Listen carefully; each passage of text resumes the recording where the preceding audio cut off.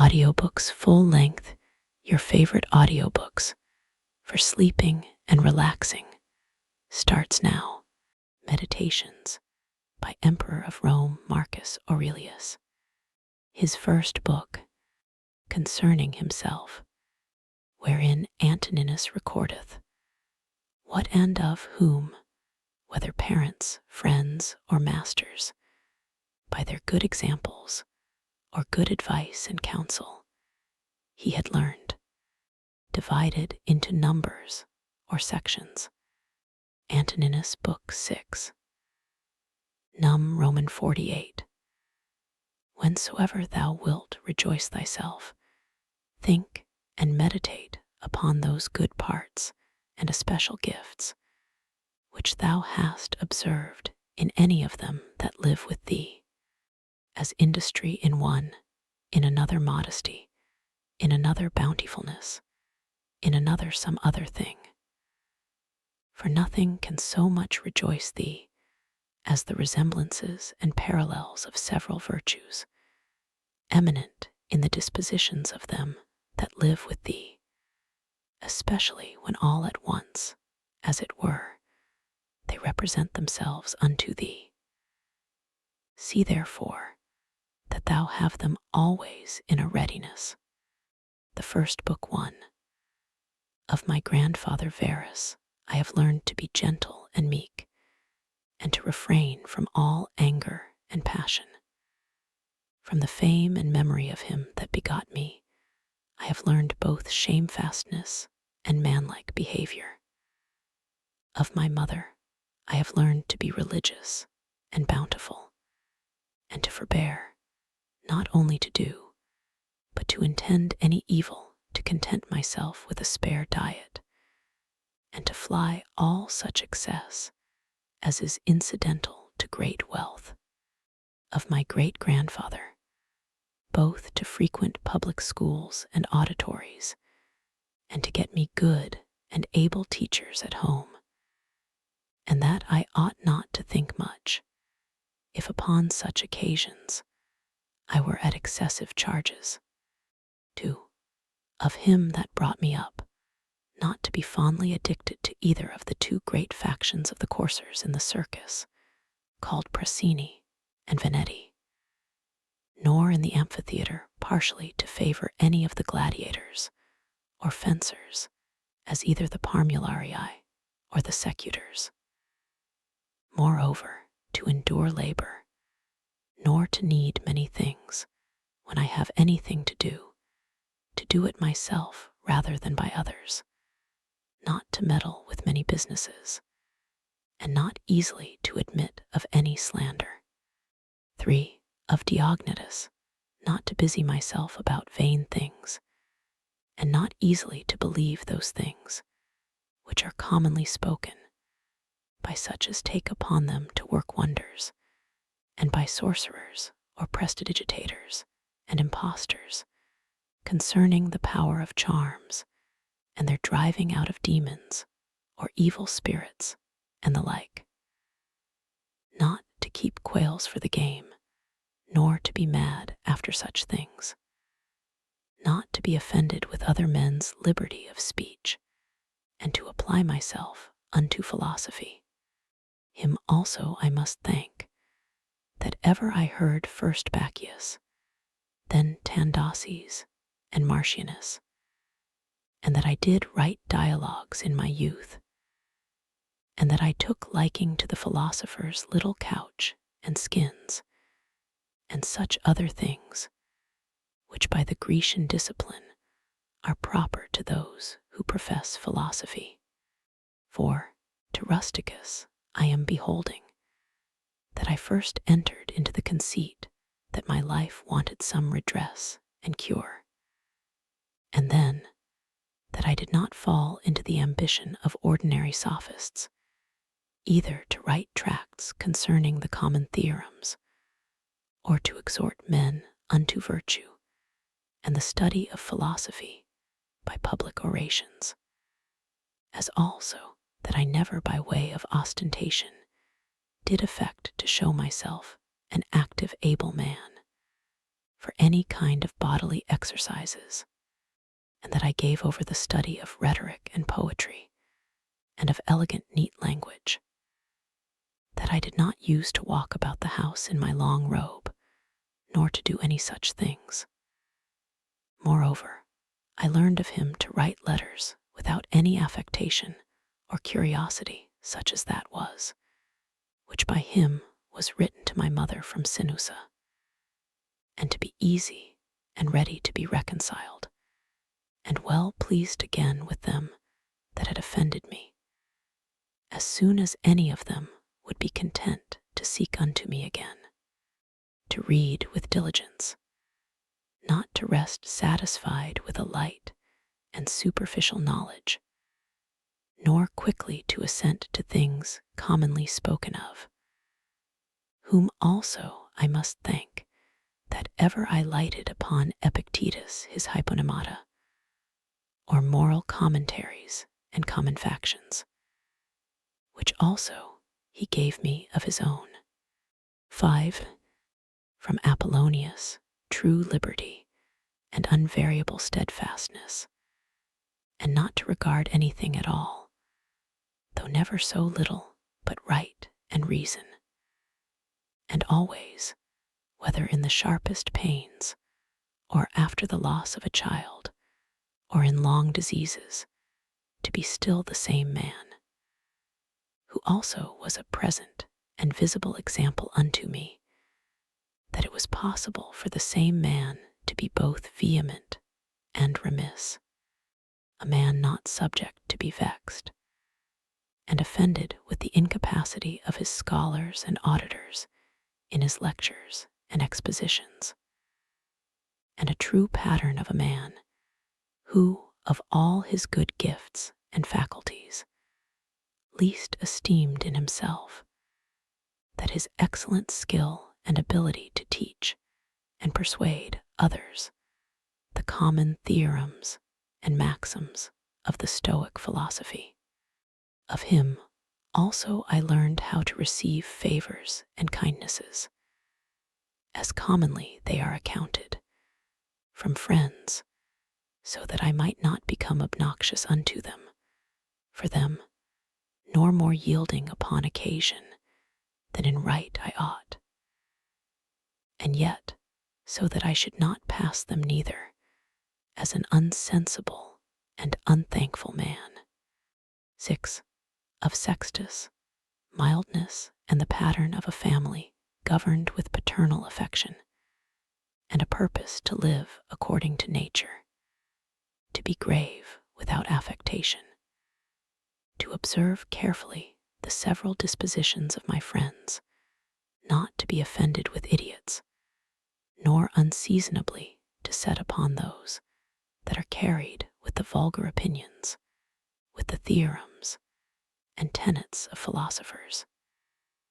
His conversation being an example how a man might accommodate himself to all men and companies, so that though his company were sweeter and more pleasing than any flatterer's cogging and fawning, yet was it at the same time most respected and reverenced, who also had a proper happiness and faculty, rationally and methodically to find out, and set in order all necessary determinations and instructions for a man's life, a man without ever the least appearance of anger or any other passion, able at the same time most exactly to observe the Stoic apatheia or unpassionateness, and yet to be most tender-hearted, ever of good credit,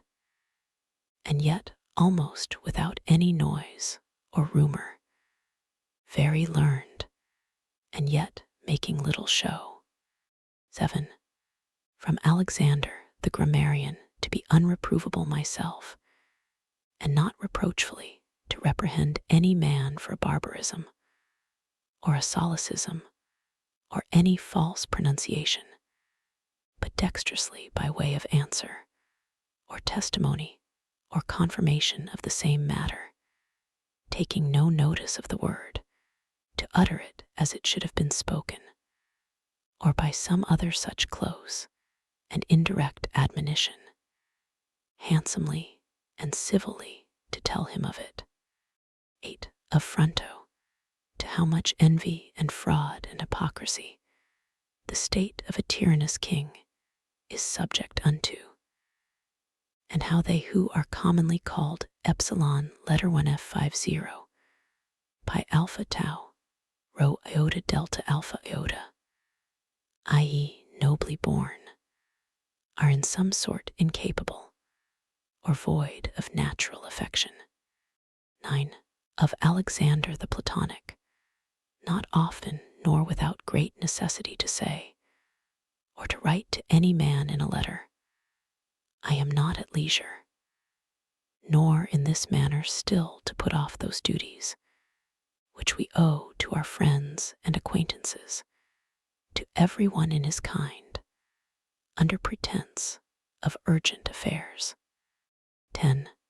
Of Catullus, not to contemn any friend's expostulation, though unjust, but to strive to reduce him to his former disposition, freely and heartily to speak well of all my masters upon any occasion, as it is reported of Domitius and Athenodotus, and to love my children with true affection.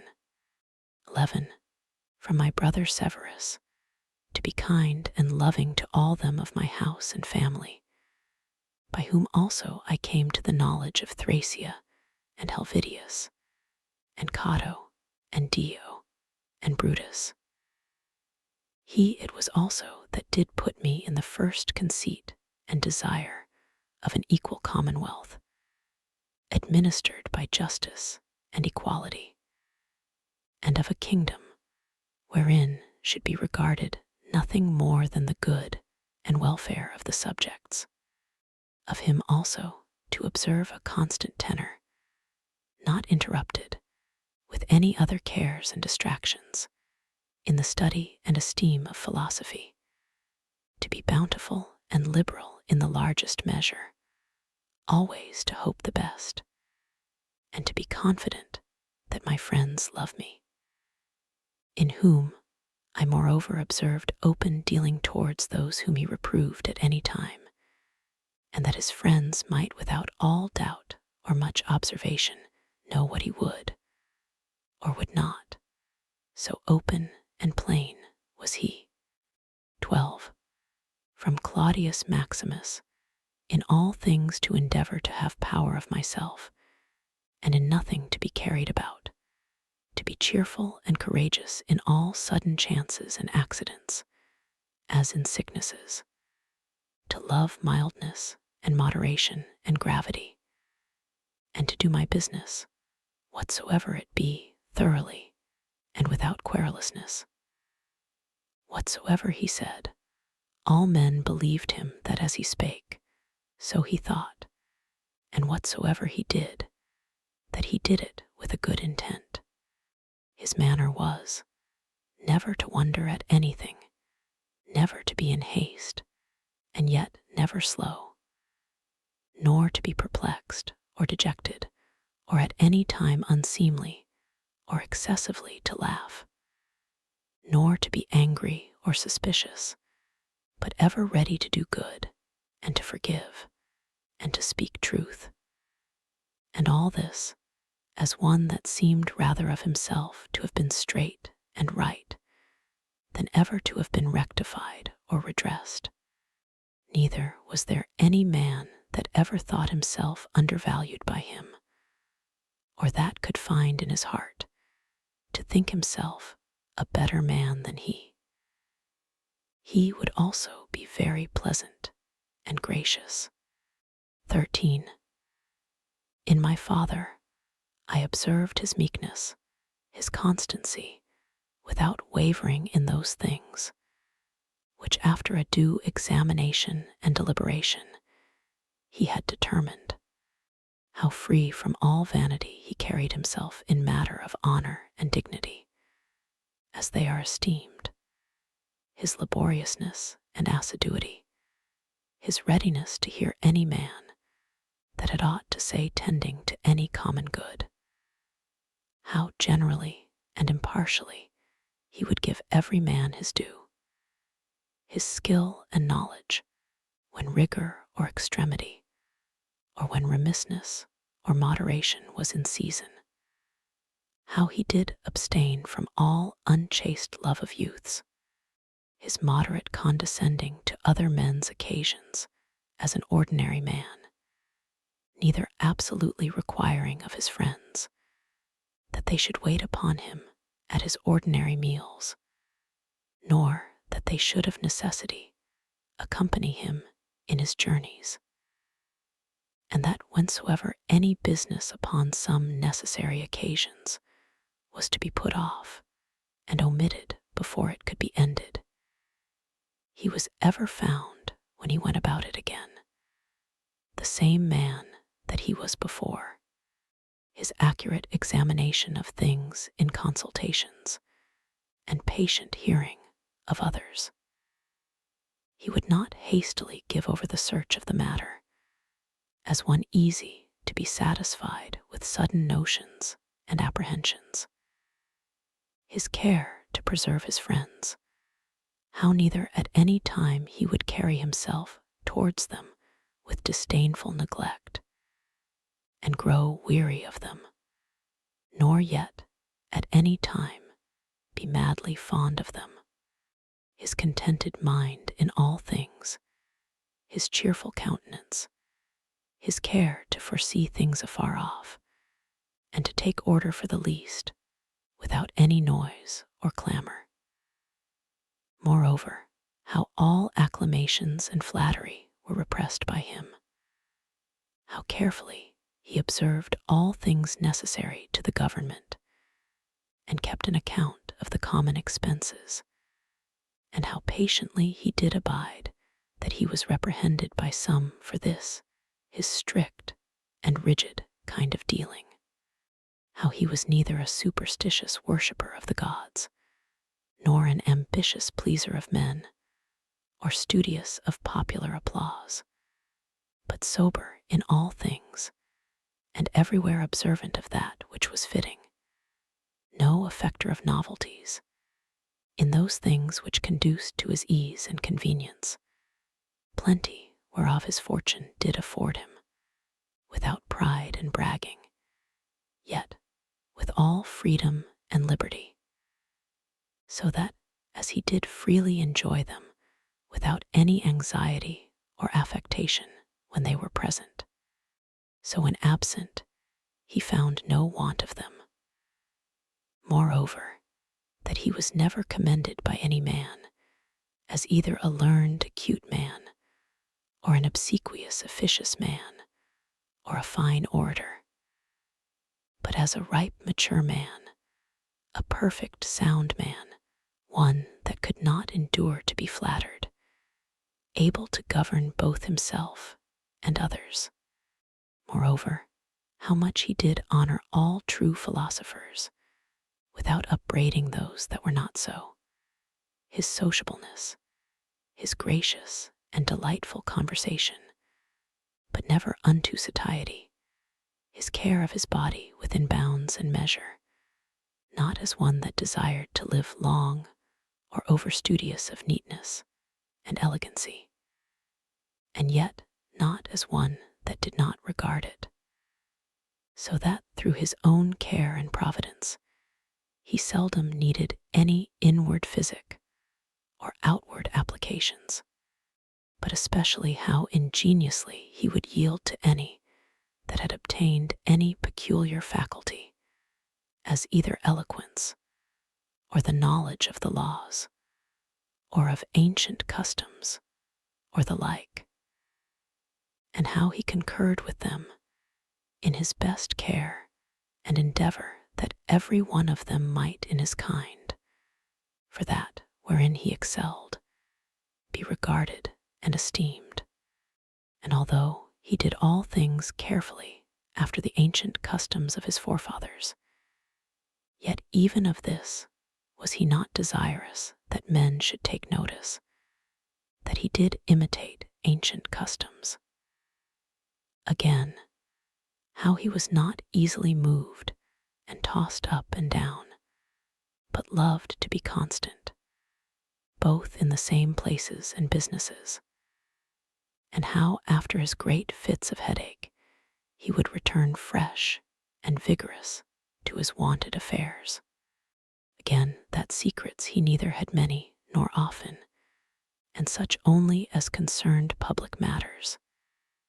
His discretion and moderation in exhibiting of the public sights and shows for the pleasure and pastime of the people, in public buildings, congeries, and the like. In all these things, having a respect unto men only as men, and to the equity of the things themselves, and not unto the glory that might follow. Never want to use the baths at unseasonable hours.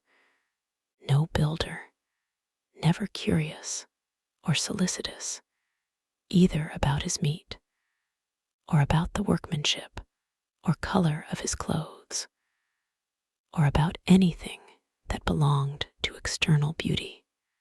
In all his conversation, far from all inhumanity, all boldness and incivility, all greediness and impetuosity, never doing anything with such earnestness and intention that a man could say of him that he did sweat about it, but contrariwise, all things distinctly as at leisure, without trouble, orderly, soundly, and agreeably.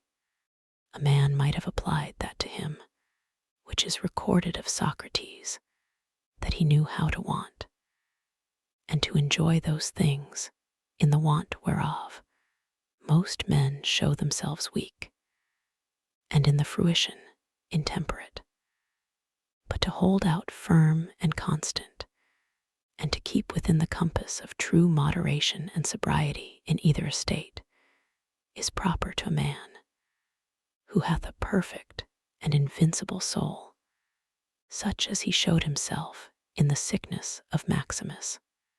14. From the gods I received that I had good grandfathers and parents, a good sister, good masters, good domestics, loving kinsmen, almost all that I have, and that I never through haste and rashness transgressed against any of them, notwithstanding that my disposition was such, as that such a thing, if occasion had been, might very well have been committed by me, but that it was the mercy of the gods to prevent such a concurring of matters and occasions as might make me to incur this blame, that I was not long brought up by the concubine of my father, that I preserved the flower of my youth, that I took not upon me to be a man before my time, but rather put it off longer than I needed, that I lived under the government of my Lord and Father,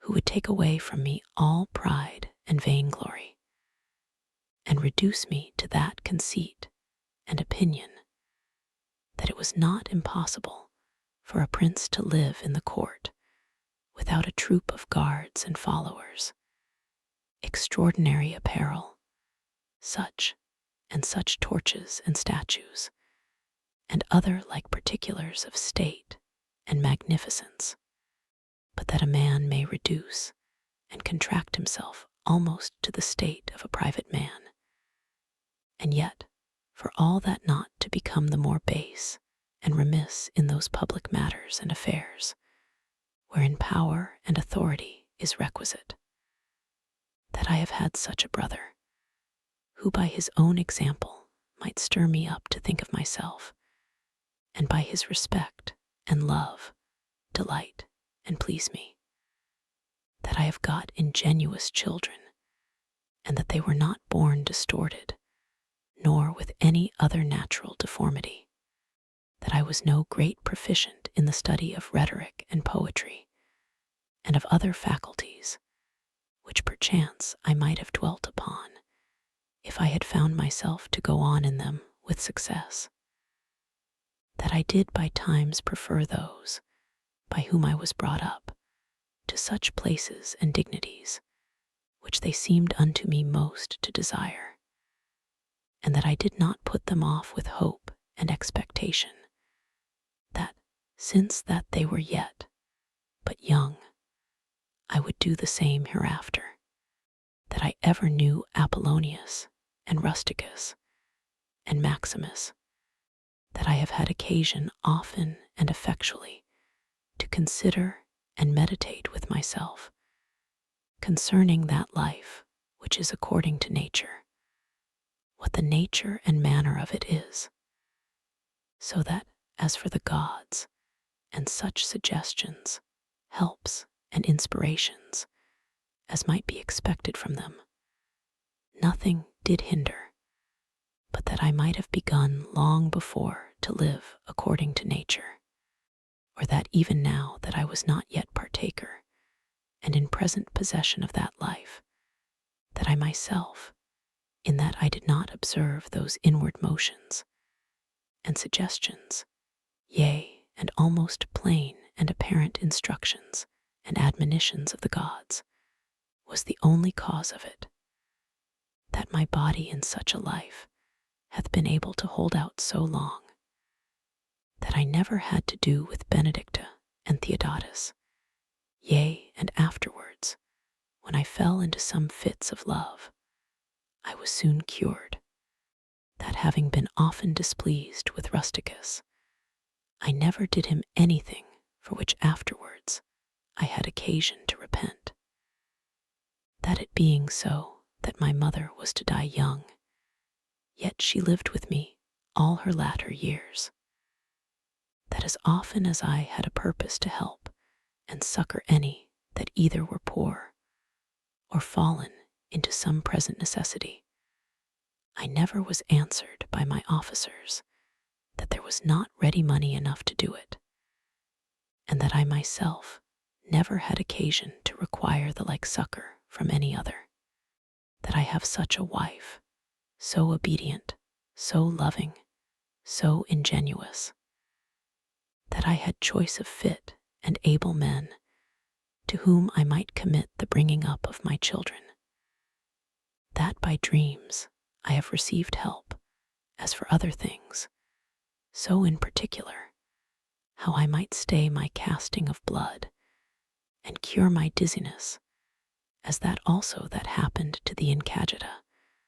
as unto Chryses when he prayed by the seashore, and when I did first apply myself to philosophy, that I did not fall into the hands of some sophists, or spent my time either in reading the manifold volumes of ordinary philosophers, nor in practicing myself in the solution of arguments and fallacies, nor dwelt upon the studies of the meteors and other natural curiosities.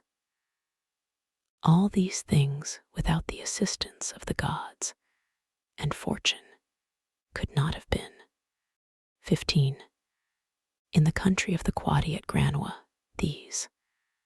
Betimes in the morning say to thyself, this day I shalt have to do with an idle curious man, with an unthankful man, a railer, a crafty, false, or an envious man, an unsociable, uncharitable man. All these ill qualities have happened unto them through ignorance of that which is truly good and truly bad. But I that understand the nature of that which is good, that it only is to be desired, and of that which is bad, that it only is truly odious and shameful, who know moreover that this transgressor, whosoever he be, is my kinsman, not by the same blood and seed, but by participation of the same reason and of the same divine particle.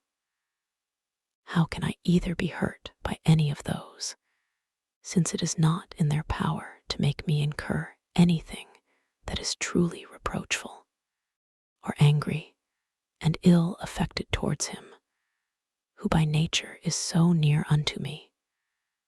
For we are all born to be fellow workers, as the feet, the hands, and the eyelids, as the rows of the upper and under teeth. For such, therefore, to be in opposition is against nature. And what is it to chafe at, and to be averse from, but to be in opposition? 16. Whatsoever I am is either flesh or life, or that which we commonly call the mistress and overruling part of man, reason. Away with thy books, suffer not thy mind any more to be distracted, and carried to and fro, for it will not be, but is even now ready to die.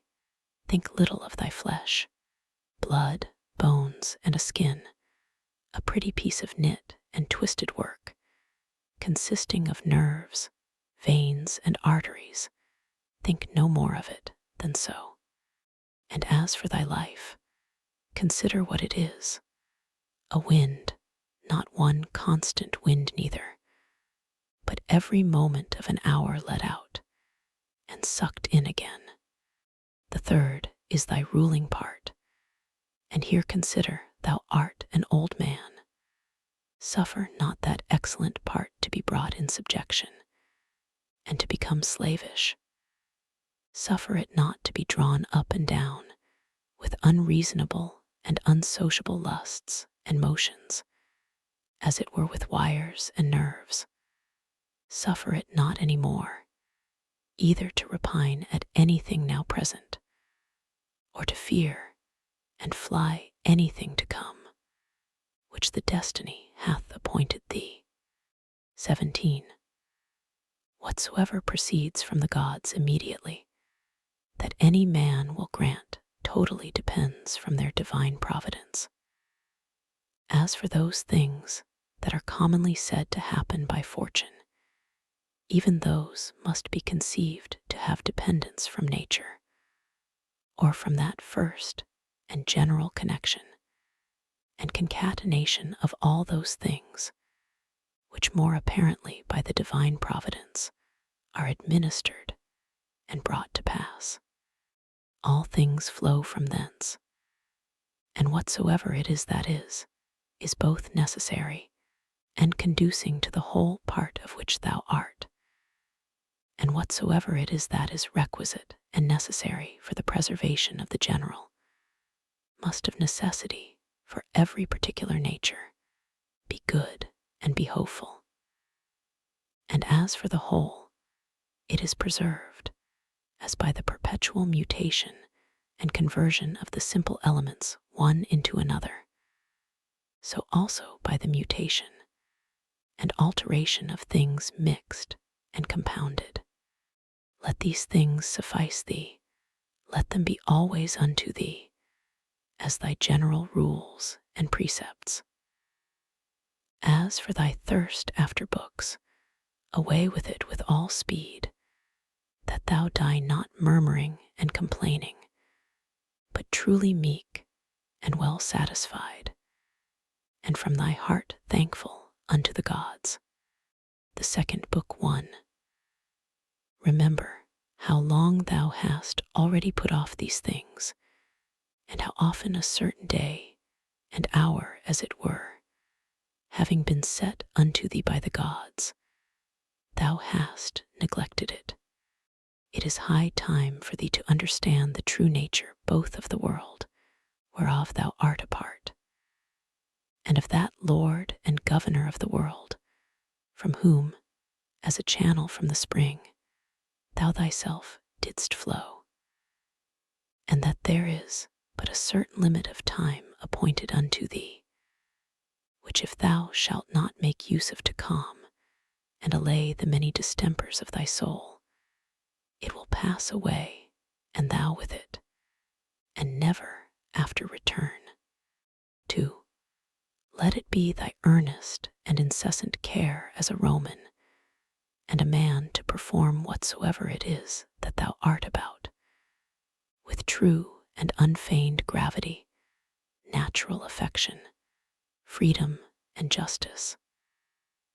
And as for all other cares and imaginations, how thou mayest ease thy mind of them, which thou shalt do, if thou shalt go about every action as thy last action, free from all vanity, all passionate and wilful aberration from reason, and from all hypocrisy and self-love and dislike of those things which by the fates or appointment of God have happened unto thee. Thou seest that those things which for a man to hold on in a prosperous course and to live a divine life are requisite and necessary, are not many, for the gods will require no more of any man that shall but keep and observe these things. 3. Do, soul, do abuse, and contemn thyself, yet a while and the time for thee to respect thyself will be at an end.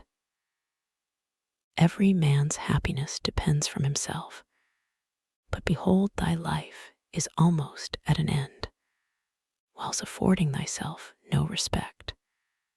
Thou dost make thy happiness to consist in the souls and conceits of other men. For why should any of these things that happen externally so much distract thee? Give thyself leisure to learn some good thing, and cease roving and wandering to and fro. Thou must also take heed of another kind of wandering, for they are idle in their actions, who toil and labor in this life, and have no certain scope to which to direct all their motions and desires. For not observing the state of another man's soul, scarce was ever any man known to be unhappy. Tell whosoever they be that intend not, and guide not by reason and discretion the motions of their own souls, they must of necessity be unhappy. 6. These things thou must always have in mind. What is the nature of the universe, and what is mine in particular? This unto that what relation it hath, what kind of part of what kind of universe it is, and that there is nobody that can hinder thee, but that thou mayest always both do and speak those things which are agreeable to that nature, whereof thou art a part. 7. Theophrastus, where he compares sin with sin, as after a vulgar sense such things I grant may be compared, says well, and like a philosopher, that those sins are greater which are committed through lust than those which are committed through anger. For he that is angry seems with a kind of grief and close contraction of himself to turn away from reason. But he that sins through lust, being overcome by pleasure, doth in his very sin bewray a more impotent and unmanlike disposition. Well then, and like a philosopher doth he say, that he of the two is the more to be condemned, that sins with pleasure, than he that sins with grief. For indeed this latter may seem first to have been wronged, and so in some manner through grief thereof to have been forced to be angry, whereas he who through lust doth commit anything, did of himself merely resolve upon that action. 8. Whatsoever thou dost affect, whatsoever thou dost project, so do, and so project all, as one who, for aught thou knowest, may at this very present depart out of this life. And as for death, if there be any gods, it is no grievous thing to leave the society of men. The gods will do thee no hurt, thou mayest be sure. But if it be so that there be no gods, or that they take no care of the world, why should I desire to live in a world void of gods and of all divine providence? But gods there be certainly, and they take care for the world. And as for those things which be truly evil, as vice and wickedness, such things they have put in a man's own power, that he might avoid them if he would. And had there been anything besides that had been truly bad and evil, they would have had a care of that also, that a man might have avoided it. But why should that be thought to hurt and prejudice a man's life in this world, which cannot any ways make man himself the better or the worse in his own person? Neither must we think that the nature of the universe did either through ignorance pass these things, or if not as ignorant of them, yet as unable either to prevent, or better to order and dispose them. It cannot be that she through want either of power or skill should have committed such a thing, so as to suffer all things both good and bad, equally and promiscuously, to happen unto all both good and bad. As for life, therefore, and death, honor and dishonor, labor and pleasure, riches and poverty, all these things happen unto men indeed, both good and bad, equally. But as things which of themselves are neither good nor bad, because of themselves, neither shameful nor praiseworthy. 9. Consider how quickly all things are dissolved and resolved, the bodies and substances themselves, into the matter and substance of the world, and their memories into the general age and time of the world. Consider the nature of all worldly sensible things, of those especially which either ensnare by pleasure, or for their irksomeness are dreadful, or for their outward luster and show are in great esteem and request. How vile and contemptible, how base and corruptible, how destitute of all true life and being they are. 10.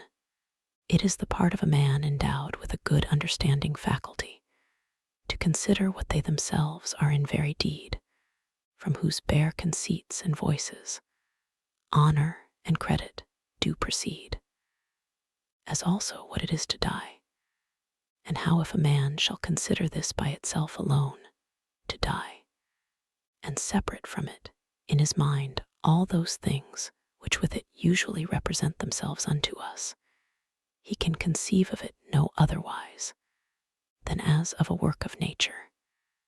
And he that fears any work of nature is a very child. Now death, it is not only a work of nature, but also conducing to nature. 11. Consider with thyself how man, and by what part of his, is joined unto God, and how that part of man is affected when it is said to be diffused. There is nothing more wretched than that soul, which in a kind of circuit compasseth all things, searching, as he saith, even the very depths of the earth, and by all signs and conjectures prying into the very thoughts of other men's souls, and yet of this is not sensible, that it is sufficient for a man to apply himself wholly, and to confine all his thoughts and cares to the tendance of that spirit which is within him, and truly and really to serve him. His service doth consist in this, that a man keep himself pure from all violent passion and evil affection, from all rashness and vanity, and from all manner of discontent, either in regard of the gods or men. For indeed whatsoever proceeds from the gods deserves respect for their worth and excellency, and whatsoever proceeds from men, as they are our kinsmen, should by us be entertained with love always. Sometimes, as proceeding from their ignorance of that which is truly good and bad, a blindness no less than that by which we are not able to discern between white and black, with a kind of pity and compassion also. 12. If thou shouldst live 3,000 or as many as 10,000 of years, yet remember this, that man can part with no life properly, save with that little part of life which he now lives. And that which he lives is no other than that which at every instant he parts with. That then which is longest of duration and that which is shortest come both to one effect. For although in regard of that which is already past there may be some inequality, yet that time which is now present and in being is equal unto all men. And that being it which we part with whensoever we die, it doth manifestly appear that it can be but a moment of time that we then part with. For as for that which is either past or to come, a man cannot be said properly to part with it. For how should a man part with that which he hath not? These two things therefore thou must remember. First, that all things in the world from all eternity, by a perpetual revolution of the same times and things, ever continued and renewed, are of one kind and nature, so that whether for 100 or 200 years only, or for an infinite space of time, a man see those things which are still the same, it can be no matter of great moment. And secondly, that life which any the longest liver or the shortest liver parts with is for length and duration the very same, for that only which is present is that which either of them can lose, as being that only which they have. For that which he hath not, no man can truly be said to lose. 13. Remember that all is but opinion and conceit, for those things are plain and apparent, which were spoken unto Monimus the Cynic. And as plain and apparent is the use that may be made of those things, if that which is true and serious in them be received as well as that which is sweet and pleasing. 14. A man's soul doth wrong and disrespect itself first and especially, when as much as in itself lies, it becomes an aposteme, and as it were an excrescency of the world, for to be grieved and displeased with anything that happens in the world is direct apostasy from the nature of the universe, part of which all particular natures of the world are. Secondly, when she either is averse from any man, or led by contrary desires or affections, tending to his hurt and prejudice, such as are the souls of them that are angry. Thirdly, when she is overcome by any pleasure or pain. Fourthly, when she doth dissemble, and covertly and falsely either doth or saith anything. Fifthly, when she doth either affect or endeavor anything to no certain end, but rashly and without due ratiocination and consideration, how consequent or inconsequent it is to the common end. For even the least things ought not to be done without relation unto the end, and the end of the reasonable creatures is to follow and obey him, who is the reason as it were, and the law of this great city and ancient commonwealth. 15. The time of a man's life is as a point, the substance of it ever flowing, the sense obscure, and the whole composition of the body tending to corruption. His soul is restless, fortune uncertain, and fame doubtful to be brief. As a stream, so are all things belonging to the body. As a dream, or as a smoke, so are all that belong unto the soul. Our life is a warfare and a mere pilgrimage. Fame after life is no better than oblivion. What is it then that will adhere and follow? Only one thing, philosophy. And philosophy doth consist in this, for a man to preserve that spirit which is within him, from all manner of contumelies and injuries, and above all pains or pleasures, never to do anything either rashly or feignedly or hypocritically, wholly to depend from himself and his own proper actions. All things that happen unto him to embrace contentedly, as coming from him from whom he himself also came, and above all things, with all meekness and a calm cheerfulness, to expect death, as being nothing else but the resolution of those elements, of which every creature is composed. And if the elements themselves suffer nothing by this, their perpetual conversion of one into another, that dissolution and alteration, which is so common unto all, why should it be feared by any? Is not this according to nature? But nothing that is according to nature can be evil.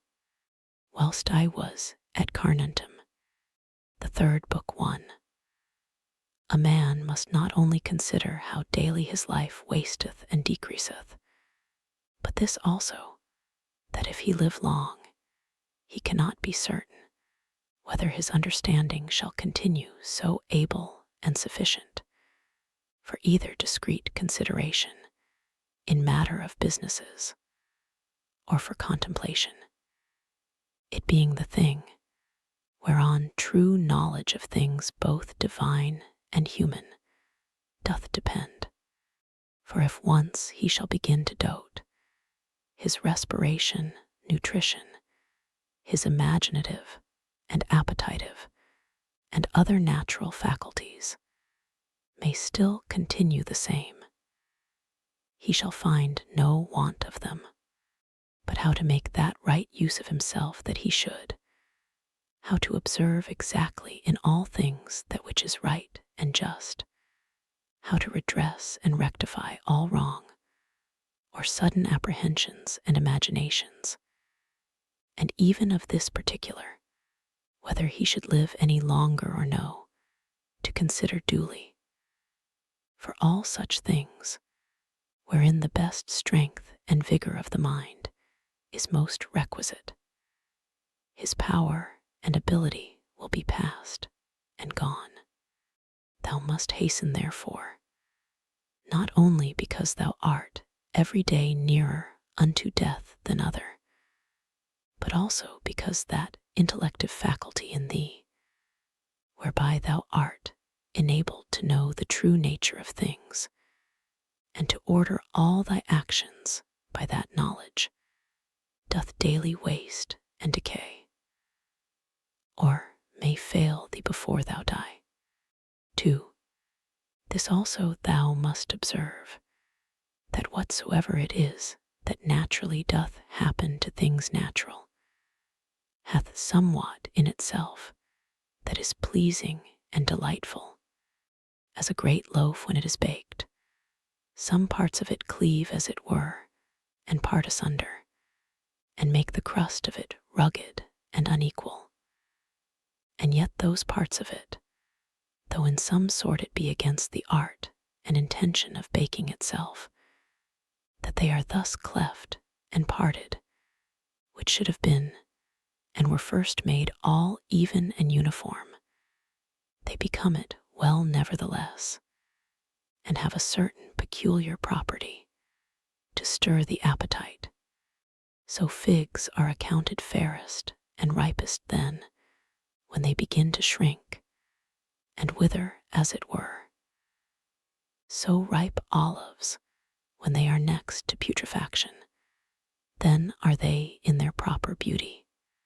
The hanging down of grapes, the brow of a lion, the froth of a foaming wild boar, and many other like things, though by themselves considered, they are far from any beauty.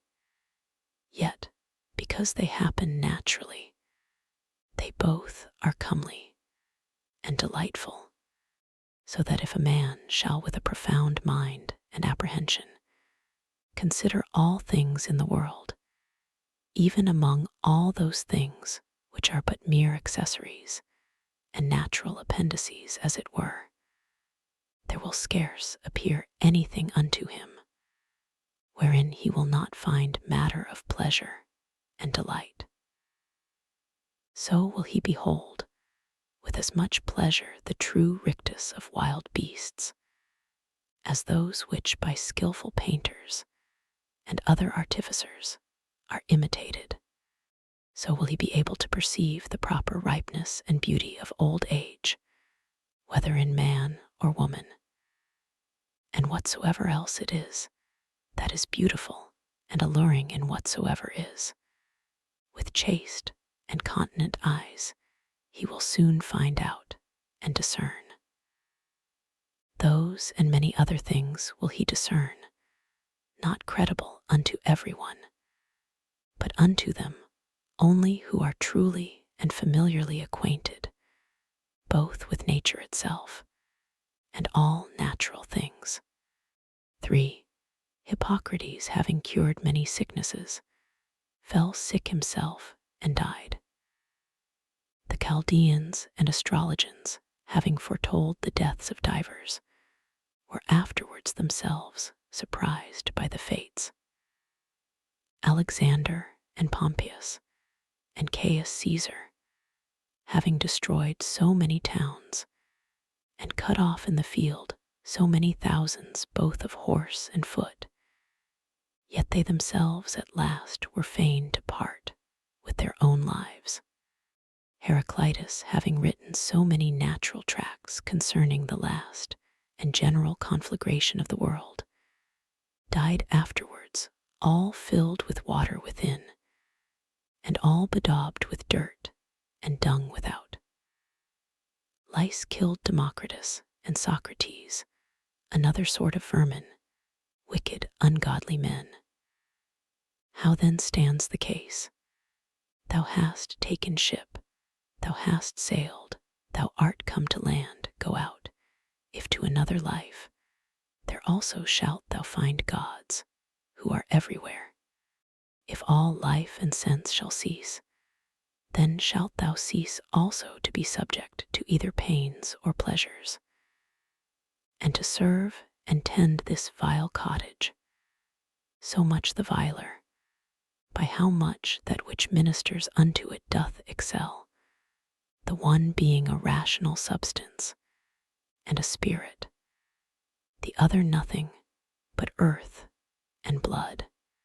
For spend not the remnant of thy days in thoughts and fancies concerning other men, when it is not in relation to some common good, when by it thou art hindered from some other better work. That is, spend not thy time in thinking what such a man doth, and to what end, what he saith, and what he thinks, and what he is about, and such other things or curiosities, which make a man to rove and wander from the care and observation of that part of himself which is rational and overruling.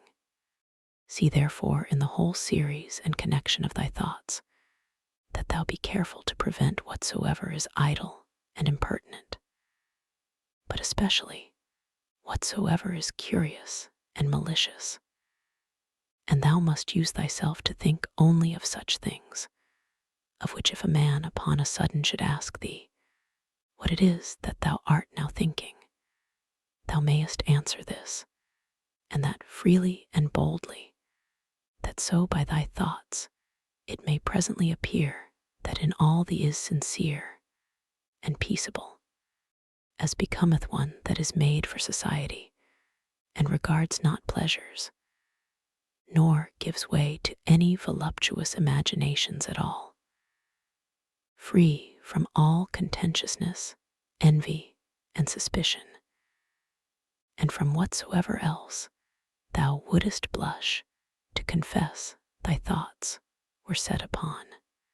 He that is such is he surely that doth not put off to lay hold on that which is best indeed, a very priest and minister of the gods, well acquainted, and in good correspondence with him, especially that is seated and placed within himself, as in a temple and sacrary, to whom also he keeps and preserves himself unspotted by pleasure, undaunted by pain, free from any manner of wrong or contumely, by himself offered unto himself, not capable of any evil from others, a wrestler of the best sort, and for the highest prize, that he may not be cast down by any passion or affection of his own, deeply dyed and drenched in righteousness, embracing and accepting with his whole heart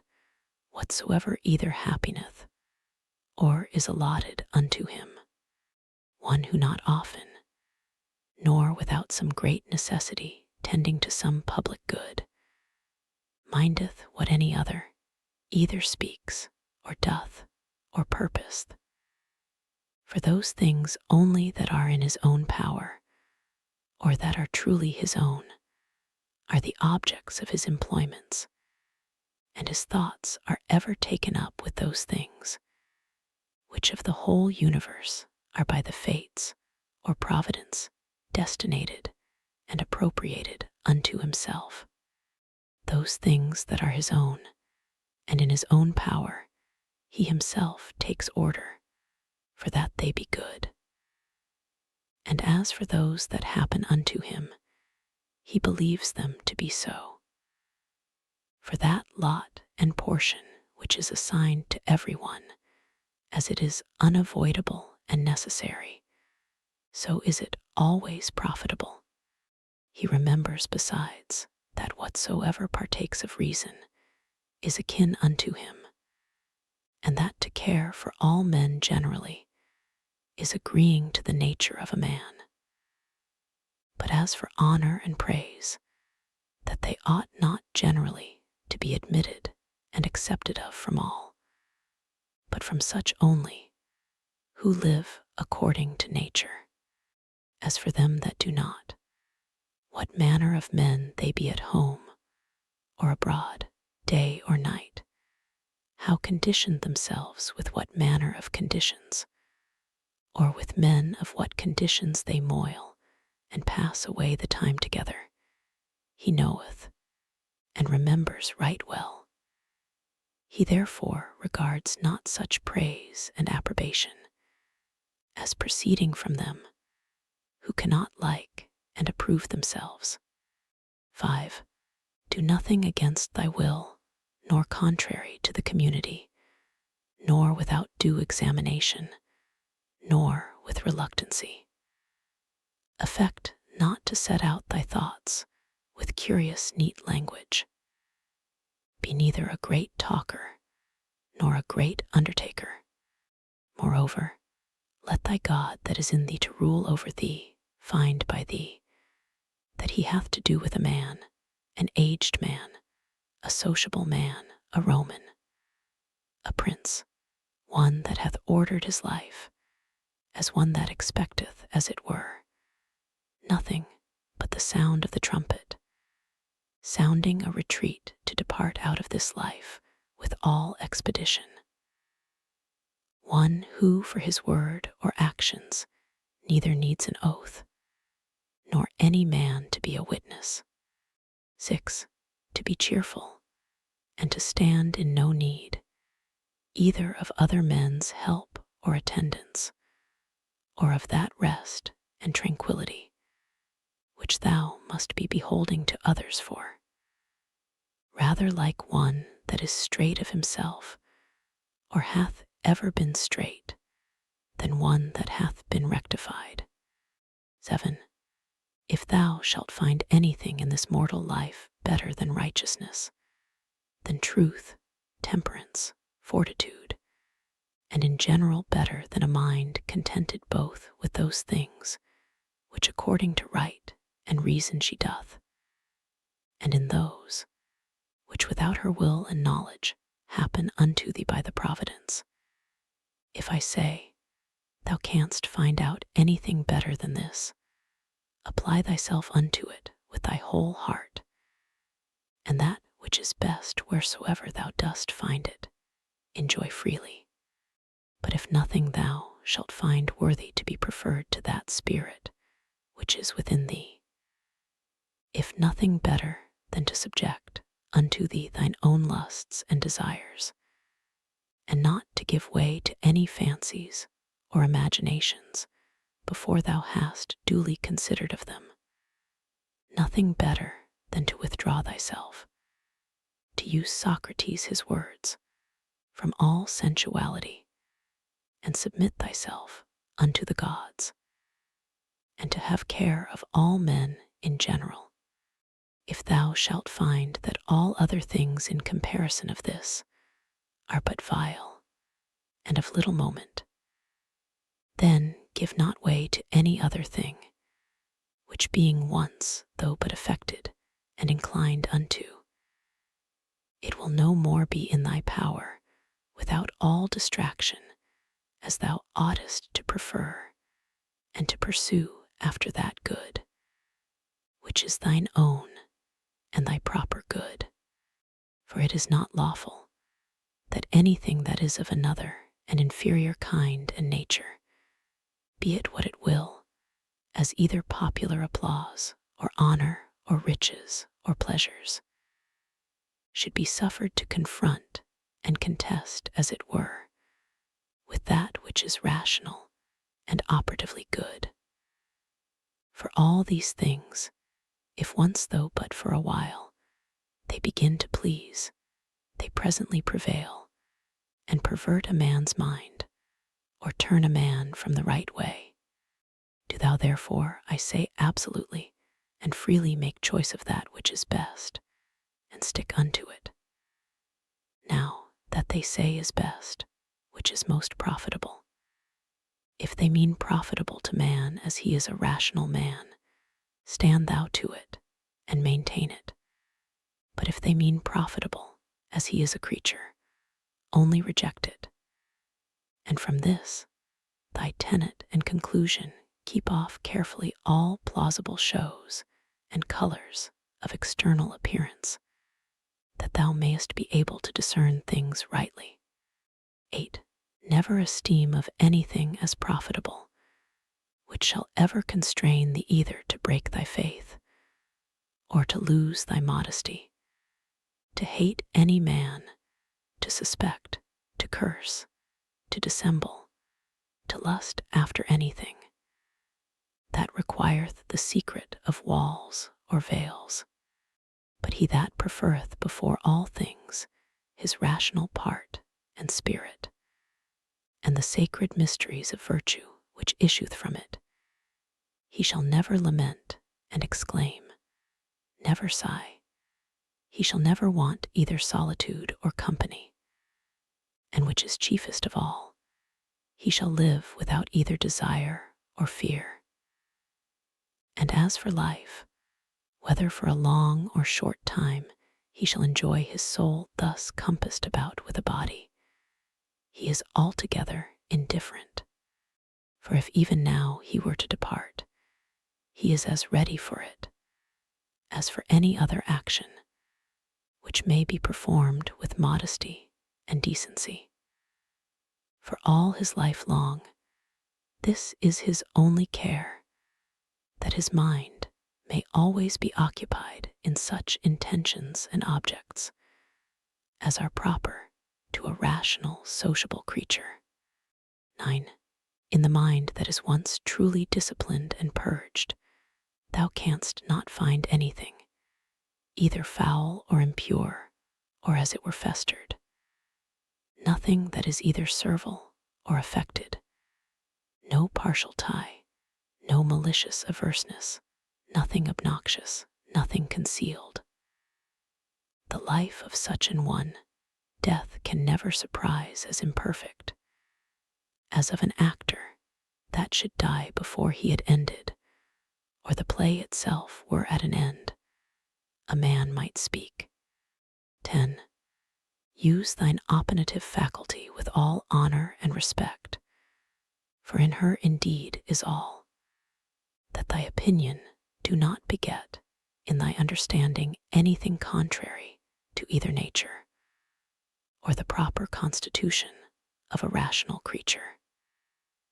The end and object of a rational constitution is to do nothing rashly, to be kindly affected towards men, and in all things willingly to submit unto the gods. Casting therefore all other things aside, keep thyself to these few, and remember withal that no man properly can be said to live more than that which is now present, which is but a moment of time.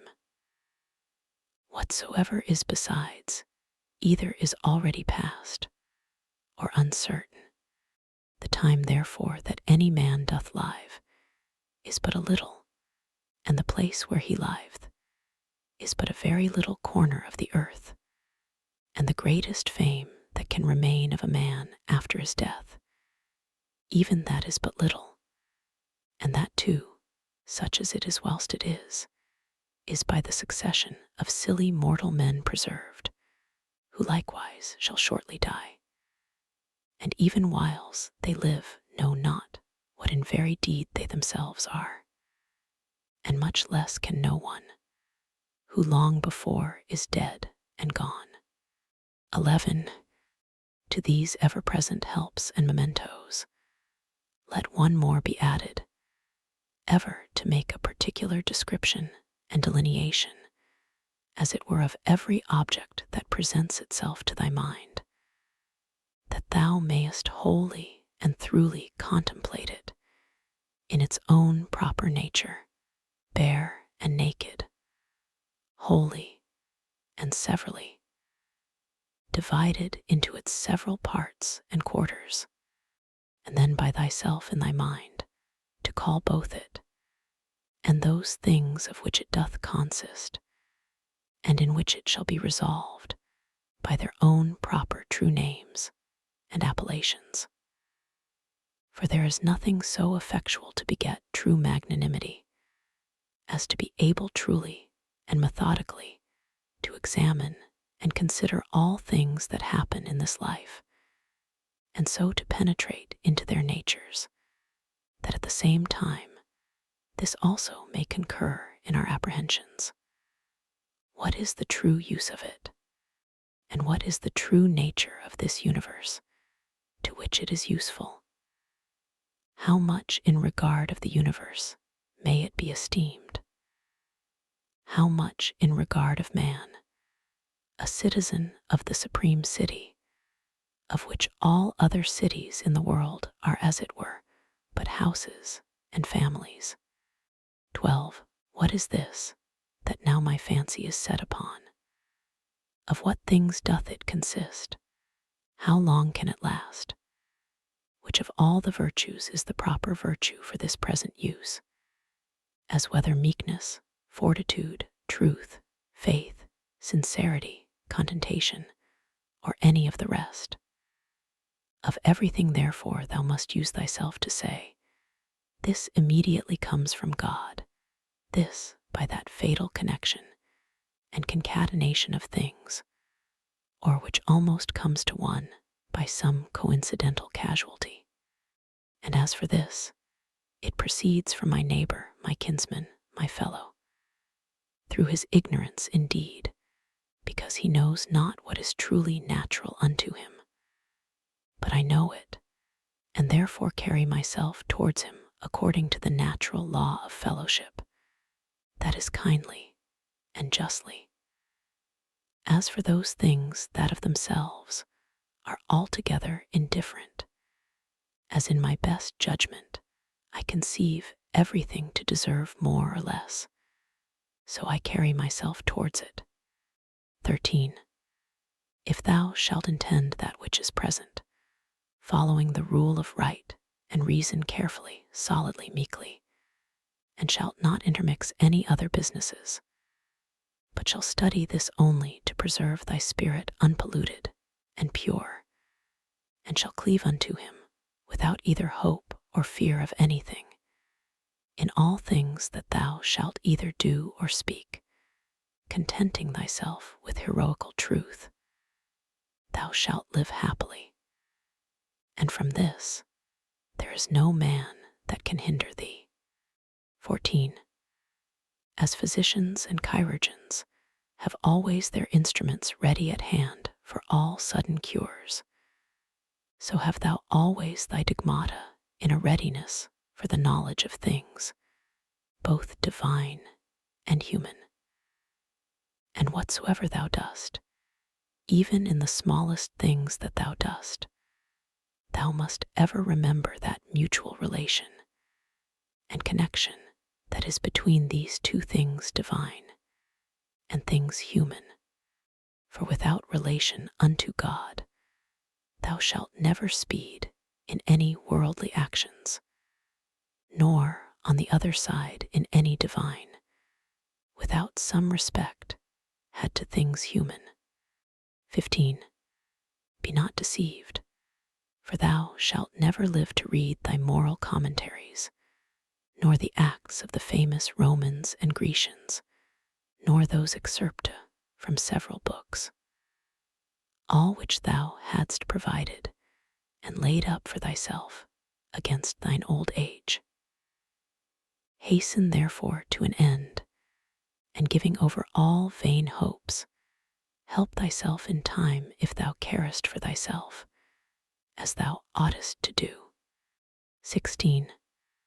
To steal, to sow, to buy, to be at rest, to see what is to be done which is not seen by the eyes, but by another kind of sight.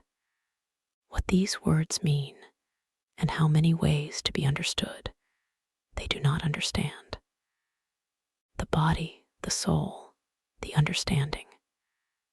As the senses naturally belong to the body, and the desires and affections to the soul, so do the digmata to the understanding. 17. To be capable of fancies and imaginations is common to man and beast. To be violently drawn and moved by the lusts and desires of the soul is proper to wild beasts and monsters, such as Phalaris and Nero were. To follow reason for ordinary duties and actions is common to them also, who believe not that there be any gods, and for their advantage would make no conscience to betray their own country, and who, when once the doors be shut upon them, dare do anything. If therefore all things else be common to these likewise, it follows that for a man to like and embrace all things that happen and are destinated unto him, and not to trouble and molest that spirit which is seated in the temple of his own breast, with a multitude of vain fancies and imaginations, but to keep him propitious, and to obey him as a God, never either speaking anything contrary to truth, or doing anything contrary to justice, is the only true property of a good man.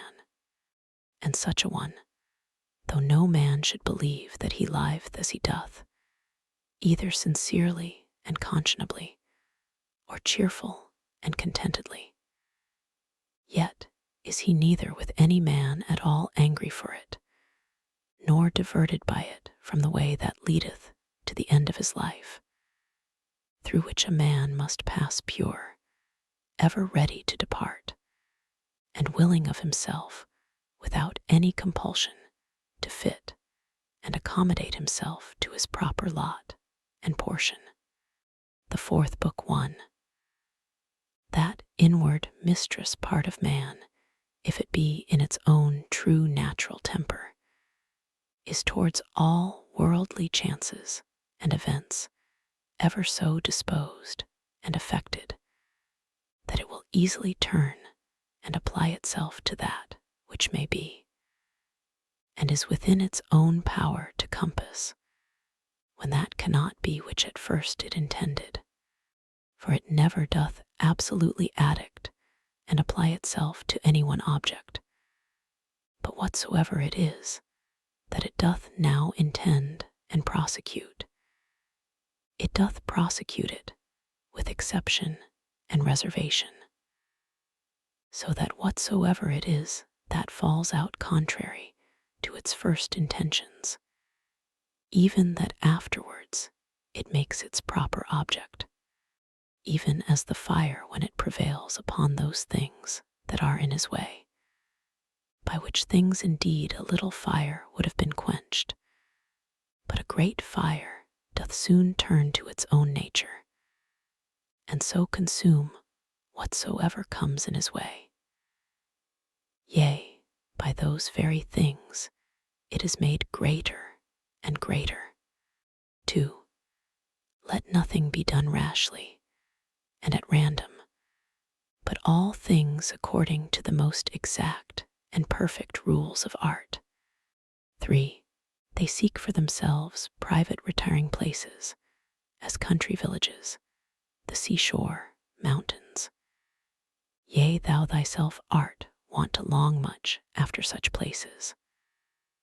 But all this thou must know proceeds from simplicity in the highest degree.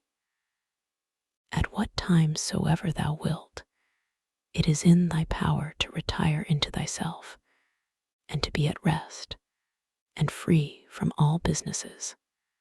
A man cannot any whither retire better than to his own soul, he especially who is beforehand provided of such things within, which whensoever he doth withdraw himself to look in, may presently afford unto him perfect ease and tranquillity. By tranquillity, I understand a decent, orderly disposition and carriage, free from all confusion and tumultuousness. Afford then thyself this retiring continually, and thereby refresh and renew thyself. Let these precepts be brief and fundamental, which as soon as thou dost call them to mind, may suffice thee to purge thy soul throughly, and to send thee away well pleased with those things whatsoever they be, which now again, after this short withdrawing of thy soul into herself, thou dost return unto. For what is it that thou art offended at? Can it be at the wickedness of men, when thou dost call to mind this conclusion, that all reasonable creatures are made one for another, and that it is part of justice to bear with them, and that it is against their wills that they offend? And how many already, who once likewise prosecuted their enmities, suspected, hated, and fiercely contended, are now long ago stretched out and reduced unto ashes. It is time for thee to make an end. As for those things which among the common chances of the world happen unto thee as thy particular lot and portion, canst thou be displeased with any of them, when thou dost call that our ordinary dilemma to mind, either a Providence or Democritus his atoms, and with it whatsoever we brought to prove that the whole world is as it were one city? And as for thy body, what canst thou fear, if thou dost consider that thy mind and understanding, when once it hath recollected itself, and knows its own power, hath in this life and breath, whether it runs smoothly and gently, or whether harshly and rudely, no interest at all, but is altogether indifferent? And whatsoever else thou hast heard and assented unto concerning either pain or pleasure, but the care of thine honor and reputation will perchance distract thee. How can that be if thou dost look back, and consider both how quickly all things that are forgotten, and what an immense chaos of eternity was before, and will follow after all things, and the vanity of praise, and the inconstancy and variableness of human judgments and opinions, and the narrowness of the place wherein it is limited and circumscribed. For the whole earth is but as one point, and of it, this inhabited part of it, is but a very little part. And of this part, how many in number, and what manner of men are they that will commend thee?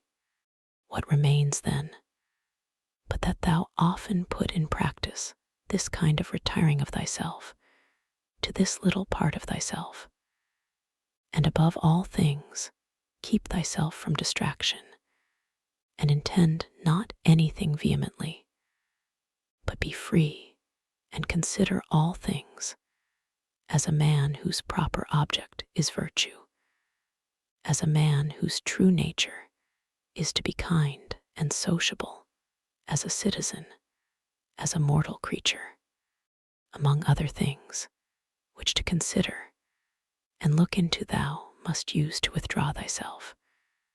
Let those two be among the most obvious and at hand. 1.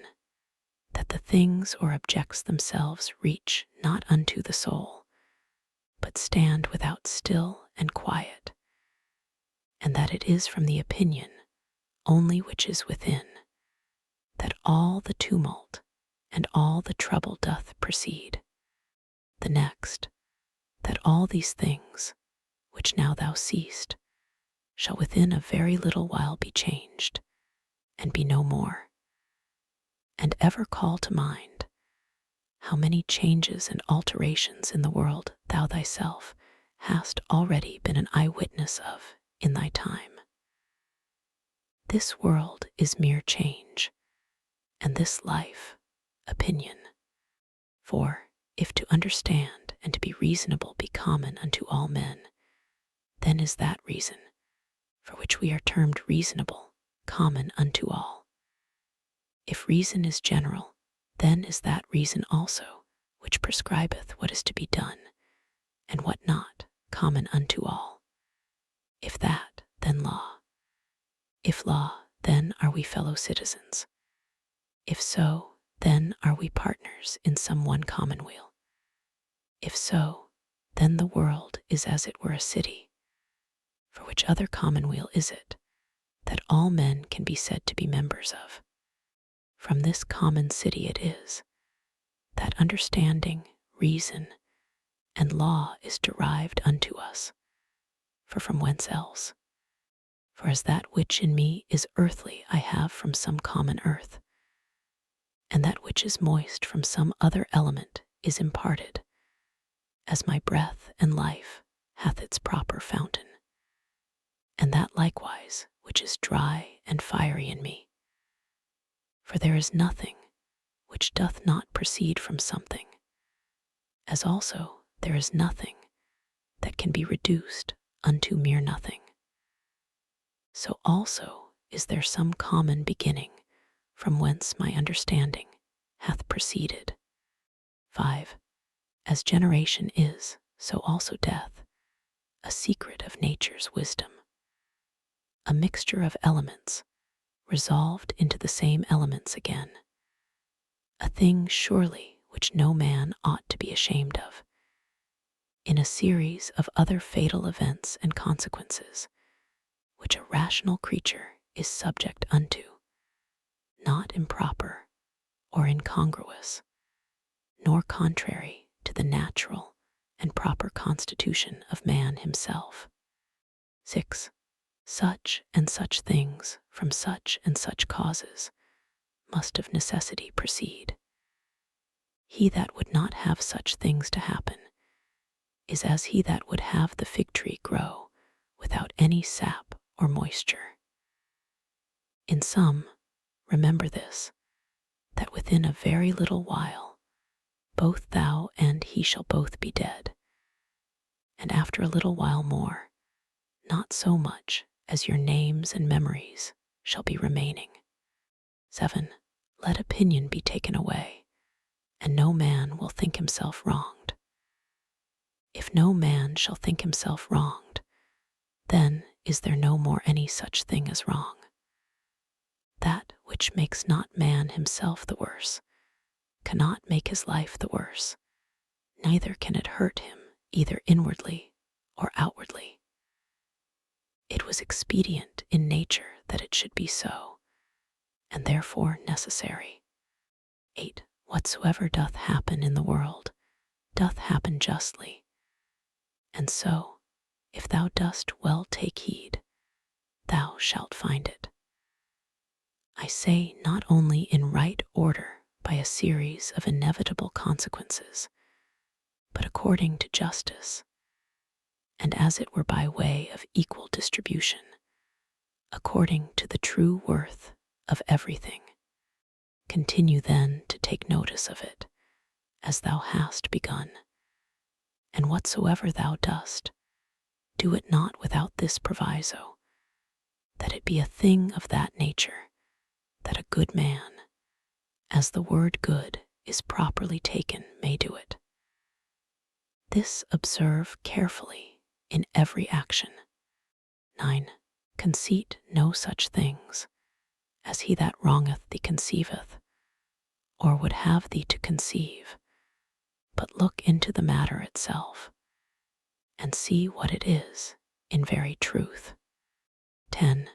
These 2 rules thou must have always in a readiness. First, do nothing at all, but what reason proceeding from that regal and supreme part shall for the good and benefit of men suggest unto thee. And secondly, if any man that is present shall be able to rectify thee, or to turn thee from some erroneous persuasion, that thou be always ready to change thy mind, and this change to proceed, not from any respect of any pleasure or credit thereon depending, but always from some probable apparent ground of justice, or of some public good thereby to be furthered, or from some other such inducement. 11. Hast thou reason? I have. Why then makest thou not use of it? For if thy reason do her part, what more canst thou require? 12. As a part hitherto thou hast had a particular subsistence, and now shalt thou vanish away into the common substance of him who first begot thee, or rather thou shalt be resumed again into that original rational substance, out of which all others have issued and are propagated. Many small pieces of frankincense are set upon the same altar. One drops first and is consumed, another after, and it comes all to one. 13. Within 10 days, if so happen, thou shalt be esteemed a god of them, who now if thou shalt return to the digmata and to the honoring of reason, will esteem of thee no better than of a mere brute, and of an ape. 14. Not as though thou hadst thousands of years to live. Death hangs over thee, whilst yet thou livest, whilst thou mayest be good. 15. Now much time and leisure doth he gain, who is not curious to know what his neighbor hath said, or hath done, or hath attempted, but only what he doth himself, that it may be just and holy. Or to express it in Agatho's words, not to look about upon the evil conditions of others, but to run on straight in the line, without any loose and extravagant agitation. 16.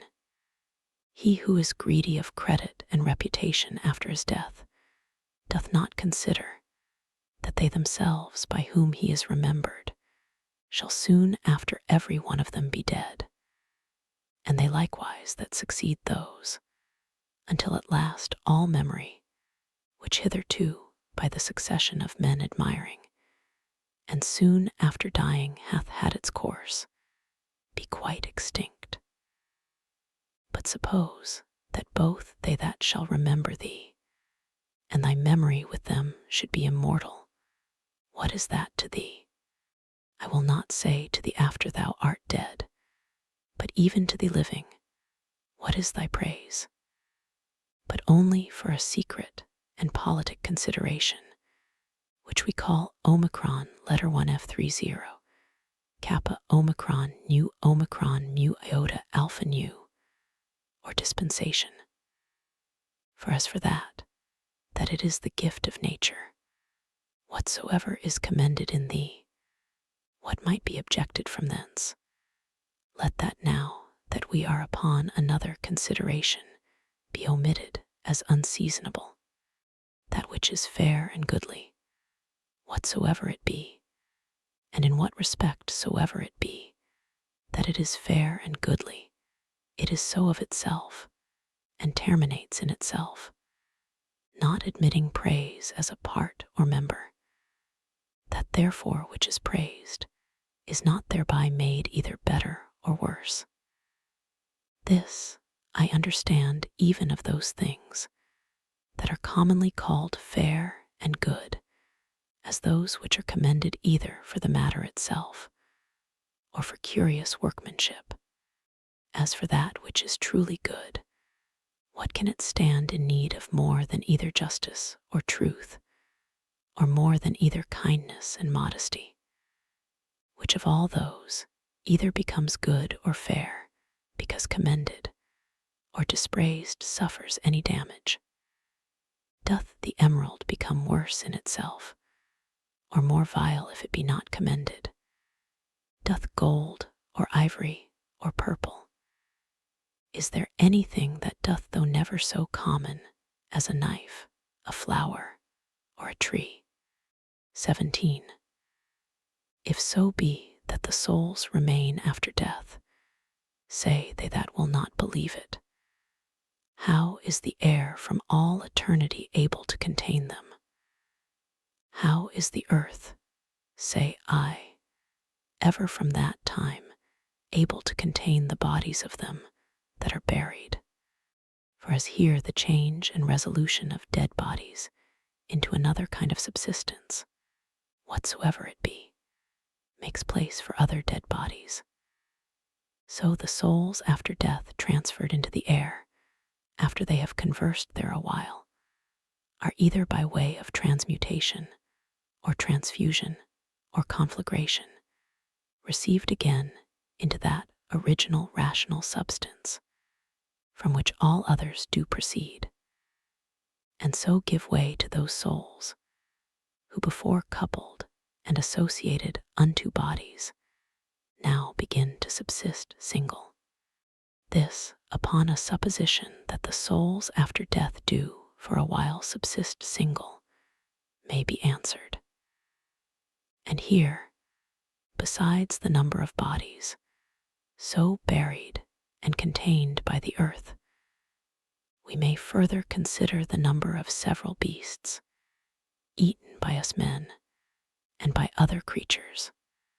For notwithstanding that such a multitude of them is daily consumed, and as it were buried in the bodies of the eaters, yet is the same place and body able to contain them, by reason of their conversion, partly into blood, partly into air and fire. What in these things is the speculation of truth? To divide things into that which is passive and material, and that which is active and formal. 18. Not to wander out of the way, but upon every motion and desire, to perform that which is just, and ever to be careful to attain to the true natural apprehension of every fancy that presents itself. 19. Whatsoever is expedient unto thee, O world, is expedient unto me, nothing can either be unseasonable unto me, or out of date, which unto thee is seasonable. Whatsoever thy seasons bear shall ever by me be esteemed as happy fruit and increase. O nature, from thee are all things, in the all things subsist, and to the all tend. Could he say of Athens, thou lovely city of Cecrops, and shalt not thou say of the world, thou lovely city of God? 20. They will say commonly, meddle not with many things, if thou wilt live cheerfully. Certainly there is nothing better than for a man to confine himself to necessary actions, to such and so many only as reason in a creature that knows itself born for society will command and enjoin. This will not only procure that cheerfulness which from the goodness, but that also which from the paucity of actions doth usually proceed. For since it is so, that most of those things which we either speak or do are unnecessary, if a man shall cut them off, it must needs follow that he shall thereby gain much leisure and save much trouble. And therefore, at every action, a man must privately by way of admonition suggest unto himself, what, may not this that now I go about be of the number of unnecessary actions? Neither must he use himself to cut off actions only, but thoughts and imaginations also, that are unnecessary, for so will unnecessary consequent actions the better be prevented and cut off. 21. Try also how a good man's life, of one who is well pleased with those things whatsoever, which among the common changes and chances of this world fall to his own lot and share, and can live well contented and fully satisfied in the justice of his own proper present action, and in the goodness of his disposition for the future, will agree with thee. Thou hast had experience of that other kind of life. Make now trial of this also. Trouble not thyself any more henceforth. Reduce thyself unto perfect simplicity. Doth any man offend? It is against himself that he doth offend. Why should it trouble thee? Hath anything happened unto thee? It is well, whatsoever it be. It is that which of all the common chances of the world from the very beginning in the series of all other things that have, or shall happen, was destinated and appointed unto thee. To comprehend all in a few words, our life is short. We must endeavor to gain the present time with best discretion and justice. Use recreation with sobriety. 22.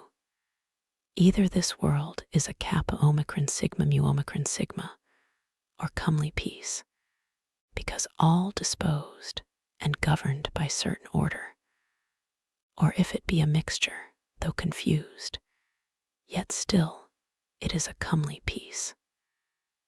For is it possible that in thee there should be any beauty at all, and that in the whole world there should be nothing but disorder and confusion, and all things in it too, by natural different properties, one from another differenced and distinguished, and yet all through diffused, and by natural sympathy, one to another united, as they are. 23. A black or malign disposition, an effeminate disposition, an hard, inexorable disposition, a wild, inhuman disposition, a sheepish disposition, a childish disposition, a blockish, a false, a scurril, a fraudulent, a tyrannical. What then? If he be a stranger in the world, that knows not the things that are in it, why not be a stranger as well, that wonders at the things that are done in it? 24. He is a true fugitive that flies from reason, by which men are sociable. He blind, who cannot see with the eyes of his understanding. He poor, that stands in need of another, and hath not in himself all things needful for this life. He an aposteme of the world, who by being discontented with those things that happen unto him in the world, doth as it were apostatize, and separate himself from common nature's rational administration. For the same nature it is that brings this unto thee, whatsoever it be, that first brought thee into the world. He raises sedition in the city, who by irrational actions withdraws his own soul from that one and common soul of all rational creatures. 25. There is who without so much as a coat, and there is who without so much as a book doth put philosophy in practice. I am half naked, neither have I bread to eat, and yet I depart not from reason, saith one. But I say, I want the food of good teaching and instructions, and yet I depart not from reason. 26. What art and profession soever thou hast learned, endeavor to effect it, and comfort thyself in it, and pass the remainder of thy life as one who from his whole heart commits himself, and whatsoever belongs unto him, unto the gods. And as for men, carry not thyself either tyrannically or servilely towards any. 27. Consider in my mind, for example's sake, the times of Vespasian. Thou shalt see but the same things, some marrying, some bringing up children, some sick, some dying, some fighting, some feasting, some merchandising, some tilling, some flattering, some boasting, some suspecting, some undermining, some wishing to die, some fretting and murmuring at their present estate, some wooing, some hoarding, some seeking after magistracies, and some after kingdoms. And is not that their age quite over and ended? Again, consider now the times of Trajan. There likewise thou seest the very self-same things, and that age also is now over and ended. In the like manner, consider other periods, both of times and of whole nations, and see how many men, after they had with all their might and main intended and prosecuted some one worldly thing or other, did soon after drop away, and were resolved into the elements. But especially thou must call to mind them, whom thou thyself in thy lifetime hast known much distracted about vain things, and in the meantime neglecting to do that, and closely and inseparably, as fully satisfied with it, to adhere unto it, which their own proper constitution did require. And here thou must remember that thy carriage in every business must be according to the worth and due proportion of it. For so shalt thou not easily be tired out and vexed, if thou shalt not dwell upon small matters longer than is fitting. 28. Those words which once were common and ordinary are now become obscure and obsolete, and so the names of men once commonly known and famous are now become in a manner obscure and obsolete names. Camillus, Ciso, Volsius, Leonatus not long after, Scipio, Cato, then Augustus, then Adrianus, then Antoninus Pius. All these in a short time will be out of date, and as things of another world, as it were, become fabulous. And this I say of them, who once shined as the wonders of their ages, for as for the rest, no sooner are they expired than with them all their fame and memory. And what is it then that shall always be remembered? All is vanity. What is it that we must bestow our care and diligence upon? Even upon this only, that our minds and wills be just, that our actions be charitable, that our speech be never deceitful, or that our understanding be not subject to error, that our inclination be always set to embrace whatsoever shall happen unto us, as necessary, as usual, as ordinary, as flowing from such a beginning, and such a fountain, from which both thou thyself and all things are. Willingly, therefore, and wholly surrender up thyself unto that fatal concatenation, yielding up thyself unto the fates, to be disposed of at their pleasure. 29. Whatsoever is now present, and from day to day hath its existence, all objects of memories, and the minds and memories themselves, incessantly consider, all things that are, have their being by change and alteration. Use thyself therefore often to meditate upon this, that the nature of the universe delights in nothing more than in altering those things that are, and in making others like unto them, so that we may say that whatsoever is but as it were the seed of that which shall be. For if thou think that that only is seed, which either the earth or the womb receiveth, thou art very simple. 30. Thou art now ready to die, and yet hast thou not attained to that perfect simplicity. Thou art yet subject to many troubles and perturbations, not yet free from all fear and suspicion of external accidents, nor yet either so meekly disposed towards all men as thou shouldest, or so affected as one whose only study and only wisdom is to be just in all his actions. 31. Behold and observe what is the state of their rational part, and those that the world doth account wise, see what things they fly and are afraid of, and what things they hunt after. 32. In another man's mind and understanding thy evil cannot subsist, nor in any proper temper or distemper of the natural constitution of thy body, which is but as it were the coat or cottage of thy soul. Wherein then, but in that part of thee, wherein the conceit and apprehension of any misery can subsist. Let not that part therefore admit any such conceit, and then all is well.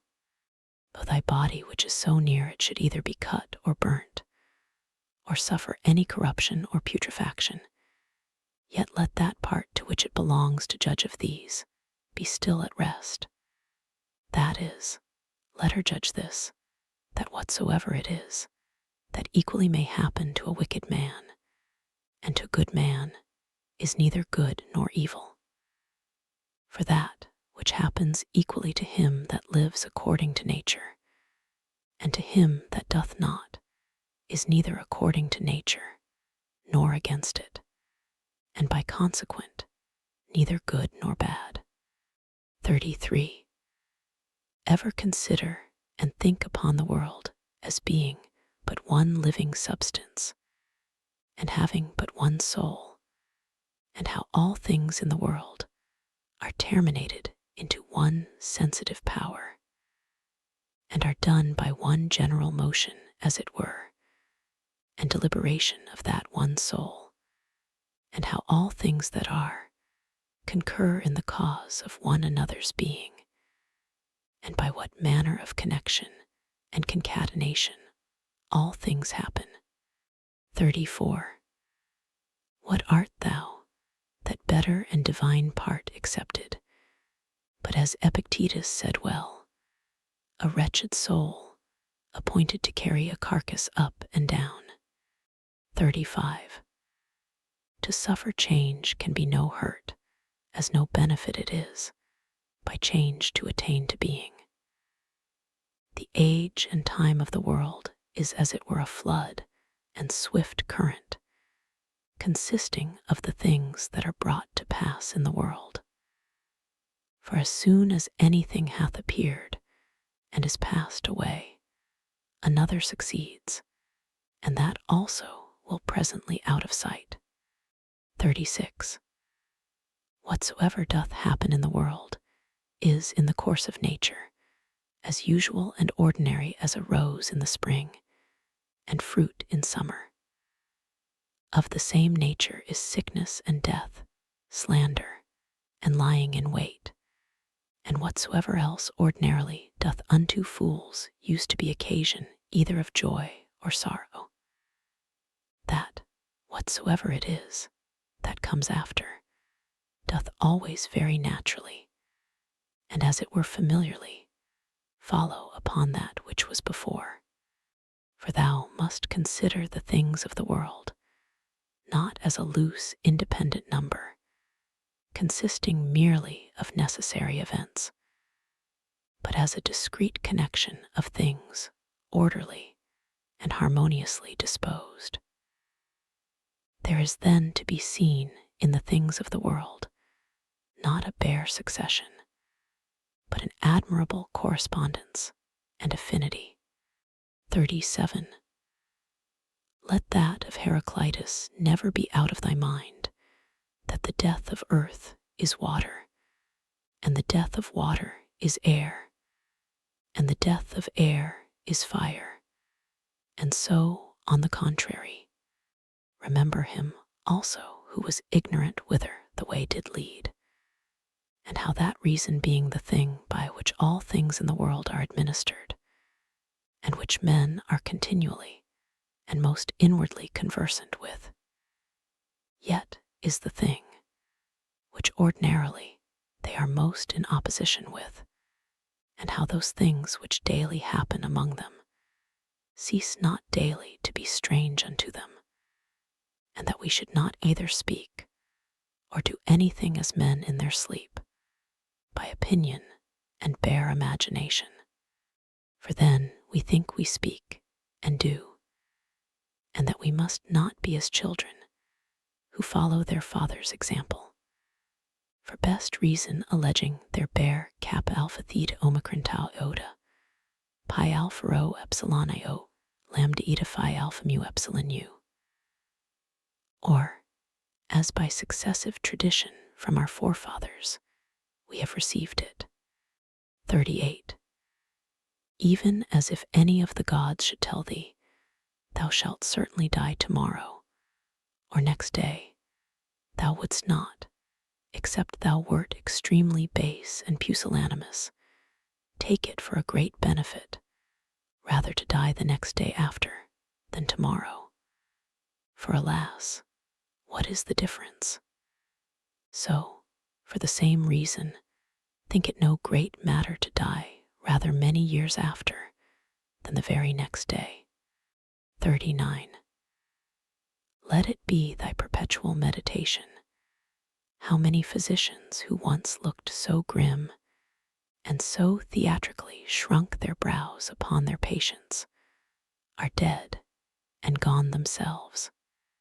How many astrologers, after that in great ostentation they had foretold the death of some others. How many philosophers, after so many elaborate tracts and volumes concerning either mortality or immortality. How many brave captains and commanders, after the death and slaughter of so many. How many kings and tyrants, after they had with such horror and insolency abused their power upon men's lives, as though themselves had been immortal, How many, that I may so speak, whole cities, both men and towns, Hellas, Pompeii, Herculaneum, and others innumerable, are dead and gone. Run them over also, whom thou thyself, one after another, hast known in thy time to drop away. Such and such a one took care of such and such a one's burial, and soon after was buried himself. So one, so another, and all things in a short time. For herein lieth all indeed, ever to look upon all worldly things as things for their continuance, that are but for a day, and for their worth most vile and contemptible, as for example, what is man?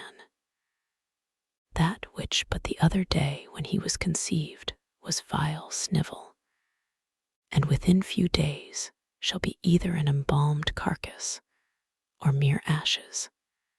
Thus must thou, according to truth and nature, throughly consider how man's life is, but for a very moment of time, and so depart meek and contented, even as if a ripe olive falling should praise the ground that bare her, and give thanks to the tree that begat her. 40. Thou must be like a promontory of the sea, against which though the waves beat continually, yet it both itself stands, and about it are those swelling waves stilled and quieted. 41. O wretched I, to whom this mischance is happened! Nay, happy I, to whom this thing being happened, I can continue without grief, neither wounded by that which is present, nor in fear of that which is to come. For as for this, it might have happened unto any man, but any man having such a thing befallen him could not have continued without grief. Why then should that rather be an unhappiness than this a happiness? But however canst thou, O man, term that unhappiness, which is no mischance to the nature of man, canst thou think that a mischance to the nature of man, which is not contrary to the end and will of his nature? What then hast thou learned is the will of man's nature? Doth that then which hath happened unto thee hinder thee from being just, or magnanimous, or temperate, or wise, or circumspect, or true, or modest, or free, or from anything else of all those things in the present enjoying and possession whereof the nature of man, as then enjoying all that is proper unto her, is fully satisfied? Now, to conclude, upon all occasion of sorrow remember henceforth to make use of this dogma, that whatsoever it is that hath happened unto thee is in very deed no such thing of itself as a misfortune, but that to bear it generously is certainly great happiness. 42. It is but an ordinary course one, yet it is a good effectual remedy against the fear of death, for a man to consider in his mind the examples of such, who greedily and covetously, as it were, did for a long time enjoy their lives. What have they got more than they whose deaths have been untimely? Are not they themselves dead at the last, as Cadicians, Fabius, Julianus Lepidus, or any other who in their lifetime, having buried many, were at the last buried themselves? The whole space of any man's life is but little, and as little as it is, with what troubles, with what manner of dispositions, and in the society of how wretched a body must it be passed. Let it be therefore unto thee altogether as a matter of indifferency.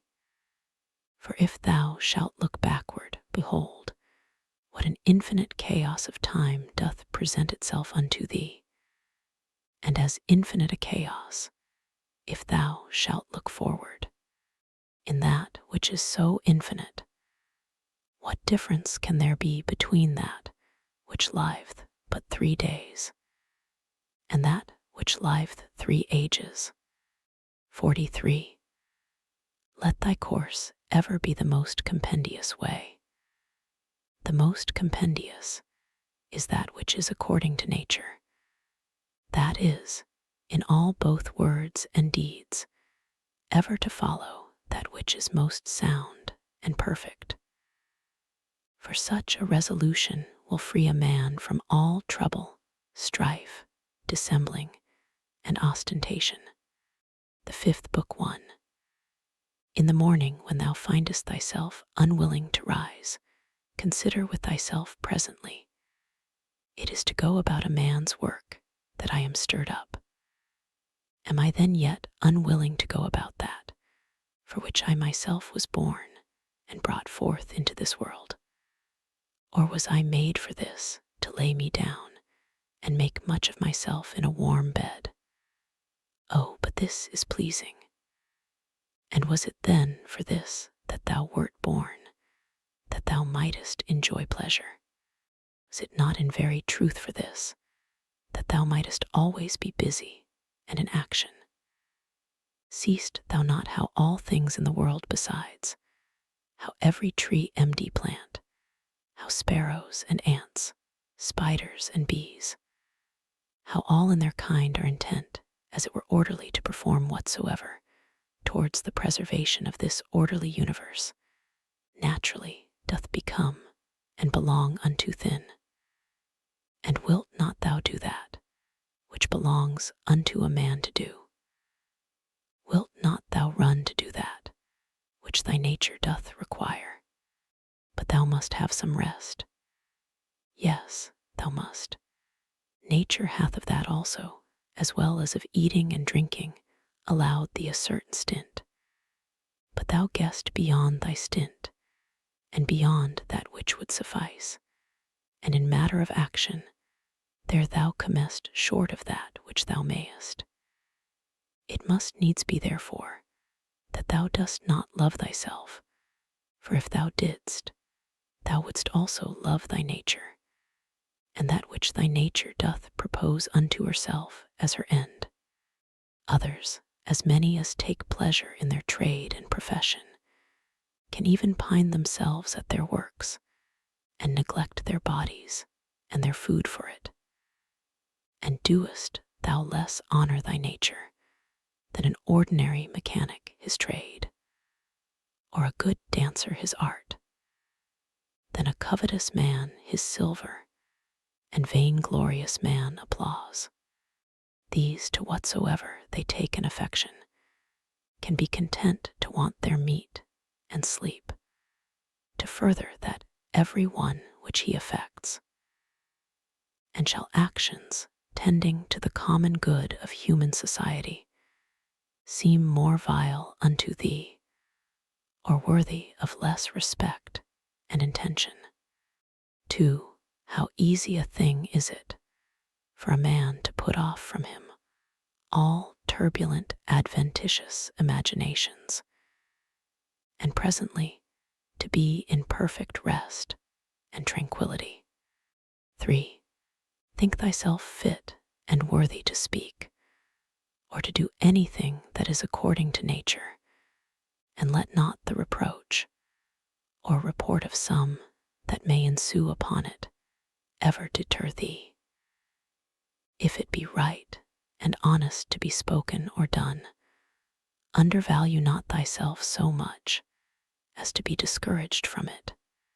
As for them, they have their own rational overruling part, and their own proper inclination, which thou must not stand and look about to take notice of, but go on straight, whither both thine own particular and the common nature do lead thee.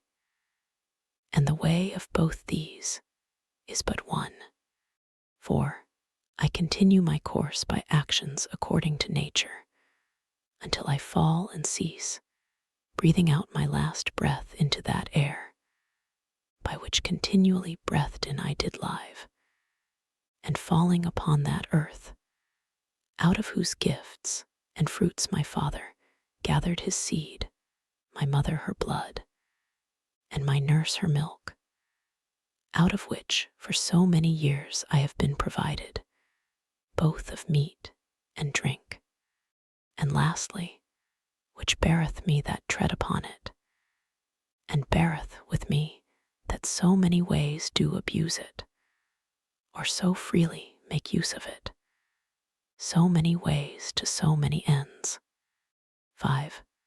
No man can admire thee for thy sharp, acute language, such is thy natural disability that way. Be it so. Yet there be many other good things, for the want of which thou canst not plead the want or natural ability. Let them be seen in thee, which depend wholly from thee: sincerity, gravity, laboriousness, contempt of pleasures. Be not querulous. Be content with little. Be kind. Be free. Avoid all superfluity, all vain prattling. Be magnanimous. Doest not thou perceive how many things there be, which notwithstanding any pretense of natural indisposition and unfitness, thou mightest have performed and exhibited, and yet still thou doest voluntarily continue drooping downwards? Or wilt thou say that it is through defect of thy natural constitution that thou art constrained to murmur, to be base and wretched, to flatter, now to accuse, and now to please and pacify thy body, to be vainglorious, to be so giddy-headed and unsettled in thy thoughts? Nay, witnesses be the gods, of all these thou mightest have been rid long ago. Only this thou must have been contented with, to have borne the blame of one that is somewhat slow and dull, wherein thou must so exercise thyself, as one who neither doth much take to heart this his natural defect, nor yet pleaseth himself in it. 6.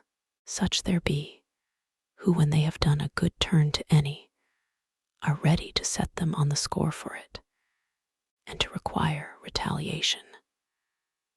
Others there be, who though they stand not upon retaliation to require any, yet they think with themselves nevertheless that such a one is their debtor, and they know as their word is what they have done. Others again there be, who when they have done any such thing, do not so much as know what they have done, but are like unto the vine, which beareth her grapes, and when once she hath borne her own proper fruit, is contented and seeks for no further recompense, as a horse after a race, and a hunting dog when he hath hunted, and a bee when she hath made her honey. Look not for applause and commendation, so neither doth that man that rightly doth understand his own nature when he hath done a good turn, but from one doth proceed to do another, even as the vine after she hath once borne fruit in her own proper season is ready for another time. Thou therefore must be one of them, who what they do barely do it without any further thought, and are in a manner insensible of what they do. Nay, but, will some reply perchance, this very thing a rational man is bound unto, to understand what it is that he doeth. For it is the property, say they, of one that is naturally sociable to be sensible, that he doth operate sociably, nay, and to desire that the party himself that is sociably dealt with should be sensible of it too. I answer, that which thou sayest is true indeed, but the true meaning of that which is said thou dost not understand, and therefore art thou one of those first whom I mentioned. for they also are led by a probable appearance of reason. But if thou dost desire to understand truly what it is that is said, fear not that thou shalt therefore give over any sociable action. 7. The form of the Athenians' prayer did run thus: O rain, rain, good Jupiter, upon all the grounds and fields that belong to the Athenians. Either we should not pray at all, or thus absolutely and freely, and not every one for himself, in particular alone. 8. As we say commonly, the physician hath prescribed unto this man, riding unto another cold baths, unto a third to go barefoot. So it is alike to say, the nature of the universe hath prescribed unto this man's sickness, or blindness, or some loss, or damage, or some such thing. For as there, when we say of a physician that he hath prescribed anything, our meaning is that he hath appointed this for that, as subordinate and conducing to health.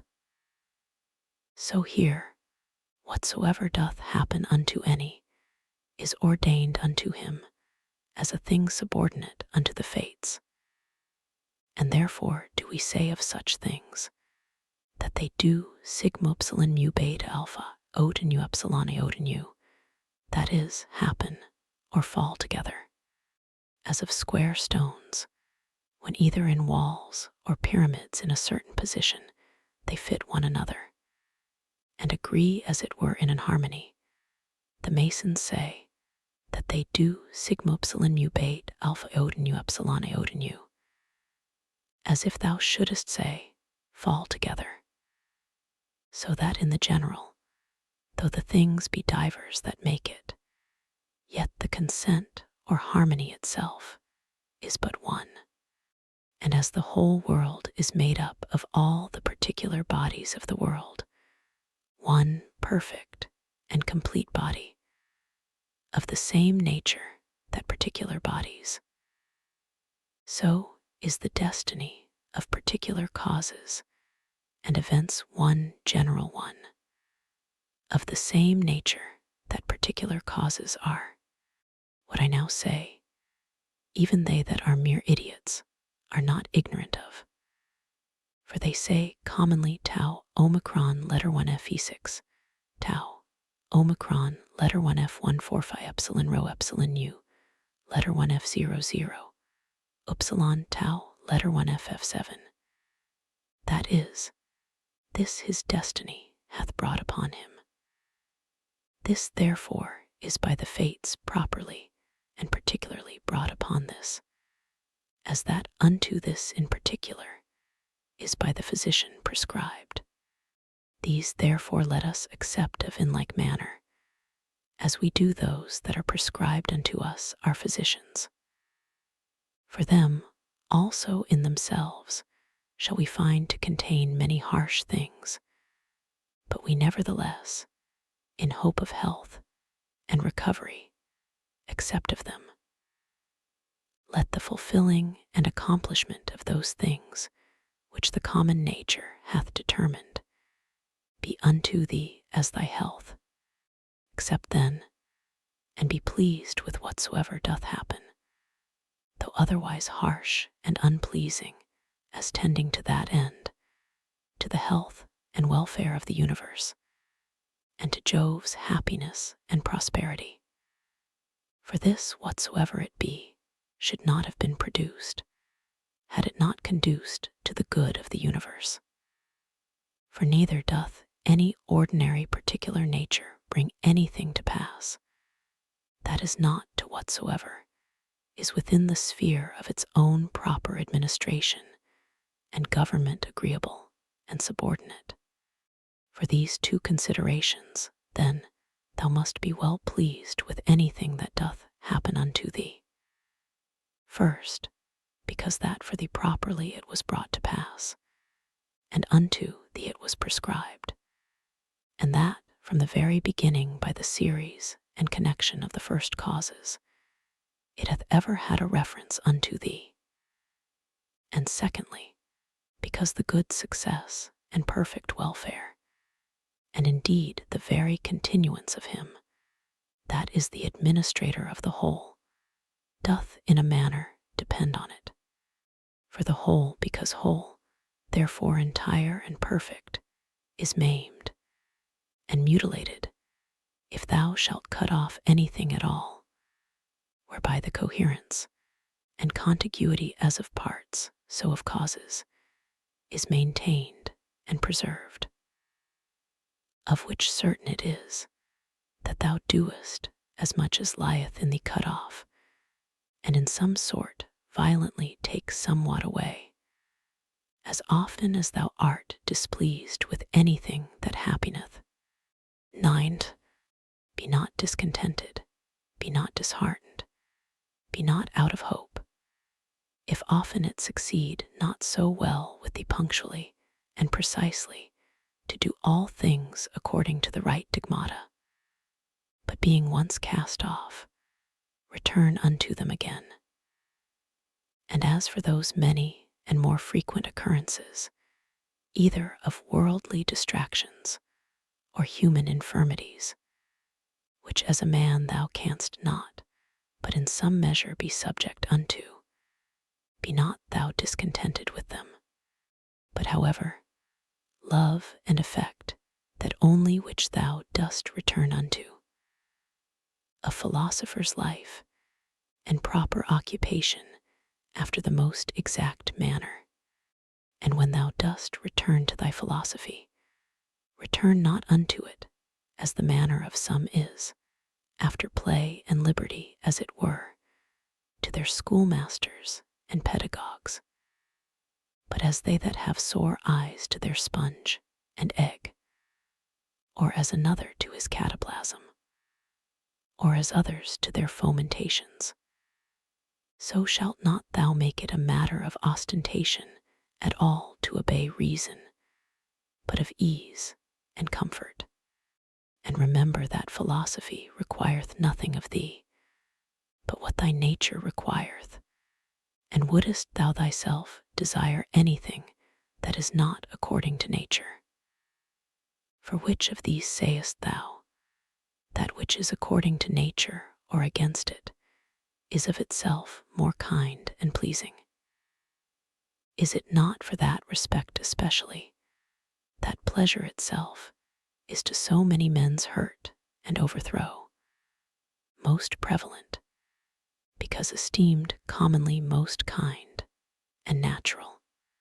But consider well whether magnanimity rather, and true liberty, and true simplicity, and equanimity, and holiness, whether these be not most kind and natural.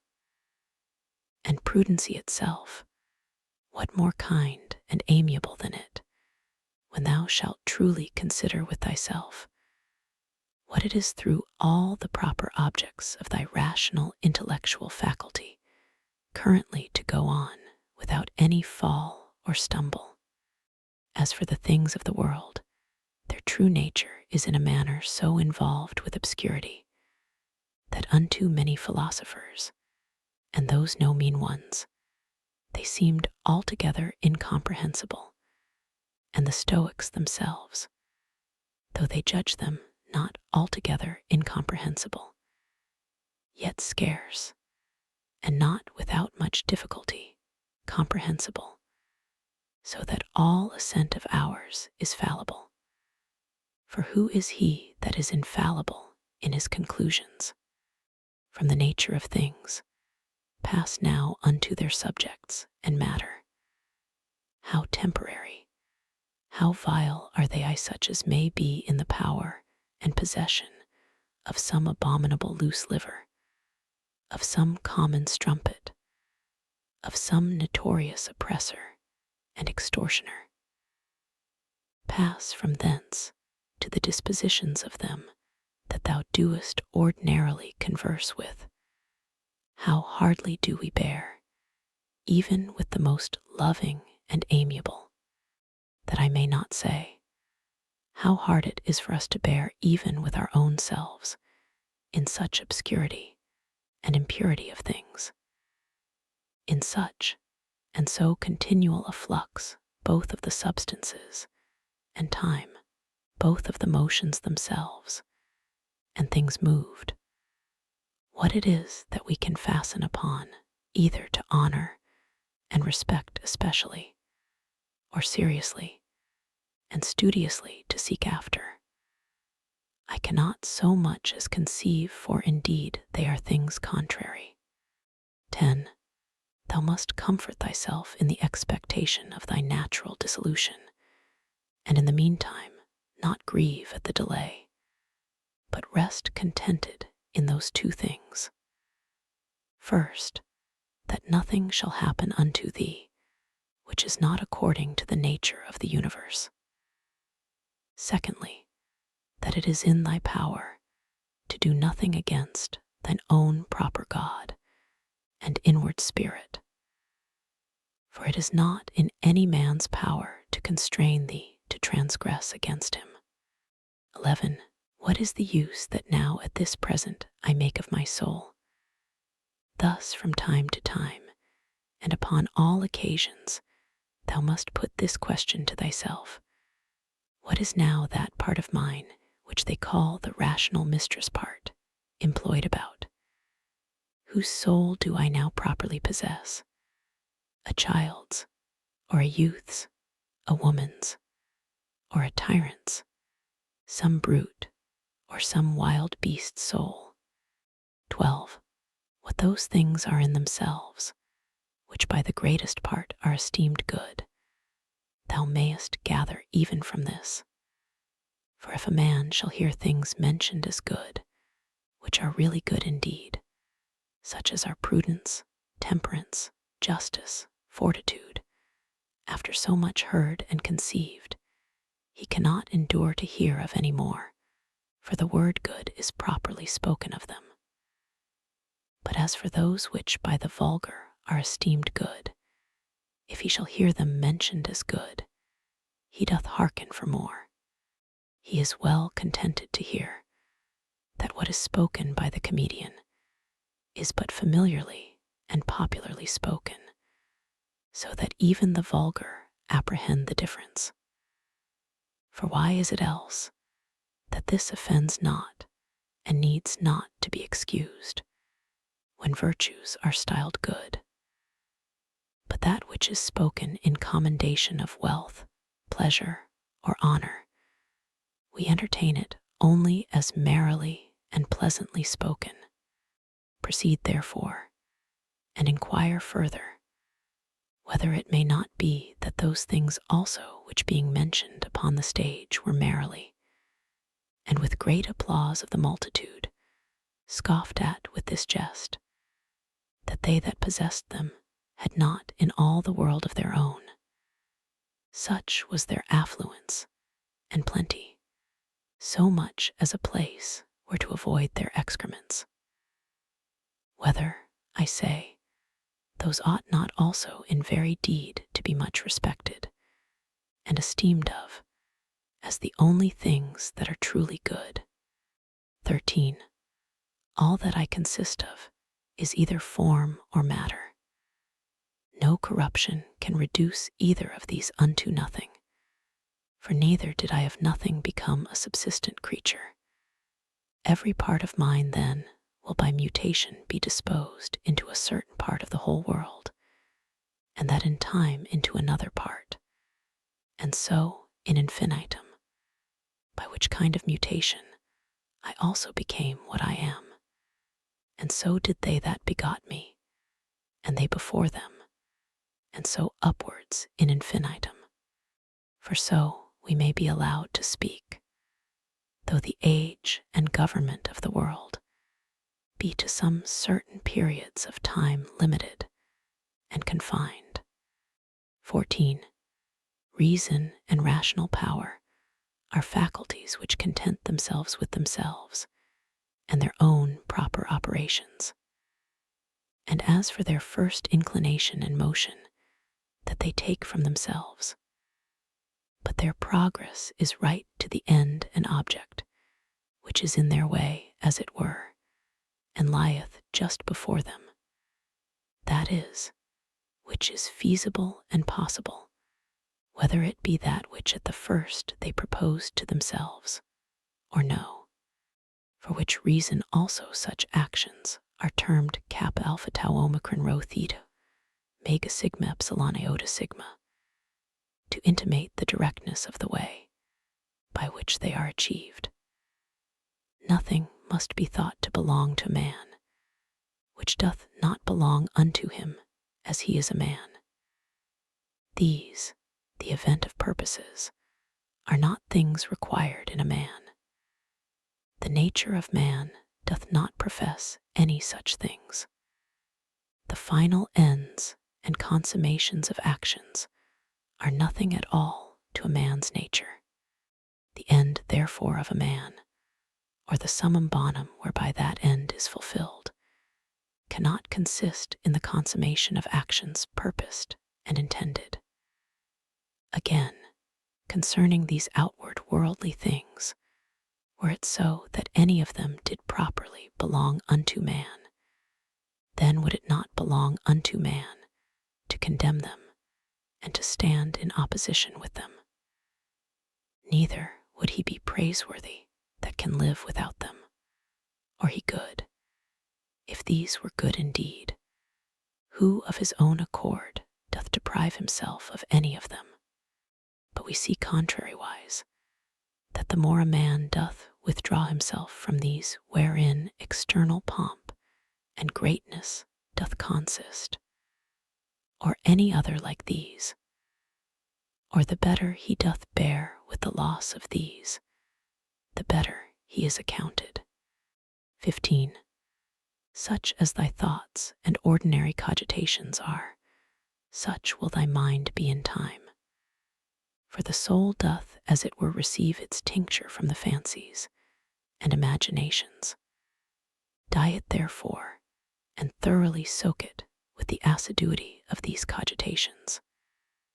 As for example, wheresoever thou mayest live, there it is in thy power to live well and happy. But thou mayest live at the court, there then also mayest thou live well and happy. Again, that which everything is made for, he is also made unto that, and cannot but naturally incline unto it. That which anything doth naturally incline unto, therein is his end. Wherein the end of everything doth consist, therein also doth his good and benefit consist. Society, therefore, is the proper good of a rational creature. For that we are made for society, it hath long since been demonstrated. Or can any man make any question of this, that whatsoever is naturally worse and inferior is ordinarily subordinated to that which is better, and that those things that are best are made one for another, and those things that have souls are better than those that have none, and of those that have, those best that have rational souls. 16. To desire things impossible is the part of a madman, but it is a thing impossible that wicked man should not commit some such things. Neither doth anything happen to any man, which in the ordinary course of nature as natural unto him doth not happen. Again, the same things happen unto others also, and truly, if either he that is ignorant that such a thing hath happened unto him, or he that is ambitious to be commended for his magnanimity, can be patient, and is not grieved, is it not a grievous thing that either ignorance or a vain desire to please and to be commended should be more powerful and effectual than true prudence? As for the things themselves, they touch not the soul, neither can they have any access unto it. neither can they of themselves any ways either affect it or move it. For she herself alone can affect and move herself, and according as the dogmata and opinions are, which she doth vouchsafe herself, so are those things which, as accessories, have any coexistence with her. 17. After one consideration, man is nearest unto us, as we are bound to do them good and to bear with them.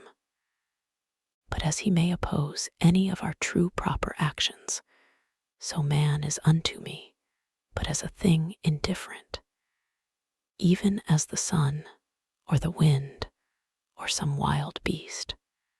By some of these it may be that some operation or other of mine may be hindered. However, of my mind and resolution itself, there can be no let or impediment, by reason of that ordinary constant both exception or reservation wherewith it inclineth, and ready conversion of objects from that which may not be to that which may be, which in the prosecution of its inclinations, as occasion serves, it doth observe. For by these the mind doth turn and convert any impediment whatsoever to be her aim and purpose, so that what before was the impediment is now the principal object of her working, and that which before was in her way is now her readiest way. 18. Honor that which is chiefest and most powerful in the world, and that is it which makes use of all things and governs all things. So also in thyself, honor that which is chiefest and most powerful, and is of one kind and nature with that which we now spake of. For it is the very same, which being in thee, turneth all other things to its own use, and by whom also thy life is governed. 19. That which doth not hurt the city itself cannot hurt any citizen. This rule thou must remember to apply, and make use of upon every conceit and apprehension of wrong. If the whole city be not hurt by this, neither am I certainly. And if the whole be not, why should I make it my private grievance? Consider rather what it is wherein he is overseen that is thought to have done the wrong. Again, often meditate how swiftly all things that subsist and all things that are done in the world are carried away, and as it were conveyed out of sight. For both the substance themselves, we see as a flood, are in a continual flux, and all actions in a perpetual change, and the causes themselves subject to 1,000 alterations. Neither is there anything almost that may ever be said to be now settled and constant. Next unto this, and which follows upon it, consider both the infiniteness of the time already past, and the immense vastness of that which is to come, wherein all things are to be resolved and annihilated. Art not thou then a very fool, who for these things art either puffed up with pride, or distracted with cares, or canst find in thy heart to make such moans, as for a thing that would trouble thee for a very long time? Consider the whole universe whereof thou art but a very little part, and the whole age of the world together, whereof but a short and very momentary portion is allotted unto thee, and all the fates and destinies together, of which how much is it that comes to thy part and share? Again, another doth trespass against me. Let him look to that.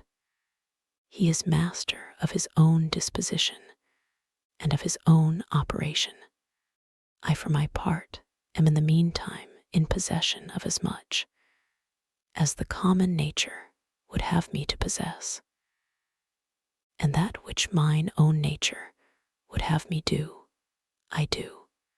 20. Let not that chief commanding part of thy soul be ever subject to any variation through any corporal either pain or pleasure. Neither suffer it to be mixed with these, but let it both circumscribe itself, and confine those affections to their own proper parts and members. But if at any time they do reflect and rebound upon the mind and understanding, as in an united and compacted body, it must needs, then must thou not go about to resist sense and feeling, it being natural. However, let not thy understanding to this natural sense and feeling, which whether unto our flesh pleasant or painful, is unto us nothing properly, add an opinion of either good or bad, and all is well. 21. To live with the gods. He liveth with the gods, who at all times affords unto them the spectacle of a soul, both contented and well pleased with whatsoever is afforded or allotted unto her, and performing whatsoever is pleasing to that spirit, whom, being part of himself, Jove hath appointed to every man as his overseer and governor. 22. Be not angry neither with him whose breath, neither with him whose armholes are offensive. What can he do? Such is his breath naturally, and such are his armholes, and from such an effect, and such a smell must of necessity proceed. Oh, but the man, sayest thou, hath understanding in him, and might of himself know that he by standing near cannot choose but offend. And thou also, God bless thee, hast understanding. Let thy reasonable faculty work upon his reasonable faculty, show him his fault, admonish him. If he hearken unto thee, thou hast cured him, and there will be no more occasion of anger. 23. Where there shall neither roarer be nor harlot. Why so? As thou dost purpose to live, when thou hast retired thyself to some such place, where neither roarer nor harlot is, so mayest thou hear. And if they will not suffer thee, then mayest thou leave thy life rather than thy calling, but so as one that doth not think himself any ways wronged, only as one would say, here is a smoke, I will out of it. And what a great matter is this! Now till some such thing force me out, I will continue free. Neither shall any man hinder me to do what I will, and my will shall ever be by the proper nature of a reasonable and sociable creature, regulated and directed. 24. That rational essence by which the universe is governed is for community and society, and therefore hath it both made the things that are worse for the best, and hath allied and knit together those which are best, as it were in an harmony. Seest thou not how it hath subordinated and coordinated, and how it hath distributed unto everything according to its worth? And those which have the preeminency and superiority above all, hath it united together into a mutual consent and agreement. 25. How hast thou carried thyself hitherto towards the gods, towards thy parents, towards thy brethren, towards thy wife, towards thy children, towards thy masters, thy foster fathers, thy friends, thy domestics, thy servants? Is it so with thee, that hitherto thou hast neither by word or deed wronged any of them? Remember withal through how many things thou hast already passed, and how many thou hast been able to endure, so that now the legend of thy life is full, and thy charge is accomplished. Again, how many truly good things have certainly by thee been discerned? How many pleasures, how many pains hast thou passed over with contempt? How many things eternally glorious hast thou despised? Towards how many perverse, unreasonable men hast thou carried thyself kindly and discreetly? 26. Why should imprudent, unlearned souls trouble that which is both learned and prudent? And which is that is so? She that understandeth the beginning and the end, and hath the true knowledge of that rational essence, that passeth through all things subsisting, and through all ages being ever the same, disposing and dispensing, as it were this universe, by certain periods of time. 27.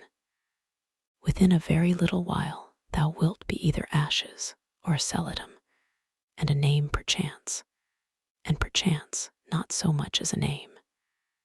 And what is that but an empty sound and a rebounding echo? Those things which in this life are dearest unto us, and of most account, they are in themselves, but vain, putrid, contemptible. The most weighty and serious, if rightly esteemed, but as puppies biting one another, or untoward children, now laughing and then crying. As for faith and modesty and justice and truth, they long since, as one of the poets hath it, have abandoned this spacious earth, and retired themselves unto heaven. What is it then that doth keep thee here, if things sensible be so mutable and unsettled, and the senses so obscure and so fallible, and our souls nothing but an exhalation of blood, and to be in credit among such be but vanity? What is it that thou dost stay for? An extinction or a translation, either of them with a propitious and contented mind. But still that time come, what will content thee? What else but to worship and praise the gods, and to do good unto men, to bear with them, and to forbear to do them any wrong, and for all external things belonging either to this thy wretched body or life, to remember that they are neither thine, nor in thy power. 28. Thou mayest always speed, if thou wilt but make choice of the right way, if in the course both of thine opinions and actions thou wilt observe a true method. These two things be common to the souls, as of God, so of men, and of every reasonable creature. First, that in their own proper work they cannot be hindered by anything, and secondly, that their happiness doth consist in a disposition to, and in the practice of righteousness, and that in these their desire is terminated. 29. If this neither be my wicked act, nor an act anyways depending from any wickedness of mine, and that by it the public is not hurt, what doth it concern me? And wherein can the public be hurt? For thou must not altogether be carried by conceit and common opinion. As for help, thou must afford that unto them after thy best ability, and as occasion shall require, though they sustain damage, but in these middle or worldly things. But however, do not thou conceive that they are truly hurt thereby, for that is not right. But as that old foster father in the comedy, being now to take his leave doth with a great deal of ceremony, require his foster child's rhombus or rattle top, remembering nevertheless that it is but a rhombus, so here also do thou likewise. For indeed, what is all this pleading and public bawling for at the courts? O man, hast thou forgotten what those things are. Yea, but they are things that others much care for and highly esteem of. Wilt thou therefore be a fool too? Once I was, let that suffice. 30. Let death surprise me when it will, and where it will, I may be epsilon letter 1F54 mu omicron iota rho omicron sigma, or a happy man, nevertheless, for he is a happy man, who in his lifetime dealeth unto himself a happy lot and portion. A happy lot and portion is good inclinations of the soul, good desires, good actions. The sixth book 1. The matter itself, of which the universe doth consist, is of itself very tractable and pliable. That rational essence that doth govern it hath in itself no cause to do evil.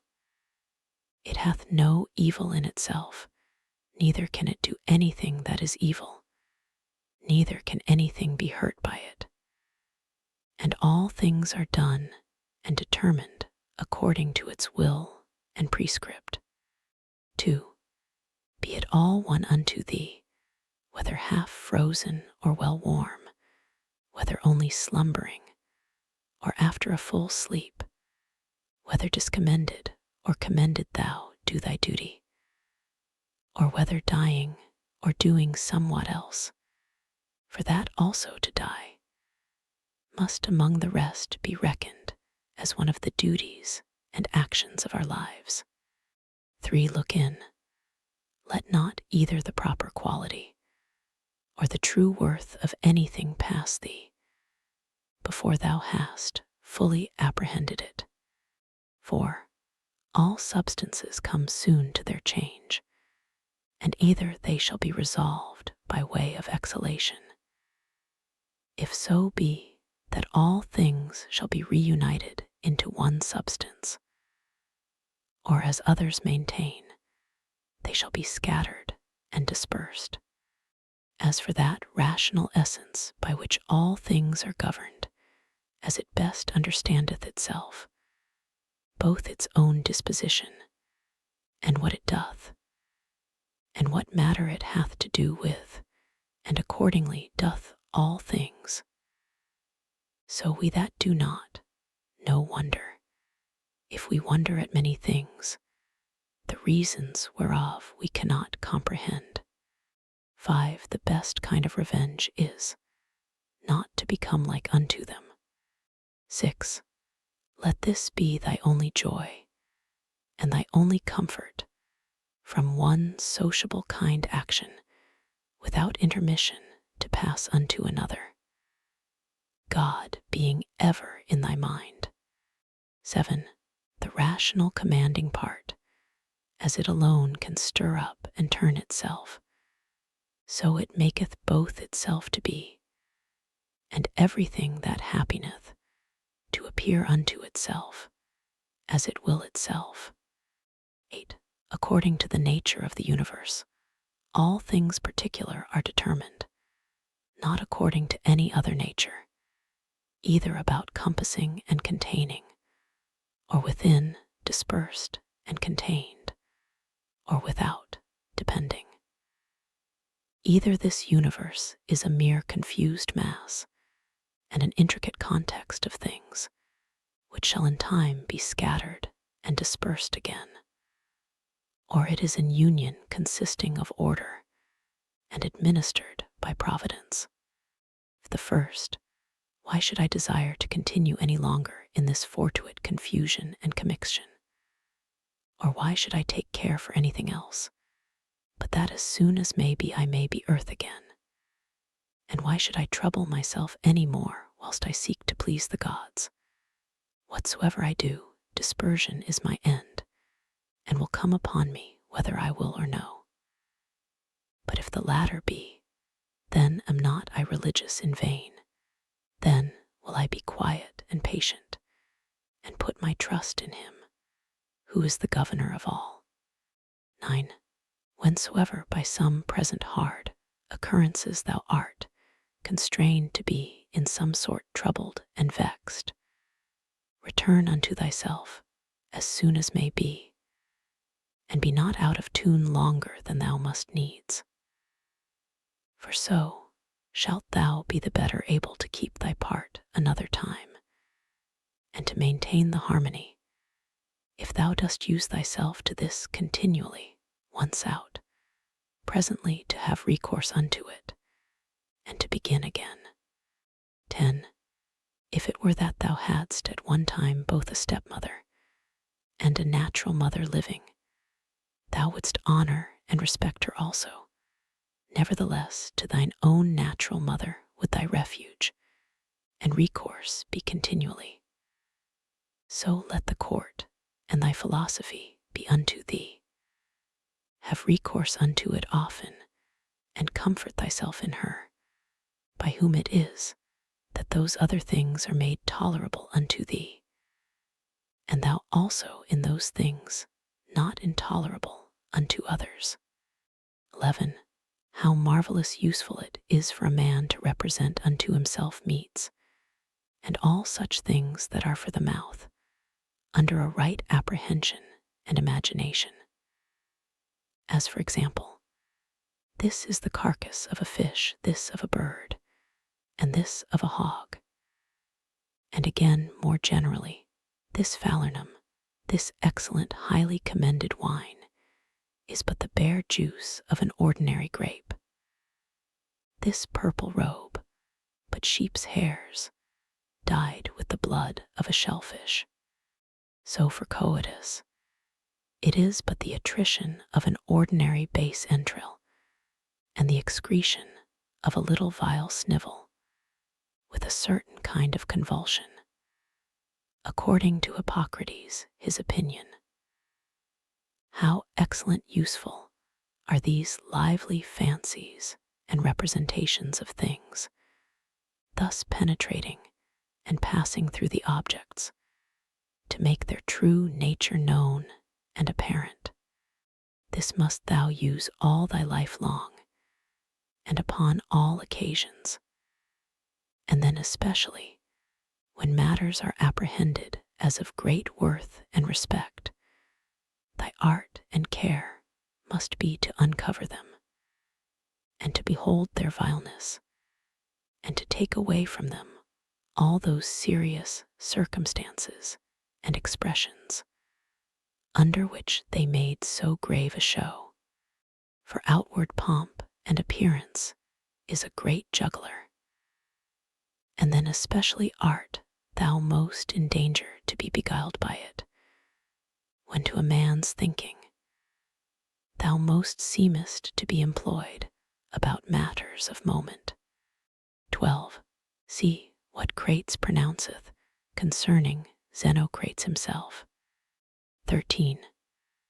Those things which the common sort of people do admire are most of them such things as are very general, and may be comprehended under things merely natural, or naturally affected and qualified, as stones, wood, figs, vines, olives.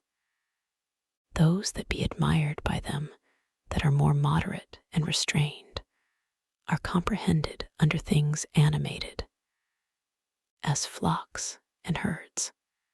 Those that are yet more gentle and curious, their admiration is commonly confined to reasonable creatures only, not in general as they are reasonable, but as they are capable of art, or of some craft and subtle invention, or perchance barely to reasonable creatures, as they that delight in the possession of many slaves. But he that honors a reasonable soul in general, as it is reasonable and naturally sociable, doth little regard anything else, and above all things is careful to preserve his own in the continual habit and exercise both of reason and sociableness, and thereby doth cooperate with him, of whose nature he doth also participate. God. 14. Some things hasten to be, and others to be no more. And even whatsoever now is, some part thereof hath already perished. Perpetual fluxes and alterations renew the world, as the perpetual course of time doth make the age of the world of itself infinite, to appear always fresh and new. In such a flux and course of all things, what of these things that hasten so fast away should any man regard, since among all there is not any that a man may fasten and fix upon, as if a man would settle his affection upon some ordinary sparrow living by him, who is no sooner seen than out of sight. For we must not think otherwise of our lives than as a mere exhalation of blood, or of an ordinary respiration of air. For what in our common apprehension is to breathe in the air and to breathe it out again, which we do daily, so much is it, and no more, at once to breathe out all thy respirative faculty into that common air from whence, but lately, as being but from yesterday, and today, thou didst first breathe it in, and with it life. 15. Not vegetative spiration.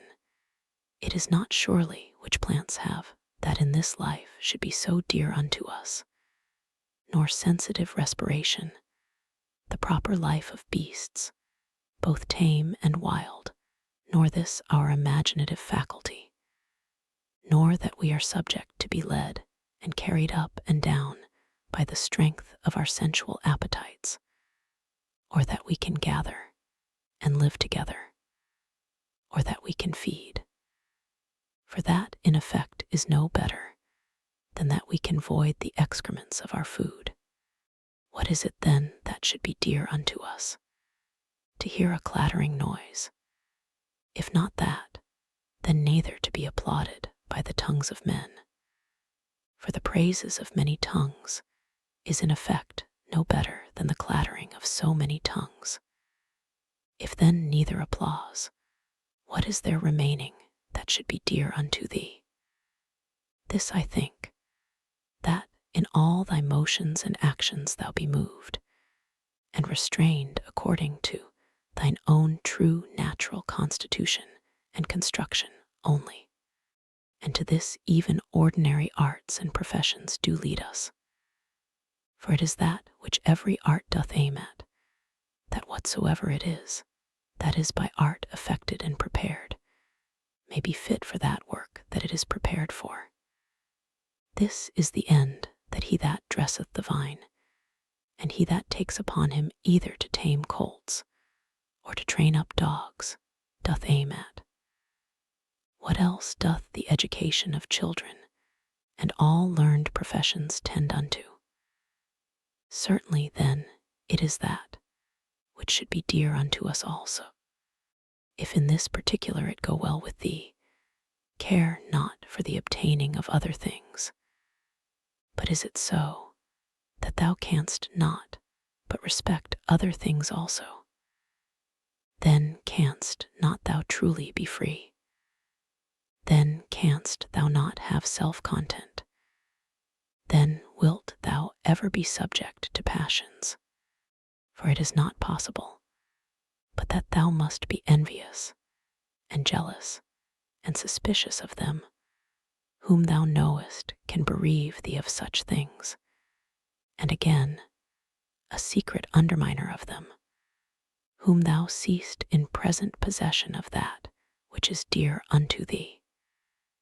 To be short, he must of necessity be full of confusion within himself, and often accuse the gods, whosoever stands in need of these things. But if thou shalt honor and respect thy mind only, that will make thee acceptable towards thyself, towards thy friends very tractable, and conformable and concordant with the gods, that is, accepting with praises whatsoever they shall think good to appoint, and allot unto thee. 16.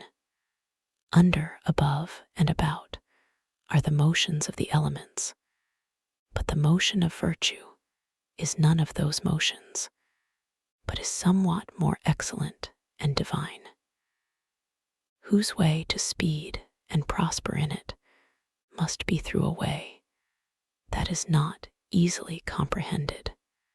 17. Who can choose but wonder at them?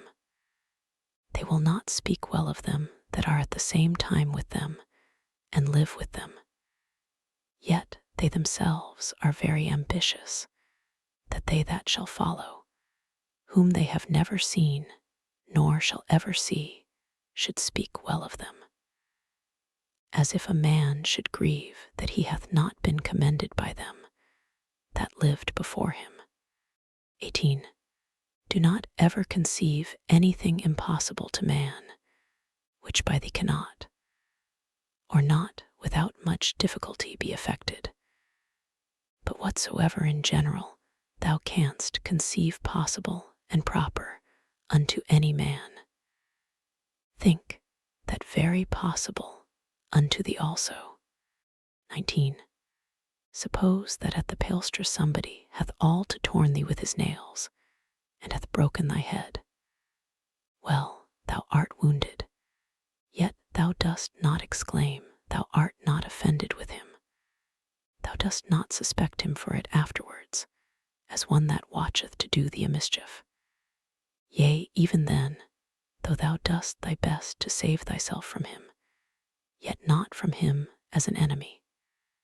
It is not by way of any suspicious indignation, but by way of gentle and friendly declination. Keep the same mind and disposition in other parts of thy life also. For many things there be, which we must conceit and apprehend, as though we had had to do with an antagonist at the palestra.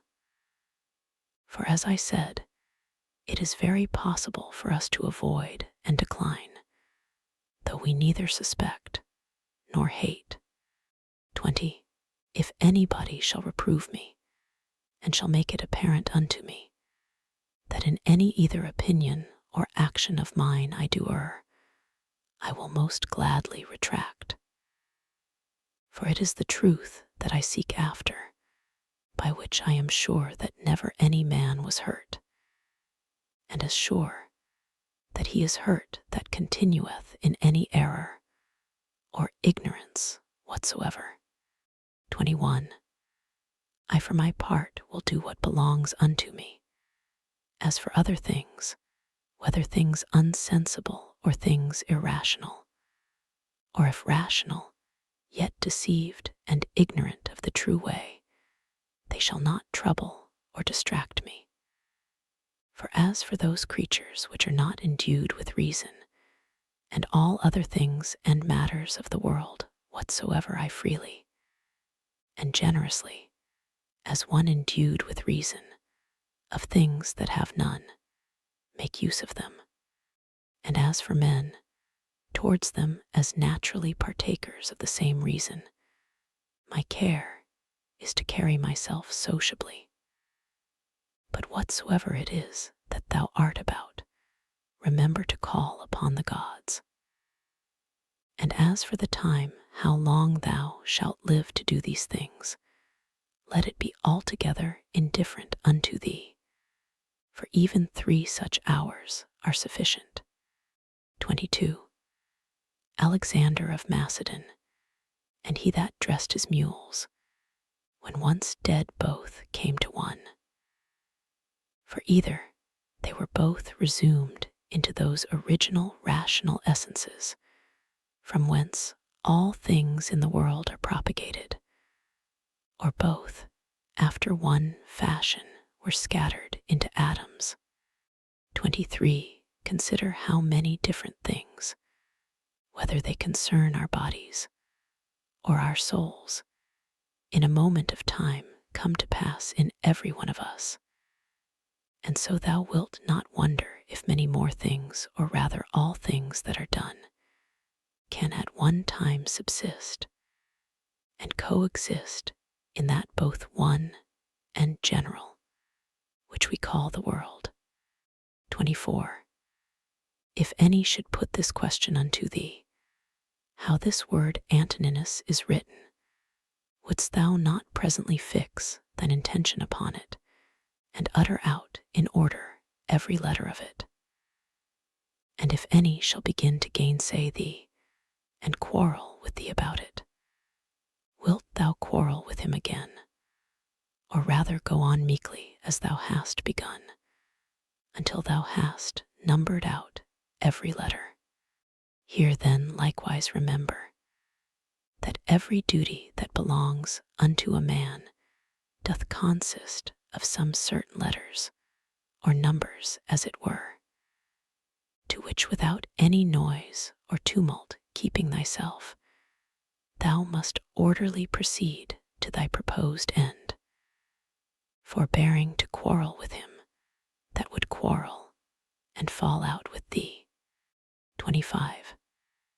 Is it not a cruel thing to forbid men to affect those things which they conceive to agree best with their own natures, and to tend most to their own proper good and behoof? But thou after a sort deniest them this liberty, as often as thou art angry with them for their sins. For surely they are led unto those sins whatsoever they be, as to their proper good and commodity. But it is not so thou wilt object perchance. Thou therefore teach them better, and make it appear unto them, but be not thou angry with them. 26. Death is a cessation from the impression of the senses, the tyranny of the passions, the errors of the mind, and the servitude of the body. 27. If in this kind of life thy body be able to hold out, it is a shame that thy soul should faint first, and give over. Take heed, lest of a philosopher thou become a mere Caesar in time, and receive a new tincture from the court. For it may happen if thou dost not take heed. Keep thyself therefore truly simple, good, sincere, grave, free from all ostentation, a lover of that which is just, religious, kind, tender-hearted, strong and vigorous, to undergo anything that becomes thee. Endeavor to continue such, as philosophy, hadst thou wholly and constantly applied thyself unto it, would have made and secured thee. Worship the gods, procure the welfare of men. This life is short. Charitable actions and a holy disposition is the only fruit of this earthly life. 28. Do all things as becometh the disciple of Antoninus Pius. Remember his resolute constancy in things that were done by him according to reason, his equability in all things, his sanctity, the cheerfulness of his countenance, his sweetness, and how free he was from all vainglory, how careful to come to the true and exact knowledge of matters in hand, and how he would by no means give over till he did fully and plainly understand the whole state of the business, and how patiently and without any contestation he would bear with them that did unjustly condemn him, how he would never be over hasty in anything, nor give ear to slanders and false accusations, but examine and observe with best diligence the several actions and dispositions of men. Again, how he was no backbiter, nor easily frightened, nor suspicious, and in his language free from all affectation and curiosity, and how easily he would content himself with few things, as lodging, bedding, clothing, and ordinary nourishment and attendance. how able to endure labor, how patient, able through his spare diet to continue from morning to evening, without any necessity of withdrawing before his accustomed hours to the necessities of nature. His uniformity and constancy in matter of friendship. How he would bear with them that with all boldness and liberty opposed his opinions, and even rejoice if any man could better advise him. And lastly, how religious he was without superstition. All these things of him remember, that whensoever thy last hour shall come upon thee, it may find thee, as it did him, ready for it in the possession of a good conscience. 29. Stir up thy mind, and recall thy wits again from thy natural dreams and visions, and when thou art perfectly awoken, and canst perceive that they were but dreams that troubled thee, as one newly awakened out of another kind of sleep, look upon these worldly things with the same mind as thou didst upon those that thou sawest in thy sleep. 30. I consist of body and soul. Unto my body all things are indifferent, for of itself it cannot affect one thing more than another with apprehension of any difference.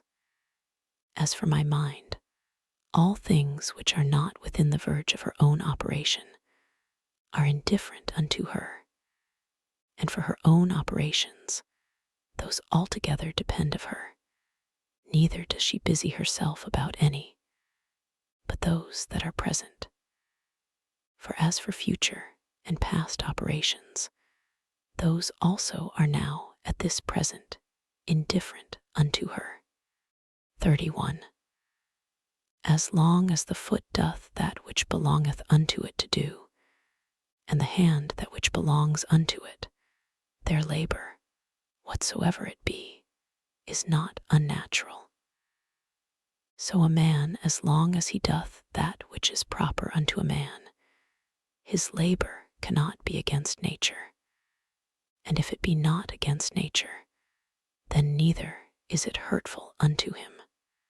But if it were so that happiness did consist in pleasure, how came notorious robbers, impure abominable livers, parricides, and tyrants, in so large a measure to have their part of pleasures?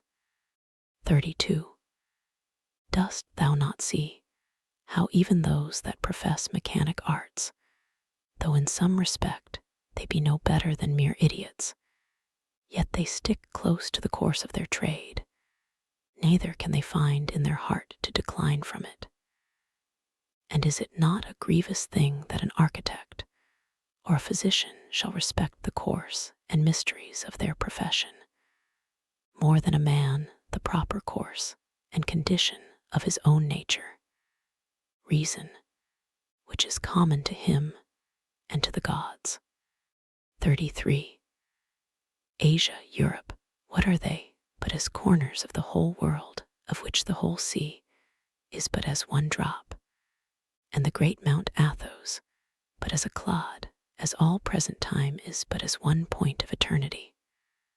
All petty things, all things that are soon altered, soon perished, and all things come from one beginning, either all severally and particularly deliberated and resolved upon by the general ruler and governor of all, or all by necessary consequence, so that the dreadful hiatus of a gaping lion, and all poison, and all hurtful things, are but as the thorn and the mire, the necessary consequences of goodly fair things.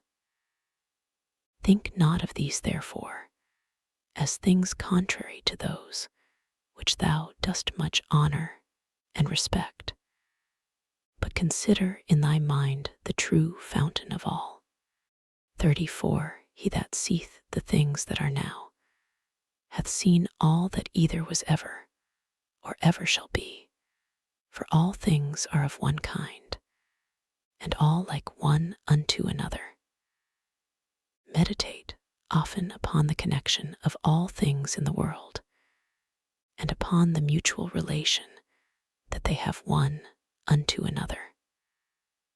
For all things are after a sort folded and involved one within another, and by these means all agree well together.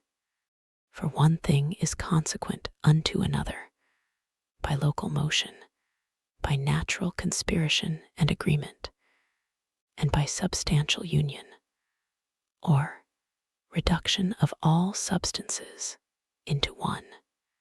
35. Fit and accommodate thyself to that estate and to those occurrences which by the destinies have been annexed unto thee, and love those men whom thy fate it is to live with, but love them truly. An instrument, a tool, an utensil, whatsoever it be, if it be fit for the purpose it was made for, it is as it should be, though he perchance that made and fitted it be out of sight and gone. But in things natural, that power which hath framed and fitted them is and abideth within them still, for which reason she ought also the more to be respected, and we are the more obliged, if we may live and pass our time according to her purpose and intention, to think that all is well with us, and according to our own minds. After this manner also, and in this respect it is, that he that is all in all doth enjoy his happiness. 36. What things soever are not within the proper power and jurisdiction of thine own will either to compass or avoid.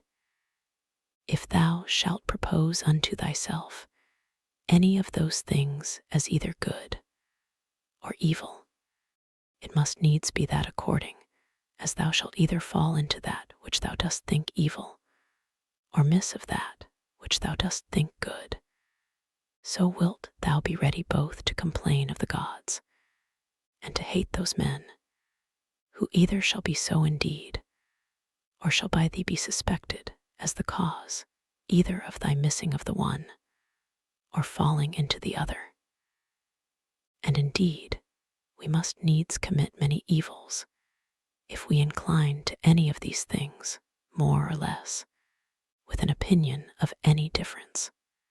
But if we mind and fancy those things only as good and bad, which wholly depend of our own wills, there is no more occasion why we should either murmur against the gods, or be at enmity with any man. 37. We all work to one effect, some willingly, and with a rational apprehension of what we do, others without any such knowledge. As I think Heraclitus in a place speaketh of them that sleep, that even they do work in their kind, and do confer to the general operations of the world. One man therefore doth cooperate after one sort, and another after another sort. But even he that doth murmur, and to his power doth resist and hinder, even he as much as any doth cooperate. For of such also did the world stand in need. Now do thou consider among which of these thou wilt rank thyself. For as for him who is the administrator of all, he will make good use of thee whether thou wilt or no, and make thee as a part and member of the whole, so to cooperate with him, that whatsoever thou doest shall turn to the furtherance of his own counsels and resolutions. But be not thou for shame such a part of the whole, as that vile and ridiculous verse, which Chrysippus in a place doth mention, is a part of the comedy. XXXVI. Doth either the sun take upon him to do that which belongs to the rain, or his son Aesculapius that, which unto the earth doth properly belong. How is it with every one of the stars in particular, though they all differ one from another, and have their several charges and functions by themselves, do they not all nevertheless concur and cooperate to one end? 39. If so be that the gods have deliberated in particular of those things that should happen unto me, I must stand to their deliberation as discreet and wise. For that a god should be an imprudent god is a thing hard even to conceive. And why should they resolve to do me hurt? For what profit either unto them or the universe, which they specially take care for, could arise from it? But if so be that they have not deliberated of me in particular, certainly they have of the whole in general, and those things which in consequence and coherence of this general deliberation happen unto me in particular, I am bound to embrace and accept of. But if so be that they have not deliberated at all, which indeed is very irreligious for any man to believe, for then let us neither sacrifice, nor pray, nor respect our oaths, neither let us any more use any of those things which we persuaded of the presence and secret conversation of the gods among us, daily use and practice. But I say, if so be that they have not indeed either in general or particular deliberated of any of those things that happen unto us in this world, yet God be thanked, that of those things that concern myself, it is lawful for me to deliberate myself, and all my deliberation is but concerning that which may be to me most profitable. Now that unto every one is most profitable, which is according to his own constitution and nature. And my nature is to be rational in all my actions, and as a good and natural member of a city and commonwealth, towards my fellow members ever to be sociably and kindly disposed and affected. My city and country, as I am Antoninus, is Rome. As a man, the whole world. Those things, therefore, that are expedient and profitable to those cities are the only things that are good and expedient for me. 40. Whatsoever in any kind doth happen to anyone is expedient to the whole. And thus much to content us might suffice, that it is expedient for the whole in general. But yet this also shalt thou generally perceive, if thou dost diligently take heed, that whatsoever doth happen to any one man or men. And now I am content that the word expedient should more generally be understood of those things which we otherwise call middle things, or things indifferent, as health, wealth, and the like. 41. As the ordinary shows of the theatre and of other such places, when thou art presented with them, affect thee, as the same things still seen, and in the same fashion make the sight ingrateful and tedious, so must all the things that we see all our life long affect us. For all things, above and below, are still the same, and from the same causes. When then will there be an end? 42. Let the several deaths of men of all sorts, and of all sorts of professions, and of all sort of nations, be a perpetual object of thy thoughts, so that thou mayst even come down to Philistio, Phobus, and Organian. Pass now to other generations.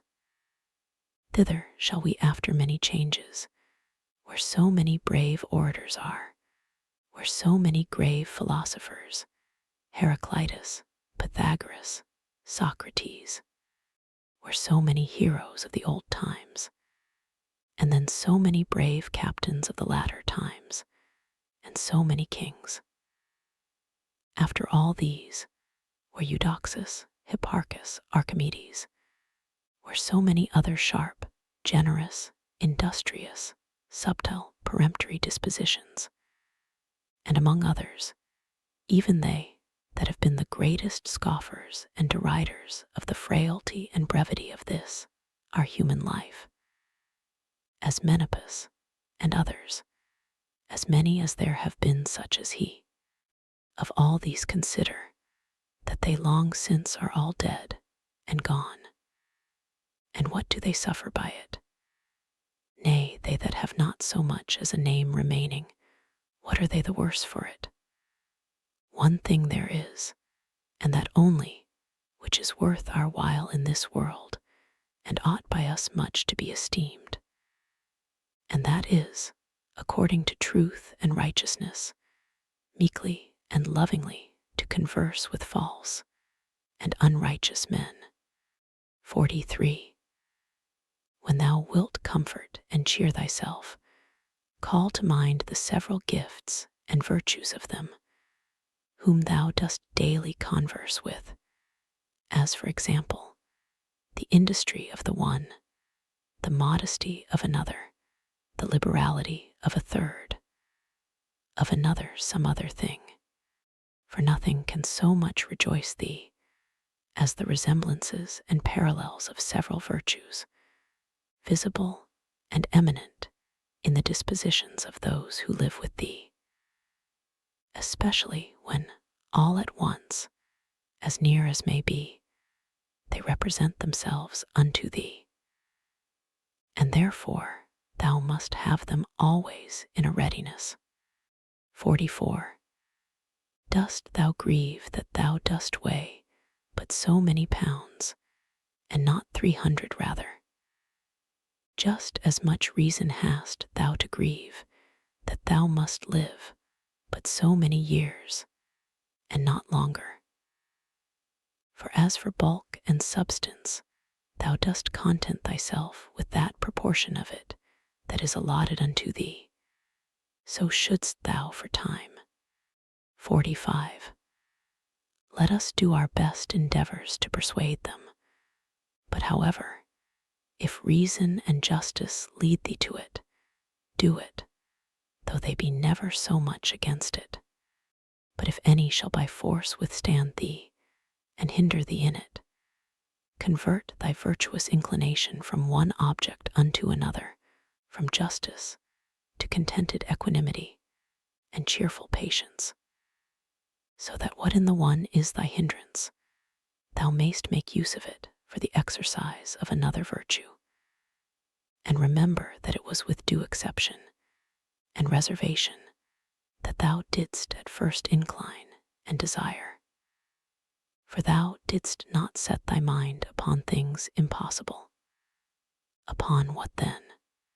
That all thy desires might ever be moderated with this due kind of reservation. And this thou hast, and mayst always obtain, whether the thing desired be in thy power or no. And what do I care for more, if that for which I was born and brought forth into the world, to rule all my desires with reason and discretion, may be? 46. The ambitious supposeth another man's act, praise, and applause to be his own happiness, the voluptuous his own sense and feeling. But he that is wise, his own action. 47. It is in thy power absolutely to exclude all manner of conceit and opinion as concerning this matter, and by the same means to exclude all grief and sorrow from thy soul. For as for the things and objects themselves, they of themselves have no such power whereby to beget and force upon us any opinion at all. 48.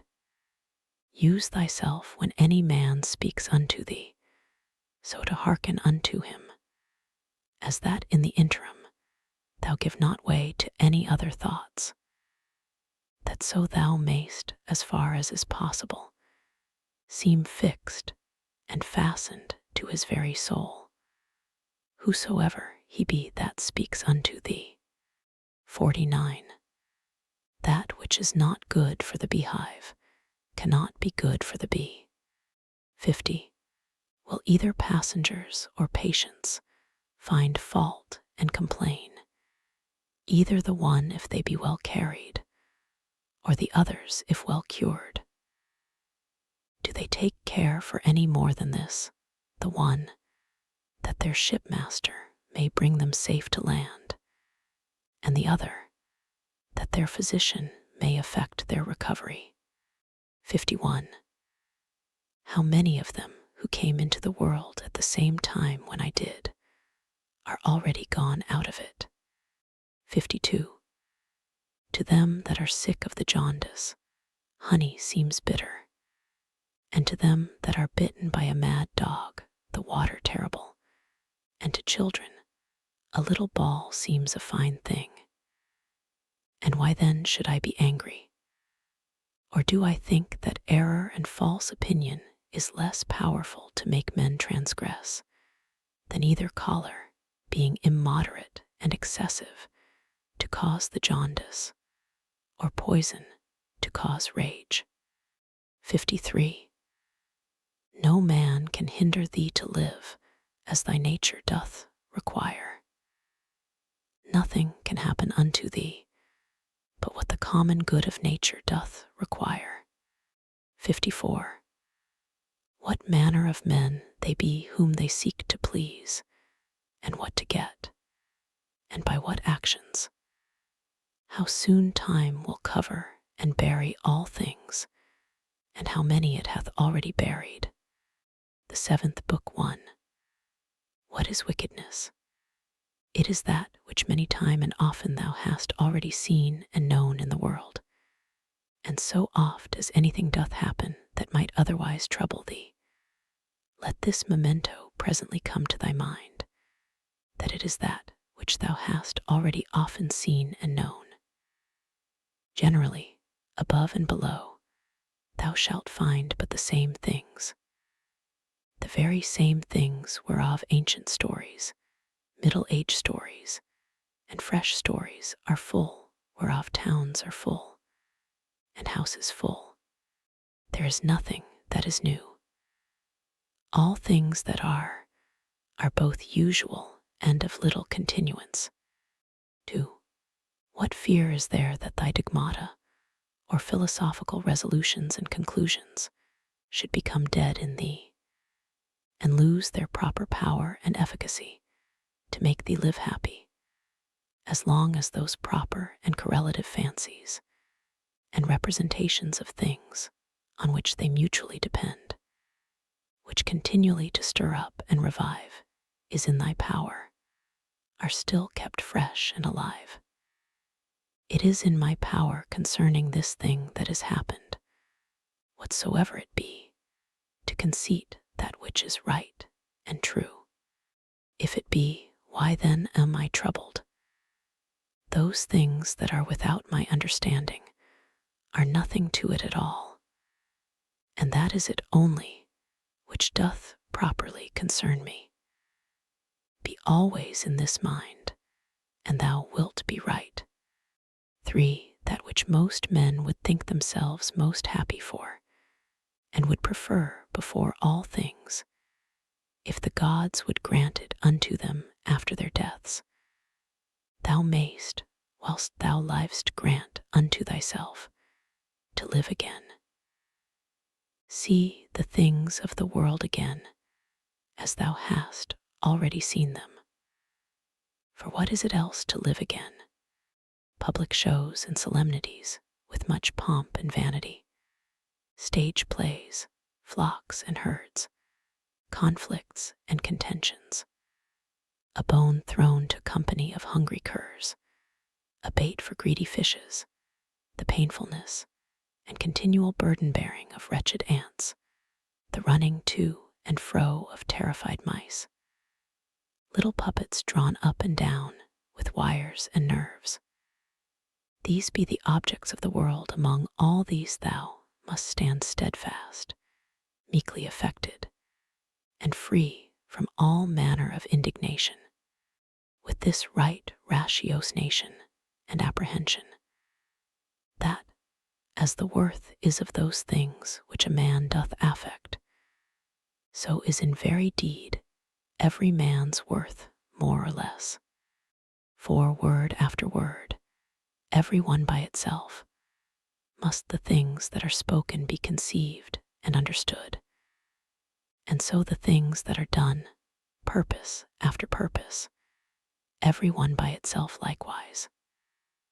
And as in matter of purposes and actions, we must presently see what is the proper use and relation of every one, so of words must we be as ready to consider of every one what is the true meaning and signification of it according to truth and nature, however it be taken in common use. 5. Is my reason and understanding sufficient for this, or no? If it be sufficient, without any private applause or public ostentation as of an instrument, which by nature I am provided of, I will make use of it for the work in hand, as of an instrument, which by nature I am provided of. If it be not, and that otherwise it belong not unto me particularly as a private duty, I will either give it over, and leave it to some other that can better effect it, or I will endeavor it, but with the help of some other, who with the joint help of my reason is able to bring somewhat to pass that will now be seasonable and useful for the common good. For whatsoever I do either by myself or with some other, the only thing that I must intend is that it be good and expedient for the public. For as for praise, consider how many who once were much commended are now already quite forgotten. Yea, they that commended them, how even they themselves are long since dead and gone. Be not therefore ashamed, whensoever thou must use the help of others. For whatsoever it be that lieth upon thee to effect, thou must propose it unto thyself, as the scaling of walls is unto a soldier. And what if thou through either lameness or some other impediment art not able to reach unto the top of the battlements alone, which with the help of another thou mayst? Wilt thou therefore give it over, or go about it with less courage and alacrity, because thou canst not effect it all alone? 6. Let not things future trouble thee. For if necessity so require that they come to pass, thou shalt, whensoever that is, be provided for them with the same reason, by which whatsoever is now present is made both tolerable and acceptable unto thee. All things are linked and knitted together, and the knot is sacred. Neither is there anything in the world that is not kind and natural in regard of any other thing, or that hath not some kind of reference and natural correspondence with whatsoever is in the world besides. For all things are ranked together, and by that decency of its due place and order that each particular doth observe, they all concur together to the making of one and the same kappa omicron sigma mu omicron sigma, or world. As if you said, a comely piece, or an orderly composition. For all things throughout, there is but one and the same order, and through all things, one and the same God, the same substance, and the same law. There is one common reason, and one common truth that belongs unto all reasonable creatures. For neither is there save one perfection of all creatures that are of the same kind, and partakers of the same reason. 7. Whatsoever is material doth soon vanish away into the common substance of the whole, and whatsoever is formal, or whatsoever doth animate that which is material, is soon resumed into the common reason of the whole, and the fame and memory of anything is soon swallowed up by the general age and duration of the whole. 8. To a reasonable creature, the same action is both according to nature and according to reason. 9. Straight of itself, not made straight. 10. As several members in one body united, so are reasonable creatures in a body divided and dispersed, all made and prepared for one common operation. And this thou shalt apprehend the better, if thou shalt use thyself often to say to thyself, I am mu epsilon lambda omicron sigma, or a member of the mass and body of reasonable substances. But if thou shalt say, I am mu epsilon rho omicron sigma, or a part, thou dost not yet love men from thy heart. The joy that thou takest in the exercise of bounty is not yet grounded upon a due ratiocination and right apprehension of the nature of things. Thou dost exercise it as yet upon this ground barely, as a thing convenient and fitting, not as doing good to thyself when thou dost good unto others. 11. Of things that are external, happen what will to that which can suffer by external accidents. Those things that suffer, let them complain themselves, if they will.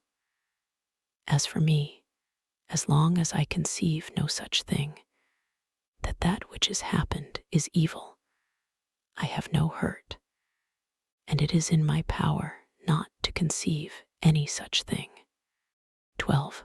Whatsoever any man either doth or saith, thou must be good, not for any man's sake, but for thine own nature's sake, as if either gold or the emerald or purple should ever be saying to themselves, whatsoever any man either doth or saith, I must still be an emerald, and I must keep my color.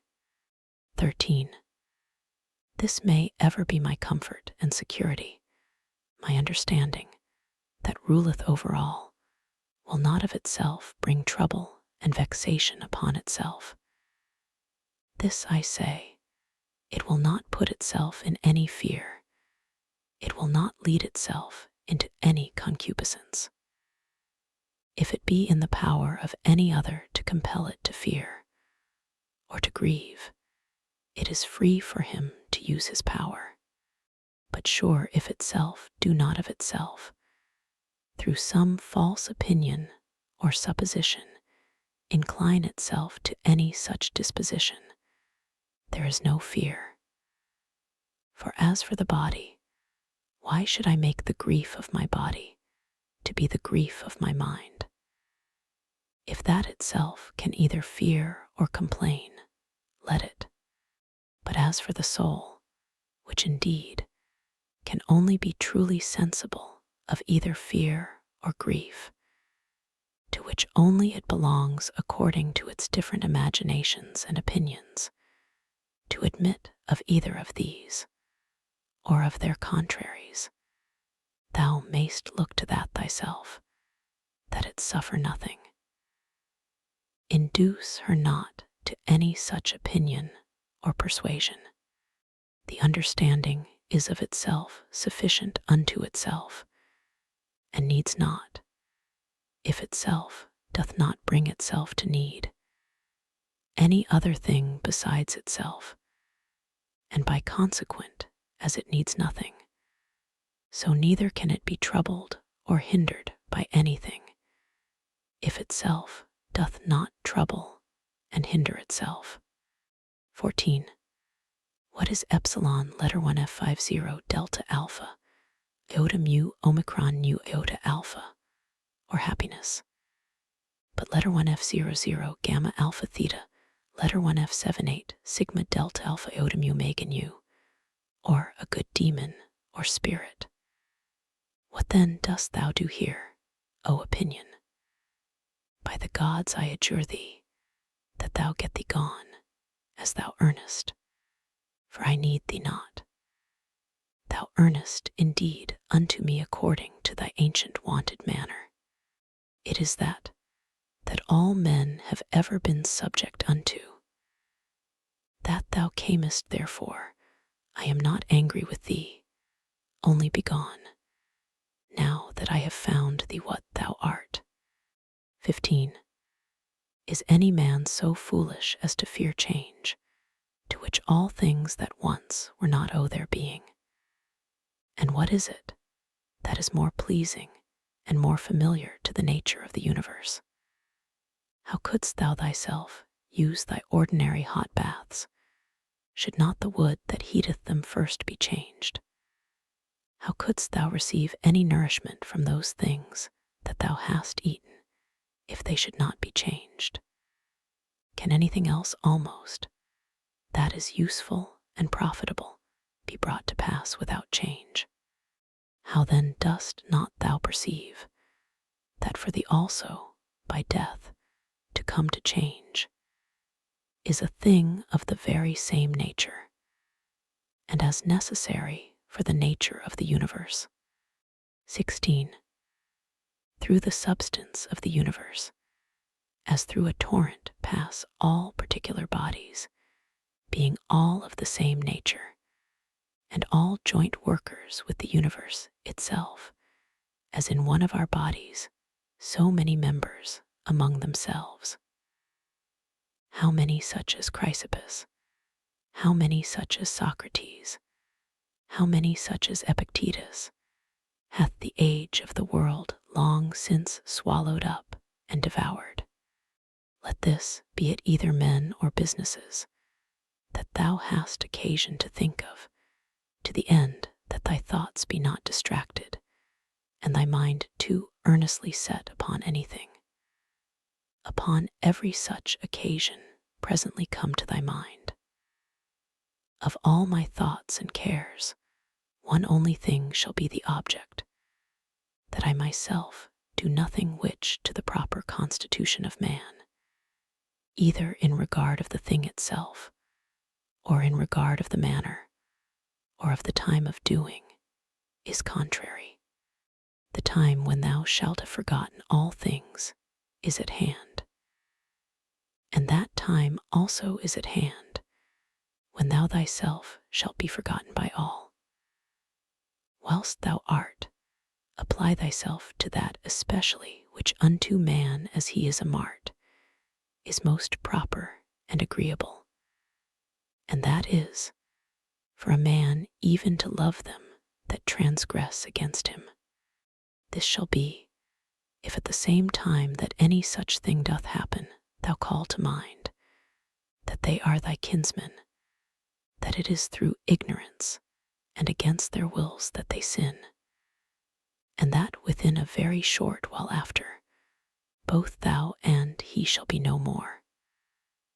But above all things, that he hath not done thee any hurt, for that by him thy mind and understanding is not made worse or more vile than it was before. 17.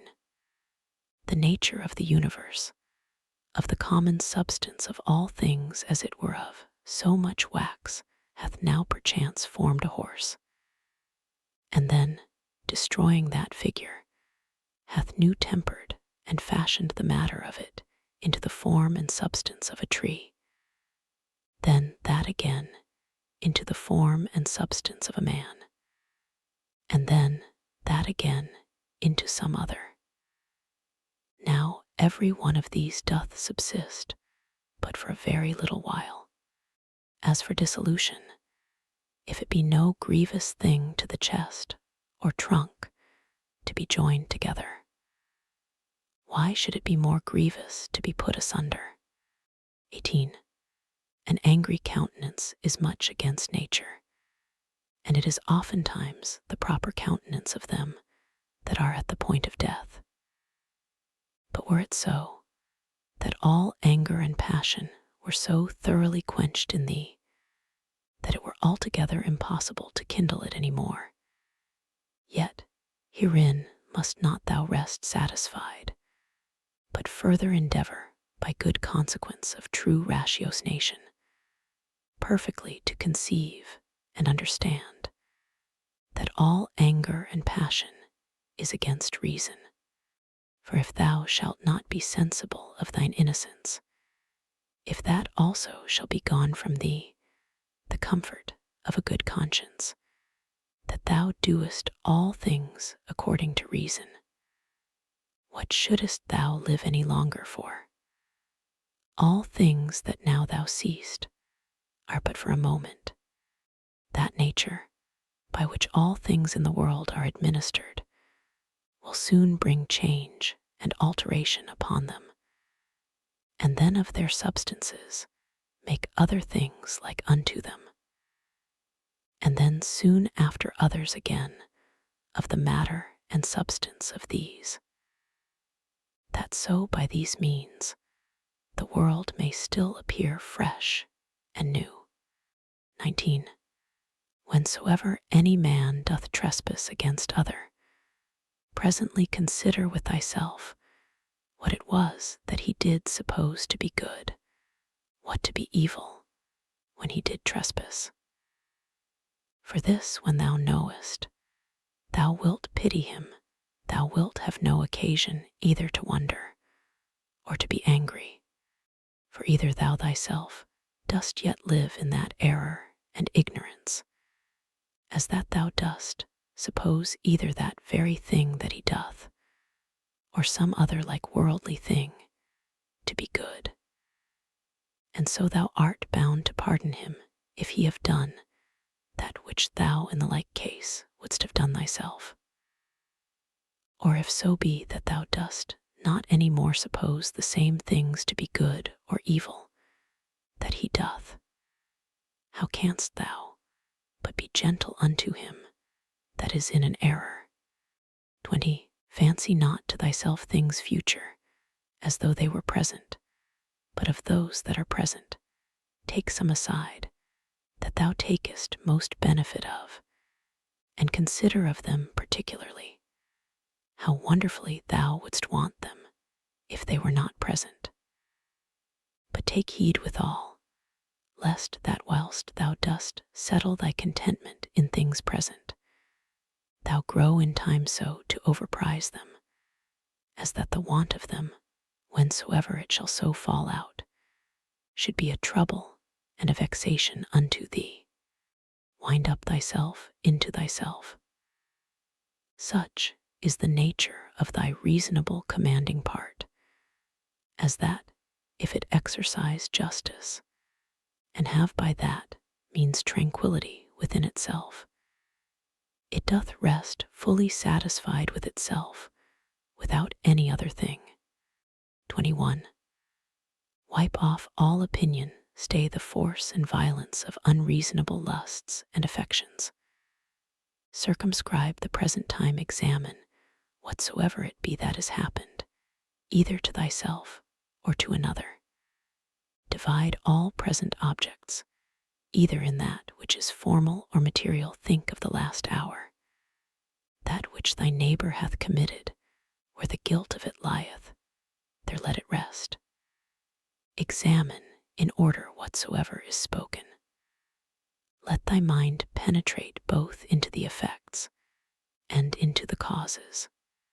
Rejoice thyself with true simplicity and modesty, and that all middle things between virtue and vice are indifferent unto thee. Finally, love mankind, obey God. 22. All things, saith he, are by certain order and appointment. And what if the elements only? It will suffice to remember that all things in general are by certain order and appointment, or if it be but few. And as concerning death, that either dispersion, or the atoms, or annihilation, or extinction, or translation will ensue. And as concerning pain, that which is intolerable is soon ended by death, and that which holds long must needs be tolerable, and that the mind in the meantime, which is all in all, may by way of interclusion or interception, by stopping all manner of commerce and sympathy with the body, still retain its own tranquility. Thy understanding is not made worse by it. As for those parts that suffer, let them, if they can, declare their grief themselves. As for praise and commendation, view their mind and understanding, what estate they are in, what kind of things they fly, and what things they seek after. And that, as in the seaside, whatsoever was before to be seen, is by the continual succession of new heaps of sand cast up one upon another, soon hid and covered. So in this life, all former things by those which immediately succeed. 23. Out of Plato. He then whose mind is endowed with true magnanimity, who hath accustomed himself to the contemplation both of all times and of all things in general, can this mortal life, thinkest thou, seem any great matter unto him? It is not possible, answered he. Then neither will such a one account death a grievous thing. By no means. 24. Out of Antisthenes. It is a princely thing to do well, and to be ill spoken of.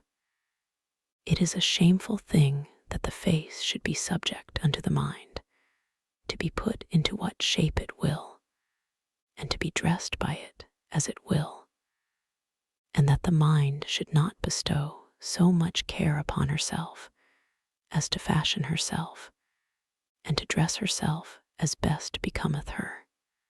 25. Out of several poets and comics.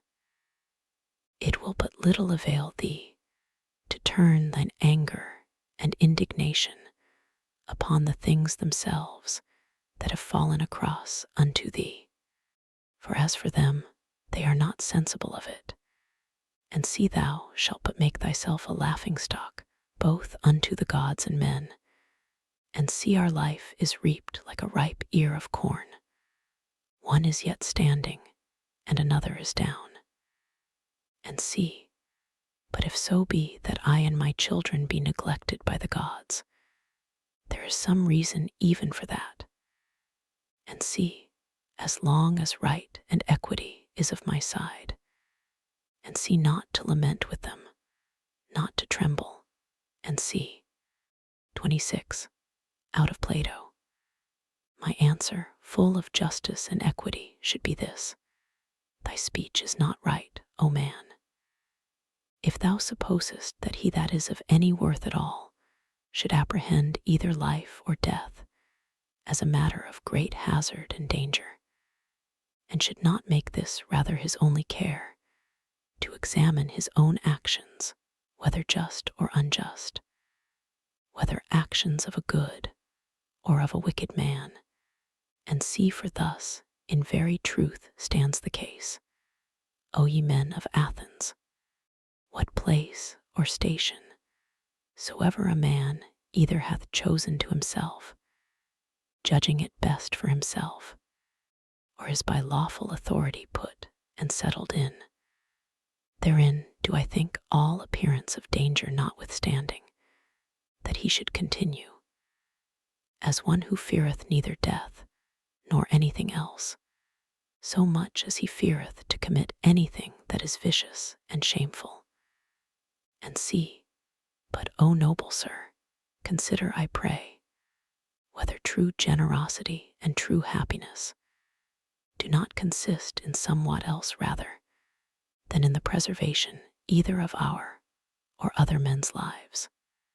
For it is not the part of a man that is a man indeed to desire to live long, or to make much of his life whilst he liveth, but rather he that is such will in these things wholly refer himself unto the gods, and believing that which every woman can tell him, that no man can escape death, the only thing that he takes thought and care for is this, that what time he liveth, he may live as well and as virtuously as he can possibly, and see to look about, and with the eyes to follow the course of the stars and planets, as though thou wouldst run with them, and to mind perpetually the several changes of the elements, one into another.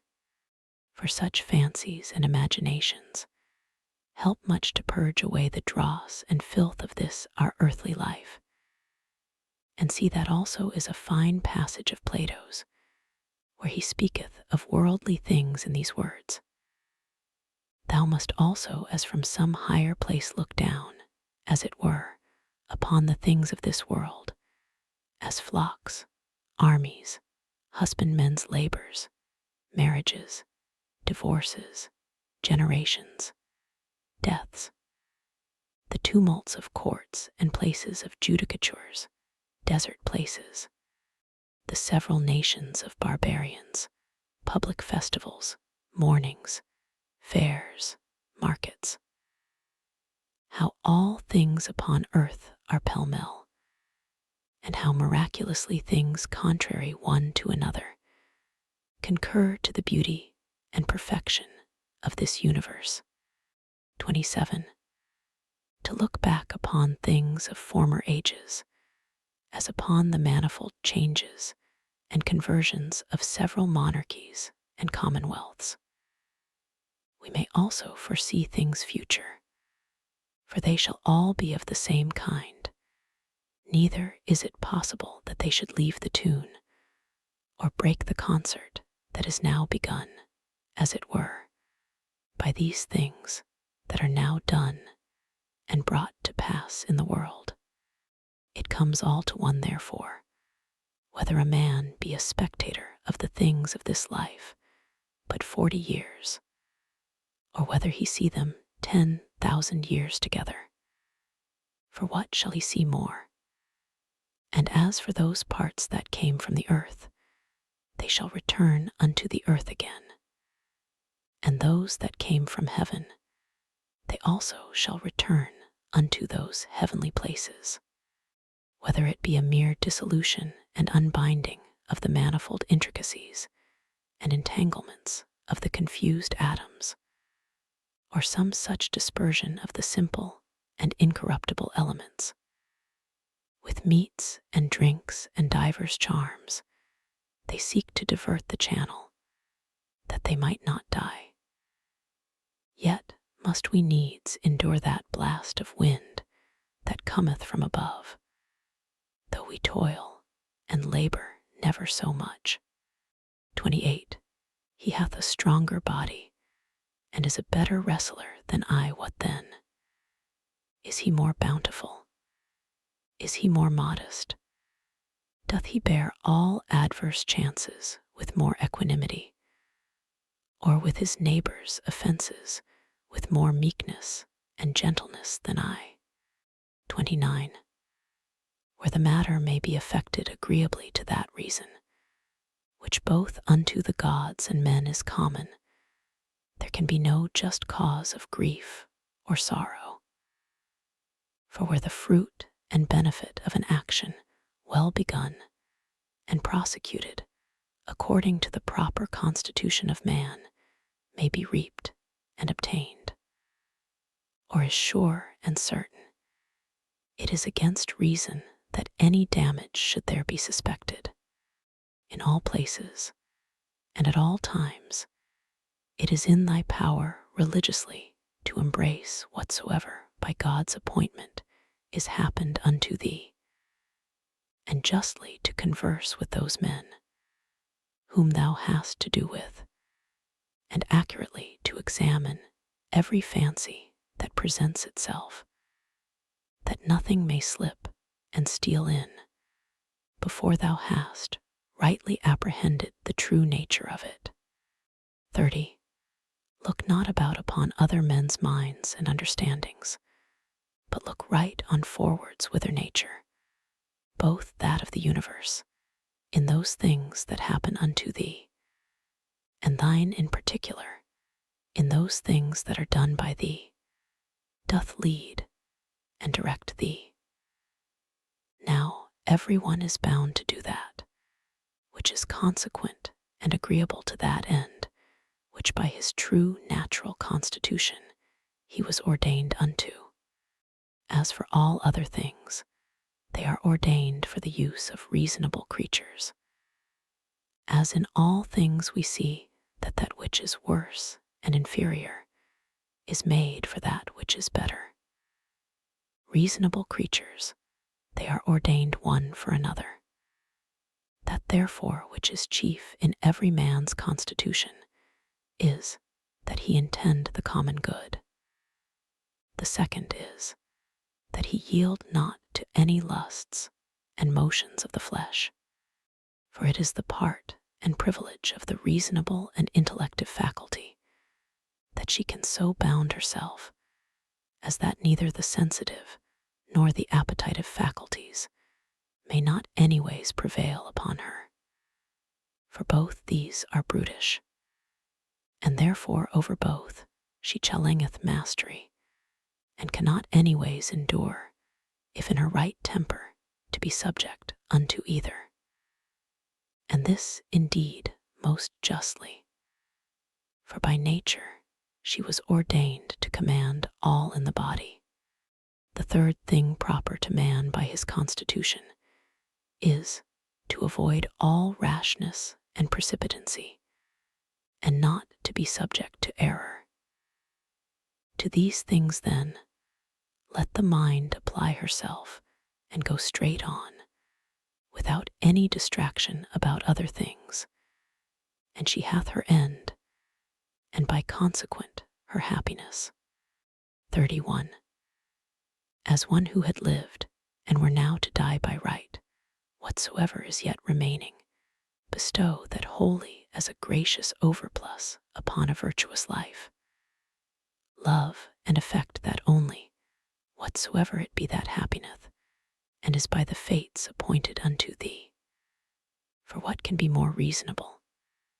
And as anything doth happen unto thee by way of cross or calamity, call to mind presently, and set before thine eyes the examples of some other men, to whom the self-same thing did once happen likewise. Well, what did they?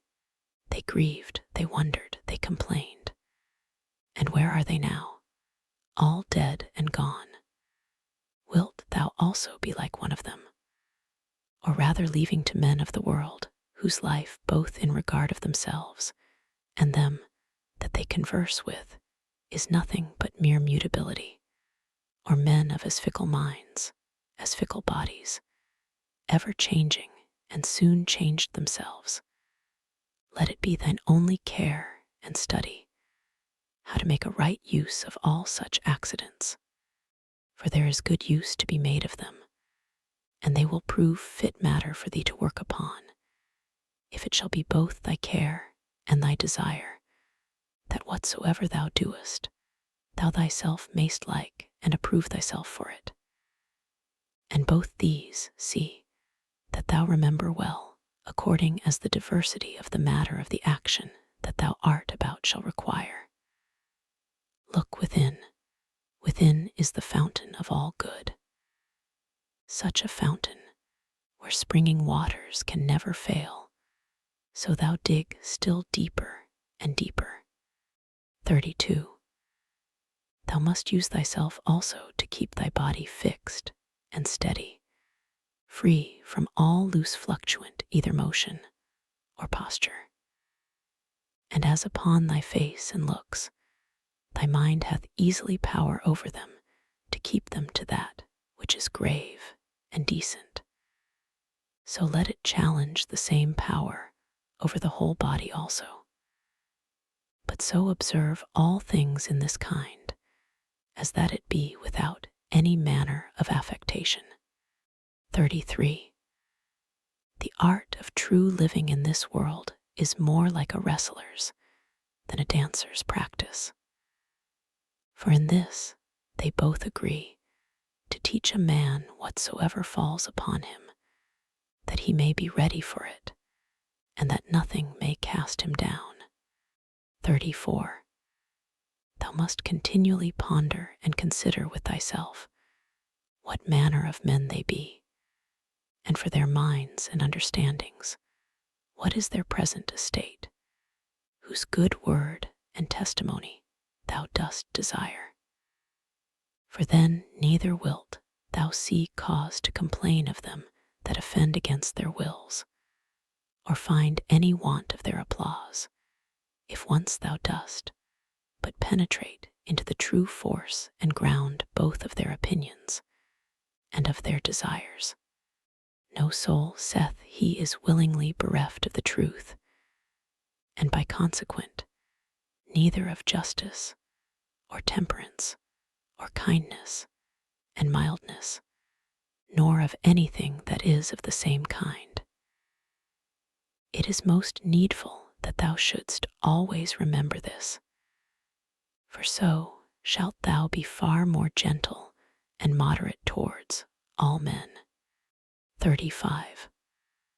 What pains soever thou art in, let this presently come to thy mind, that it is not a thing whereof thou needest to be ashamed, neither is it a thing whereby thy understanding, that hath the government of all, can be made worse.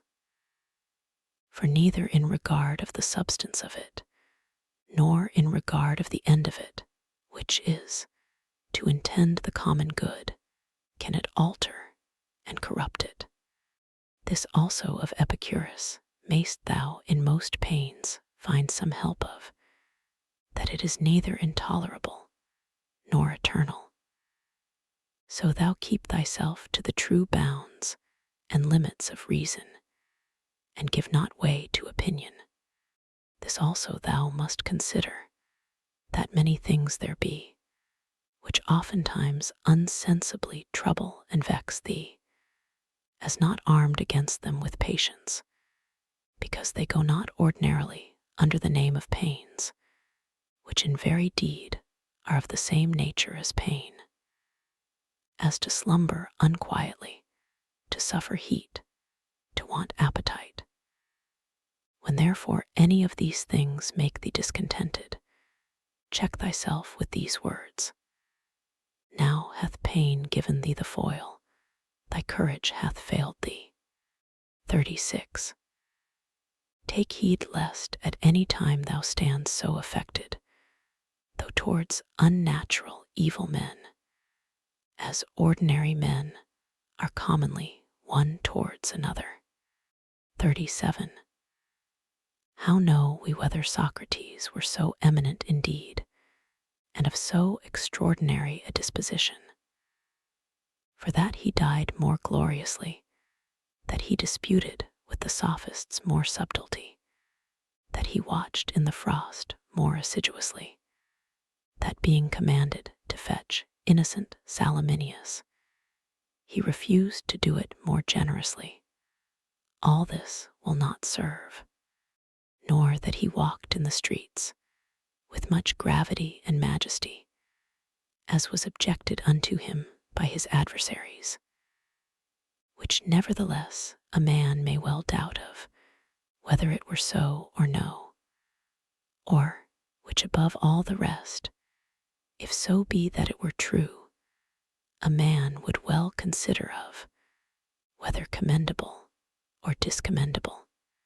The thing therefore that we must inquire into is this: what manner of soul Socrates had, whether his disposition was such as that all that he stood upon and sought after in this world was barely this, that he might ever carry himself justly towards men and holily towards the gods, neither vexing himself to no purpose at the wickedness of others, nor yet ever condescending to any man's evil fact or evil intentions through either fear or engagement of friendship, whether of those things that happened unto him by God's appointment, he neither did wonder at any when it did happen, or thought it intolerable in the trial of it. And lastly, whether he never did suffer his mind to sympathize with the senses and affections of the body. For we must not think that nature hath so mixed and tempered it with the body, as that she hath not power to circumscribe herself, and by herself to intend her own ends and occasions. 38. For it is a thing very possible that a man should be a very divine man, and yet be altogether unknown. This thou must ever be mindful of, as of this also, that a man's true happiness doth consist in very few things, and that, although thou dost despair, that thou shalt ever be a good either logician or naturalist, yet thou art never the further off by it from being either liberal or modest or charitable or obedient unto God. 39. Free from all compulsion in all cheerfulness and alacrity, thou mayst run out thy time, though men should exclaim against thee never so much, and the wild beasts should pull in sunder the poor members of thy pampered mass of flesh. For what in either of these, or the like cases, should hinder the mind to retain her own rest and tranquility, consisting both in the right judgment of those things that happen unto her, and in the ready use of all present matters and occasions, so that her judgment may say to that which is befallen her by way of cross, this thou art in very deed, and according to thy true nature, notwithstanding that in the judgment of opinion thou dost appear otherwise, and her discretion to the present object, thou art that which I sought for. For whatsoever it be that is now present shall ever be embraced by me as a fit and seasonable object, both for my reasonable faculty and for my sociable or charitable inclination to work upon. And that which is principal in this matter is that it may be referred either unto the praise of God or to the good of men. For either unto God or man, whatsoever it is that doth happen in the world hath in the ordinary course of nature its proper reference. Neither is there anything that in regard of nature is either new or reluctant and intractable, but all things both usual and easy. 40. Then hath a man attained to the estate of perfection in his life and conversation, when he so spends every day as if it were his last day, never hot and vehement in his affections, nor yet so cold and stupid as one that had no sense, and free from all manner of dissimulation. 41. Can the gods, who are immortal, for the continuance of so many ages bear without indignation with such and so many sinners as have ever been, yea, not only so, but also take such care for them that they want nothing? And dost thou so grievously take on as one that could bear with them no longer, thou that art but for a moment of time? Yea, thou that art one of those sinners thyself. A very ridiculous thing it is, that any man should dispense with vice and wickedness in himself, which is in his power to restrain, and should go about to suppress it in others, which is altogether impossible. 42. What object soever our reasonable and sociable faculty doth meet with, that affords nothing either for the satisfaction of reason or for the practice of charity, she worthily doth think unworthy of herself. 43. When thou hast done well, and another is benefited by thy action, must thou like a very fool look for a third thing besides, as that it may appear unto others also that thou hast done well, or that thou mayest in time receive one good turn for another. No man useth to be weary of that which is beneficial unto him, but every action according to nature is beneficial. Be not weary then of doing that which is beneficial unto thee, whilst it is so unto others. 44.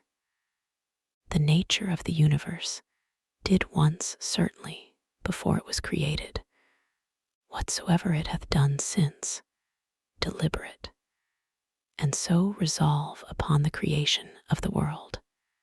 Now since that time, whatsoever it is that is and happens in the world is either but a consequent of that one and first deliberation, or if so be that this ruling rational part of the world takes any thought and care of things particular, they are surely his reasonable and principal creatures that are the proper object of his particular care and providence. This often thought upon will much conduce to thy tranquillity. The 8th Book 1.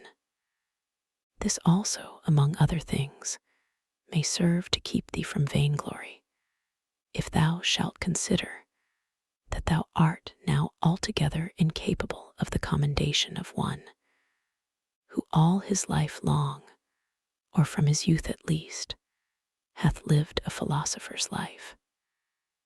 For both unto others, and to thyself especially, it is well known that thou hast done many things contrary to that perfection of life.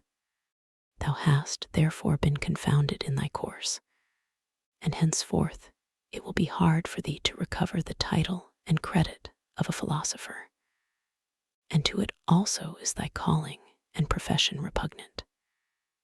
If therefore thou dost truly understand what it is that is of moment indeed, as for thy fame and credit, take no thought or care for that.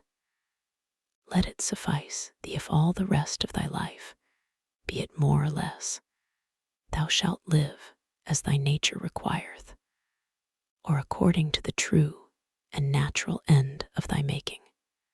Take pains therefore to know what it is that thy nature requireth, and let nothing else distract thee. Thou hast already had sufficient experience, that of those many things that hitherto thou hast erred and wandered about, thou couldst not find happiness in any of them, not in syllogisms and logical subtleties, not in wealth, not in honor and reputation, not in pleasure. In none of all these. Wherein then is it to be found? In the practice of those things which the nature of man, as he is a man, doth require. How then shall he do those things, if his dogmata, or moral tenets and opinions, from which all motions and actions do proceed, be right and true? Which be those dogmata? Those that concern that which is good or evil, as that there is nothing truly good and beneficial unto man, but that which makes him just, temperate, courageous, liberal, and that there is nothing truly evil and hurtful unto man, but that which causeth the contrary effects. 2. Upon every action that thou art about, put this question to thyself: How will this, when it is done, agree with me? Shall I have no occasion to repent of it? Yet a very little while, and I am dead and gone, and all things are at end. What then do I care for more than this, that my present action, whatsoever it be, may be the proper action of one that is reasonable, whose end is the common good, who in all things is ruled and governed by the same law of right and reason, by which God himself is. 3. Alexander, Caius, Pompeius.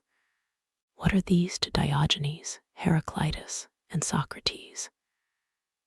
These penetrated into the true nature of things, into all causes and all subjects, and upon these did they exercise their power and authority.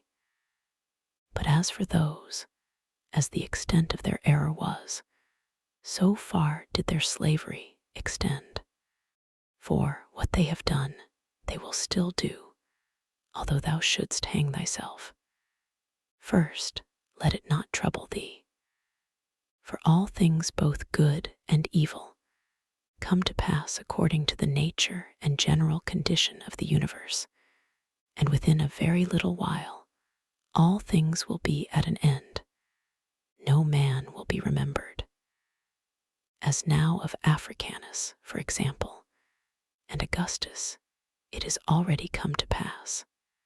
Then secondly, fix thy mind upon the thing itself, look into it, and remembering thyself, that thou art bound nevertheless to be a good man, and what it is that thy nature requireth of thee as thou art a man, be not diverted from what thou art about, and speak that which seemeth unto thee most just. Only speak it kindly, modestly, and without hypocrisy. 5. That which the nature of the universe doth busy herself about is that which is here, to transfer it thither, to change it, and thence again to take it away, and to carry it to another place, so that thou needest not fear any new thing, for all things are usual and ordinary, and all things are disposed by equality. 6. Every particular nature hath content, when in its own proper course it speeds. A reasonable nature doth then speed, when first in matter of fancies and imaginations it gives no consent to that which is either false, uncertain. Secondly, when in all its motions and resolutions it takes its level at the common good only, and that it desireth nothing, and flieth from nothing, but what is in its own power to compass or avoid. And lastly, when it willingly and gladly embraceth whatsoever is dealt and appointed unto it by the common nature. For it is part of it, even as the nature of any one leaf is part of the common nature of all plants and trees, but that the nature of a leaf is part of a nature both unreasonable and unsensible, and which in its proper end may be hindered, or which is servile and slavish, whereas the nature of man is part of a common nature which cannot be hindered, and which is both reasonable and just. From whence also it is that according to the worth of everything, she doth make such equal distribution of all things, as of duration, substance, form, operation, and of events and accidents. But herein consider not whether thou shalt find this equality in everything absolutely and by itself, but whether in all the particulars of some one thing taken together, and compared with all the particulars of some other thing, and them together likewise. 7. Thou hast no time nor opportunity to read. What then? Hast thou not time and opportunity to exercise thyself, not to wrong thyself, to strive against all carnal pleasures and pains, and to get the upper hand of them, to contemn honor and vainglory, and not only not to be angry with them, whom towards thee thou doest find unsensible and unthankful, but also to have a care of them still, and of their welfare. 8. Forbear henceforth to complain of the trouble of a courtly life, either in public before others, or in private by thyself. 9. Repentance is an inward and self-reprehension for the neglect or omission of somewhat that was profitable. Now whatsoever is good is also profitable, and it is the part of an honest, virtuous man to set by it, and to make reckoning of it accordingly. But never did any honest, virtuous man repent of the neglect or omission of any carnal pleasure. No carnal pleasure, then, is either good or profitable. 10. This, what is it in itself, and by itself, according to its proper constitution? What is the substance of it? What is the matter or proper use? What is the form or efficient cause? What is it for in this world, and how long will it abide? Thus must thou examine all things that present themselves unto thee. 11. When thou art hard to be stirred up and awaked out of thy sleep, admonish thyself and call to mind that to perform actions tending to the common good is that which thine own proper constitution, and that which the nature of man do require. But to sleep is common to unreasonable creatures also. And what more proper and natural, yea, what more kind and pleasing, than that which is according to nature? 12. As every fancy and imagination presents itself unto thee, consider, if it be possible, the true nature and the proper qualities of it, and reason with thyself about it. 13. At thy first encounter with anyone, say presently to thyself, this man, what are his opinions concerning that which is good or evil? As concerning pain, pleasure, and the causes of both, concerning honor and dishonor, concerning life and death. Thus and thus. Now if it be no wonder that a man should have such and such opinions, how can it be a wonder that he should do such and such things? I will remember then that he cannot but do as he doth, holding those opinions that he doth. Remember that as it is a shame for any man to wonder that a fig tree should bear figs, so also to wonder that the world should bear anything, whatsoever it is which in the ordinary course of nature it may bear. To a physician also, and to a pilot, it is a shame either for the one to wonder that such and such a one should have an ague, or for the other that the winds should prove contrary. 14. Remember that to change thy mind upon occasion, and to follow him that is able to rectify thee, is equally ingenuous as to find out at the first what is right and just without help. For of thee nothing is required, is beyond the extent of thine own deliberation and just merit, and of thine own understanding. 15. If it were thine act, and in thine own power, wouldest thou do it? If it were not, whom dost tin accuse, the atoms or the gods? For to do either the part of a madman. Thou must therefore blame nobody, but if it be in thy power, redress what is amiss. If it be not, to what end is it to complain? For nothing should be done but to some certain end. 16. Whatsoever dieth and falleth, however, and wheresoever it die and fall, it cannot fall out of the world. Here it have its abode and change. Here also shall it have its dissolution into its proper elements. The same are the world's elements, and the elements of which thou dost consist. And they, when they are changed, they murmur not, why shouldest thou? 17. Whatsoever is was made for something, as a horse a vine. Why wonderest thou? The sun itself will say of itself, I was made for something, and so hath every god its proper function. What then were then made for? To disport and delight thyself. See how even common sense and reason cannot brook it. 18. Nature hath its end as well in the end, and final consummation of anything that is, as in the begin 9 and continuation of it. 19. As one that tosseth up a ball.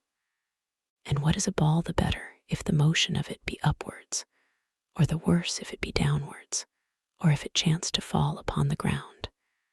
So for the bubble, if it continue, what it the better? And if it dissolve, what is it the worse? And so is it of a candle too. And so must thou reason with thyself, both in matter of fame and in matter of death. For as for the body itself, the subject of death, wouldest thou know the vileness of it? Turn it about that thou mayest behold it, the worst sides upwards as well, as in its more ordinary pleasant shape. How doth it look when it is old and withered, when sick and pained, when in the act of lust and fornication? And as for fame, this life is short. Both he that praiseth, and he that is praised, he that remembers, and he that is remembered, will soon be dust and ashes. Besides, it is but in one corner of this part of the world that thou art praised. And yet in this corner thou hast not the joint praises of all men, no, nor scarce of any one constantly. And yet the whole earth itself, what is it but as one point in regard of the whole world? 20. That which must be the subject of thy consideration is either the matter itself, or the dogma, or the operation, or the true sense and signification. 21. Most justly have these things happened unto thee. Why dost not thou amend? Oh, but thou hadst rather become good tomorrow than to be so today. 22. Shall I do it? I will, so the end of my action be to do good unto men. Doth anything by way of cross or adversity happen unto me? I accept it, with reference unto the gods and their providence, the fountain of all things, from which whatsoever comes to pass doth hang and depend. 23. By one action judge of the rest. This bathing which usually takes up so much of our time, what is it? Oil, sweat, filth, or the swords of the body? An excrementitious viscosity, the excrements of oil and other ointments used about the body, and mixed with the swords of the body, all base and loathsome. And such almost is every part of our life, and every worldly object. 24. Lucilla buried Verus, then was Lucilla herself buried by others. So second to Maximus, then second to herself. So Epitincanus, Diotimus, then Epitincanus himself.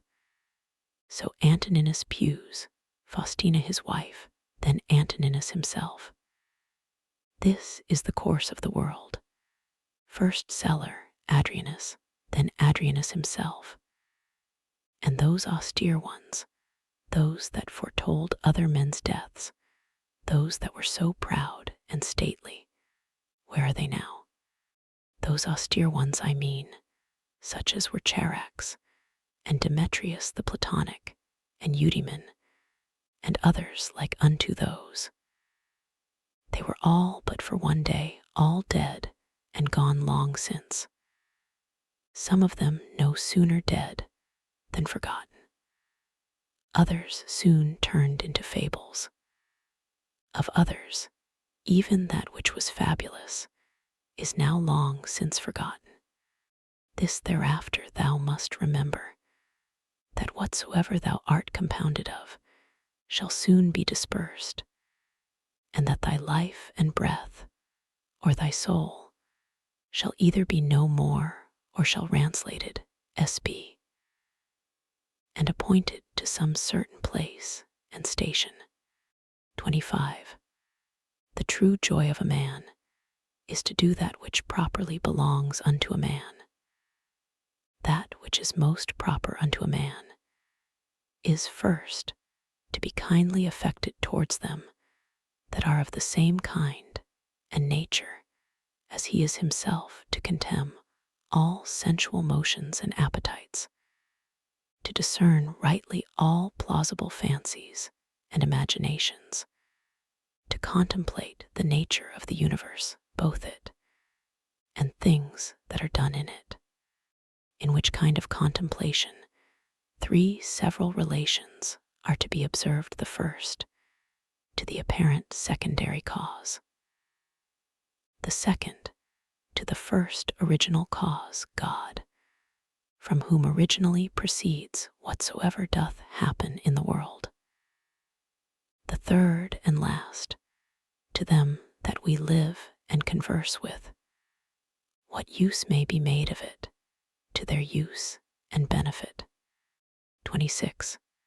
If pain be an evil, either it is in regard of the body, and that cannot be, because the body of itself is altogether insensible, or in regard of the soul, but it is in the power of the soul to preserve her own peace and tranquility, and not to suppose that pain is evil.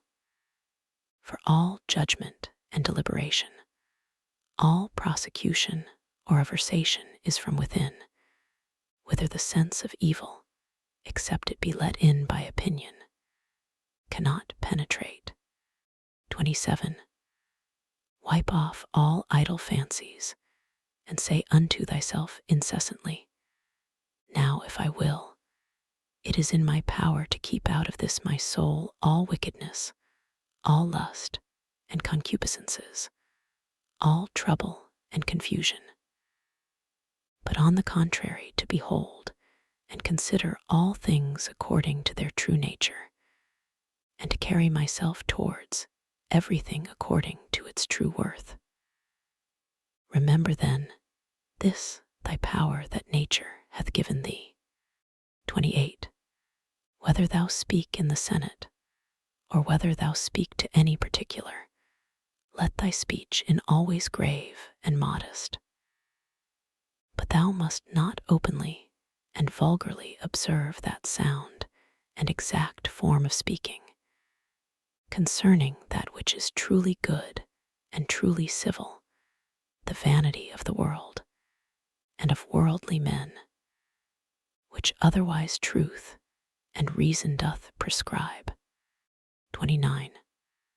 Augustus, his court, his wife, his daughter, his nephews, his sons-in-law, his sister, Agrippa, his kinsmen, his domestics, his friends, Arius, Maecenas, his slayers of beasts for sacrifice and divination. There thou hast the death of a whole court together. Proceed now on to the rest that have been since that of Augustus.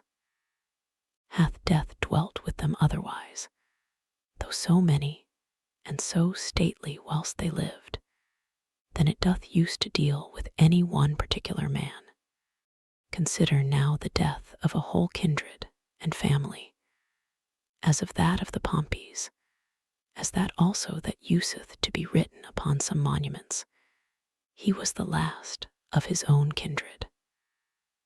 Oh, what care did his predecessors take, that they might leave a successor.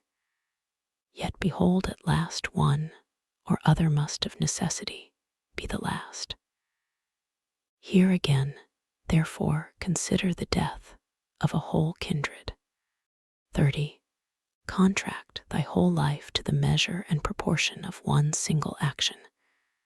And if in every particular action thou dost perform what is fitting to the utmost of thy power, let it suffice thee.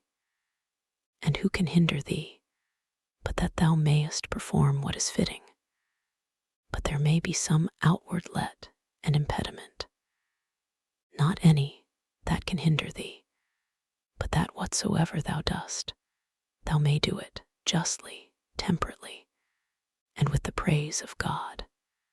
Yea, but there may be somewhat, whereby some operation or other of thine may be hindered. And then, with that very thing that doth hinder, thou mayest he well pleased. And so, by this gentle and equanimous conversion of thy mind unto that which may be, instead of that which at first thou didst intend, in the room of that former action there succeedeth another, which agrees as well with this contraction of thy life that we now speak of. 31. Receive temporal blessings without ostentation when they are sent, and thou shalt be able to part with them with all readiness and facility when they are taken from thee again. 32.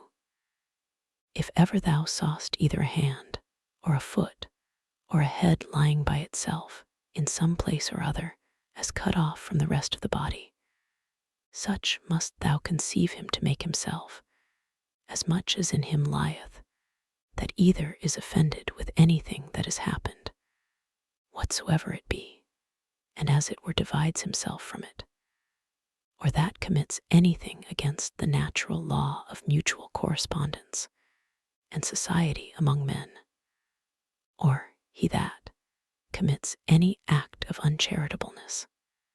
Whosoever thou art such. Thou art cast forth, I know not whither, out of the general unity, which is according to nature.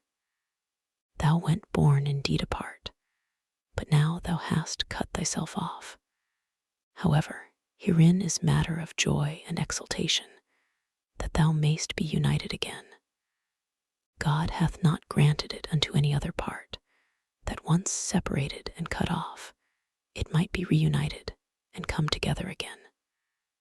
But behold, that goodness how great and immense it is, which hath so much esteemed man, as at first he was so made, that he needed not, except he would himself, have divided himself from the whole. So once divided and cut off, it hath so provided and ordered it, that if he would himself, he might return and grow together again, and be admitted into its former rank and place of a part, as he was before. 33. As almost all her other faculties and properties, the nature of the universe hath imparted unto every reasonable creature. So this in particular we have received from her, that as whatsoever doth oppose itself unto her, and doth withstand her in her purposes and intentions, she doth, though against its will and intention, bring it about to herself, to serve herself of it in the execution of her own destinated ends. And so by this, though not intended cooperation of it with herself, makes it part of herself, whether it will or no. So may every reasonable creature, what crosses and impediments soever it meets within the course of this mortal life, it may use them as fit and proper objects, to the furtherance of whatsoever it intended and absolutely proposed unto itself as its natural end and happiness. 34. Let not the general representation unto thyself of the wretchedness of this our mortal life trouble thee. Let not thy mind wander up and down, and heap together in her thoughts the many troubles and grievous calamities which thou art as subject unto as any other. But as everything in particular doth happen, put this question unto thyself, and say, what is it that, in this present matter, seems unto thee so intolerable? For thou wilt be ashamed to confess it. Then upon this presently call to mind that neither that which is future, nor that which is past can hurt thee, but that only which is present. And that also is much lessened, if thou dost lightly circumscribe it. And then check thy mind, if for so little a while, a mere instant, it cannot hold out with patience. 35. What are either Panthea or Pergamus abiding to this day by their masters' tombs, or either Chabrias or Diotimus by that of Adrianus? O foolery! For what if they did, would their masters be sensible of it? Or if sensible, would they be glad of it? Or if glad, were these immortal? Was not it appointed unto them also, both men and women, to become old in time, and then to die? And these once dead, what would become of these former? And when all is done, what is all this for, but for a mere bag of blood and corruption? 36.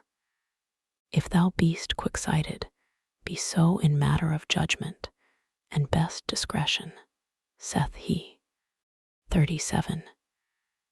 In the whole constitution of man, I see not any virtue contrary to justice, whereby it may be resisted and opposed, but one whereby pleasure and voluptuousness may be resisted and opposed, I see: continence. 38. If thou canst but withdraw conceit and opinion concerning that which may seem hurtful and offensive, thou thyself art as safe may be. Thou thyself. And who is that? Thy reason. Yea, but I am not reason. Well, be it so. However, let not thy reason or understanding admit of grief, and if there be anything in thee that is grieved, let that, whatsoever it be, conceive its own grief if it can. 39. That which is a hindrance of the senses is an evil to the sensitive nature. That which is a hindrance of the appetitive and prosecutive faculty is an evil to the sensitive nature. As of the sensitive, so of the vegetative constitution, whatsoever is a hindrance unto it is also in that respect an evil unto the same. And so likewise, whatsoever is a hindrance unto the mind and understanding must needs be the proper evil of the reasonable nature. Now apply all those things unto thyself. Do either pain or pleasure seize on thee? Let the senses look to that. Hast thou met with some obstacle or other in thy purpose and intention? If thou didst propose without due reservation and exception now, hath thy reasonable part received a blow indeed. But if in general thou didst propose unto thyself whatsoever might be, thou art not thereby either hurt nor properly hindered. For in those things that properly belong unto the mind, she cannot be hindered by any man. It is not fire, nor iron, nor the power of a tyrant, nor the power of a slandering tongue, nor anything else that can penetrate into her. 40. If once round and solid, there is no fear that ever it will change. 41. Why should I grieve myself, who never did willingly grieve any other? One thing rejoices one, and another thing another. As for me, this is my joy, if my understanding be right and sound, as neither averse from any man, nor refusing any of those things which as a man I am subject unto. If I can look upon all things in the world meekly and kindly, accept all things, and carry myself towards everything according to true worth of the thing itself. 42. This time that is now present, bestow thou upon thyself. They that rather hunt for fame after death do not consider that those men that shall be hereafter will be even such as these whom now they can so hardly bear with. And besides, they also will be mortal men. But to consider the thing in itself, if so many with so many voices shall make such and such a sound, or shall have such and such an opinion concerning thee, what is it to thee? 43. Take me and throw me where thou wilt. I am indifferent. For there also I shall have that spirit which is within me propitious, that is well pleased and fully contented both in that constant disposition, and with those particular actions which to its own proper constitution are suitable and agreeable. 44. Is this then a thing of that worth, that for it my soul should suffer, and become worse than it was, as either basely dejected, or disordinately affected, or confounded within itself, or terrified? What can there be that thou shouldest so much esteem? 45. Nothing can happen unto thee, which is not incidental unto thee, as thou art a man. As nothing can happen either to an ox, a vine, or to a stone, which is not incidental unto them, unto every one in his own kind. If therefore nothing can happen unto anything, which is not both usual and natural, why art thou displeased?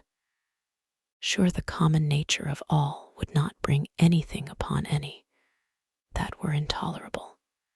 If therefore it be a thing external that causes thy grief, know that it is not that properly that doth cause it, but thine own conceit and opinion concerning the thing, which thou mayest rid thyself of when thou wilt. But if it be somewhat that is amiss in thine own disposition, that doth grieve thee, mayest thou not rectify thy moral tenets and opinions?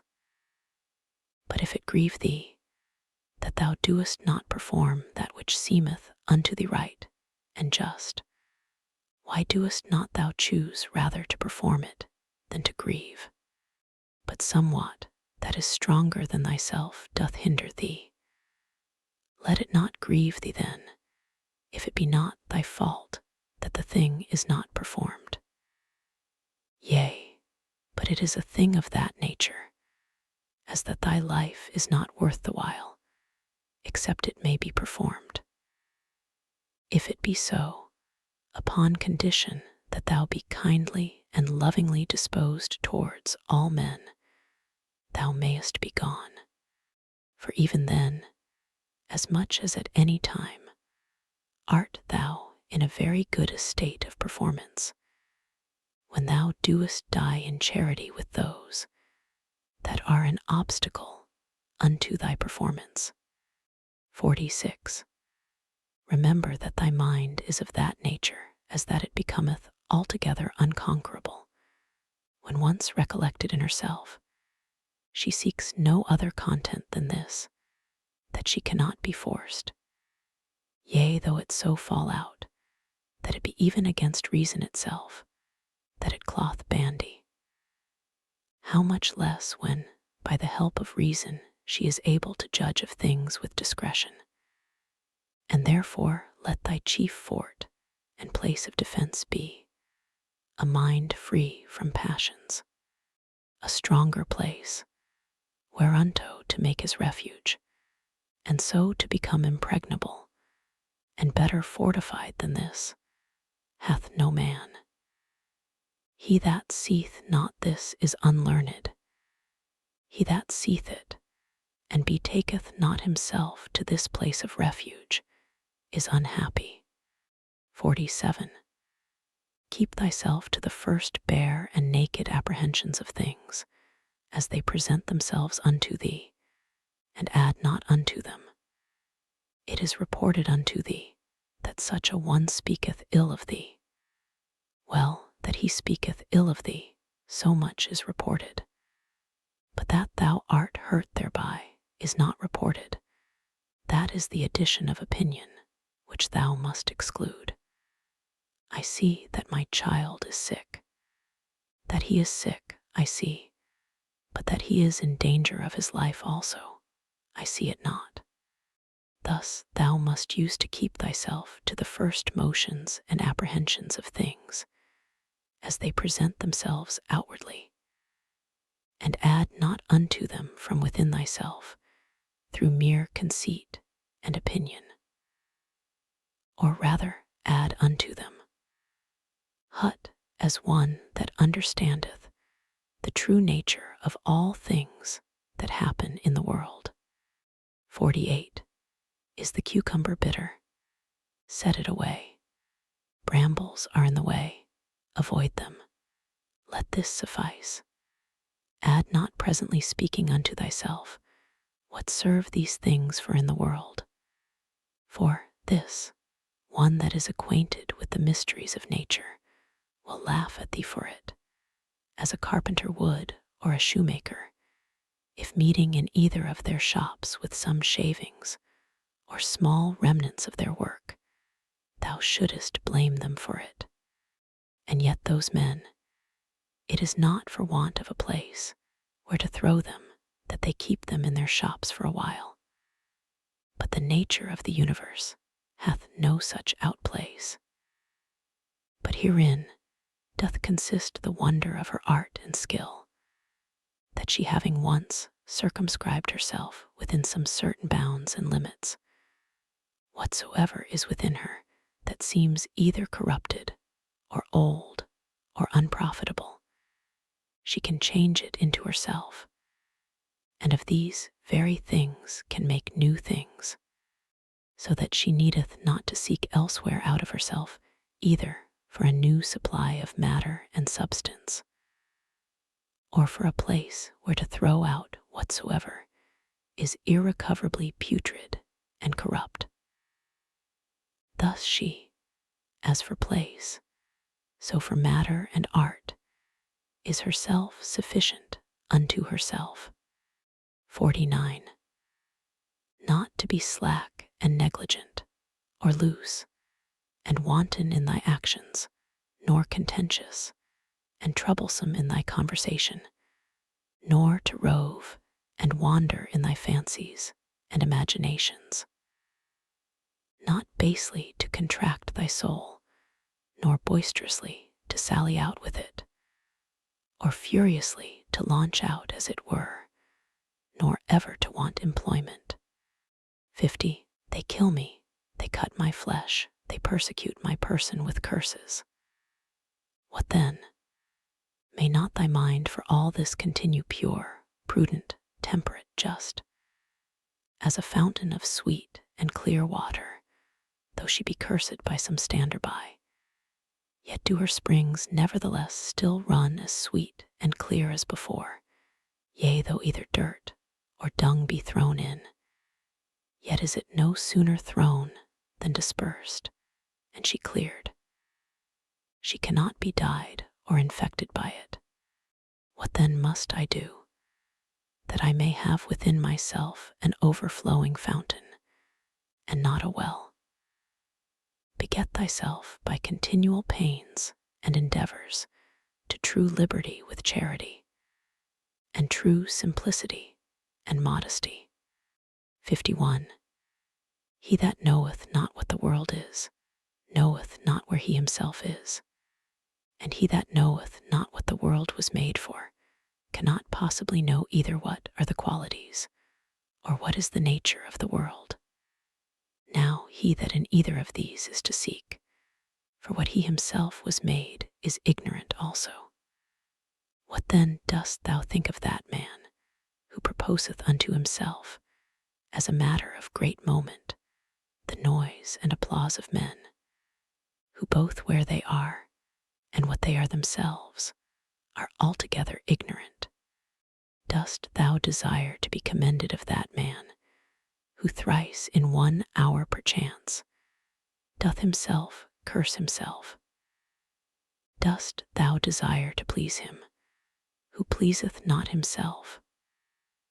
Or dost thou think that he pleaseth himself, who doth use to repent himself almost of everything that he doth? 52. Not only now henceforth to have a common breath, or to hold correspondency of breath with that air that compasseth us about, but to have a common mind, or to hold correspondency of mind also with that rational substance which compasseth all things.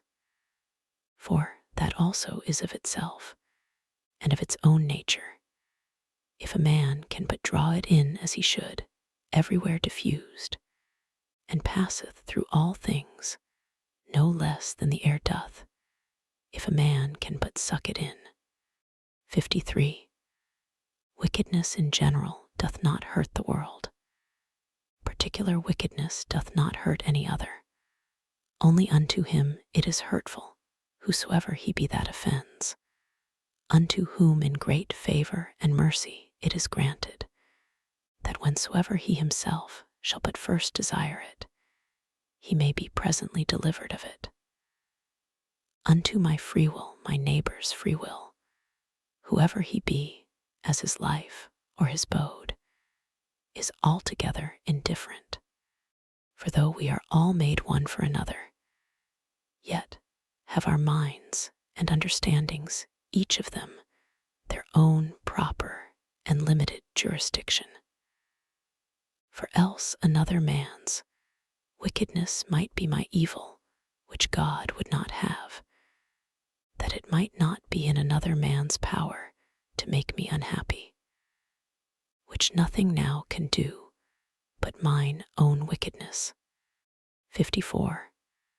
The sun seemeth to be shed abroad, and indeed it is diffused, but not effused.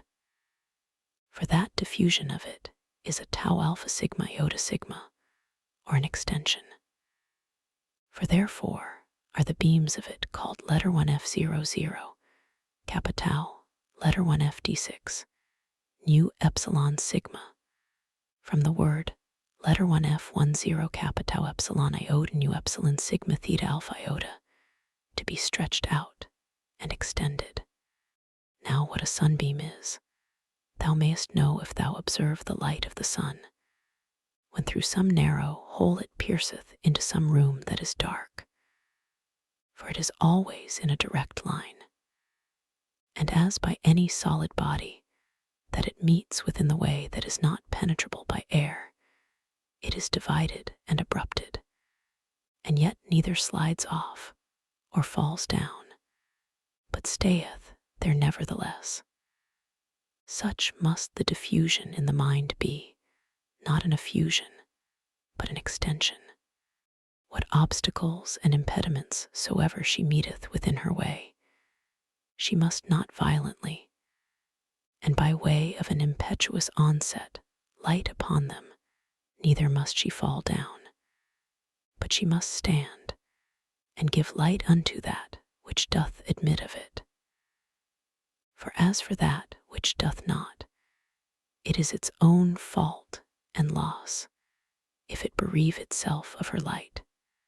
55. He that feareth death, either feareth that he shall have no sense at all, or that his senses will not be the same. Whereas he should rather comfort himself that either no sense at all, and so no sense of evil, or if any sense, then another life, and so no death properly. 56. All men are made one for another. Either then teach them better, or bear with them. 57. The motion of the mind is not as the motion of a dart. For the mind, when it is wary and cautelous, and by way of diligent circumspection turneth herself many ways, may then as well be said to go straight on to the object, as when it useth no such circumspection. 58. To pierce and penetrate into the estate of everyone's understanding that thou hast to do with, as also to make the estate of thine own open and penetrable to any other. The 9th Book 1. He that is unjust is also impious. For the nature of the universe, having made all reasonable creatures one for another, to the end that they should do one another good, more or less according to the several persons and occasions, but in nowise hurt one another. It is manifest that he that doth transgress against this her will is guilty of impiety towards the most ancient and venerable of all the deities. For the nature of the universe is the nature the common parent of all, and therefore piously to be observed of all things that are, and that which now is, to whatsoever first was, and gave it its being, hath relation of blood and kindred. She is also called truth, and is the first cause of all truths. He therefore that willingly and wittingly doth lie, is impious in that he doth receive, and so commit injustice. But he that against his will, in that he disagreeth from the nature of the universe, and in that striving with the nature of the world he doth, in his particular, violate the general order of the world. For he doth no better than strive and war against it, who contrary to his own nature applieth himself to that which is contrary to truth. For nature had before furnished him with instincts and opportunities sufficient for the attainment of it, which he having hitherto neglected, is not now able to discern that which is false from that which is true. He also that pursues after pleasures, as that which is truly good, and flies from pains, as that which is truly evil, is impious. For such a one must of necessity oftentimes accuse that common nature, as distributing many things both unto the evil and unto the good, not according to the deserts of either, as unto the bad oftentimes pleasures, and the causes of pleasures, so unto the good pains, and the occasions of pains. Again, he that feareth pains and crosses in this world, feareth some of those things which some time or other must needs happen in the world, and that we have already showed to be impious. And he that pursueth after pleasures will not spare to compass his desires, to do that which is unjust, and that is manifestly impious. Now those things which unto nature are equally indifferent, for she had not created both pain and pleasure, if both had not been unto her equally indifferent. They that will live according to nature must in those things, as being of the same mind and disposition that she is, be as equally indifferent. Whosoever therefore in either matter of pleasure and pain, death and life, honor and dishonor, which things nature in the administration of the world indifferently doth make use of, is not as indifferent. It is apparent that he is impious. When I say that common nature doth indifferently make use of them, my meaning is that they happen indifferently in the ordinary course of things, which by a necessary consequence, whether as principal or accessory, come to pass in the world, according to that first and ancient deliberation of Providence, by which she from some certain beginning did resolve upon the creation of such a world, conceiving then in her womb as it were some certain rational generative seeds and faculties of things future, whether subjects, changes, successions, both such, and just so many. 2. It were indeed more happy and comfortable for a man to depart out of this world, having lived all his life long clear from all falsehood, dissimulation, voluptuousness, and pride. But if this cannot be, yet it is some comfort for a man joyfully to depart as weary, and out of love with those, rather than to desire to live, and to continue long in those wicked courses. Hath not yet experience taught thee to fly from the plague? For a far greater plague is the corruption of the mind than any certain change and distemper of the common air can be. This is a plague of creatures, as they are living creatures, but that of men as they are men, or reasonable. 3. Thou must not in matter of death carry thyself scornfully, but as one that is well pleased with it, as being one of those things that nature hath appointed.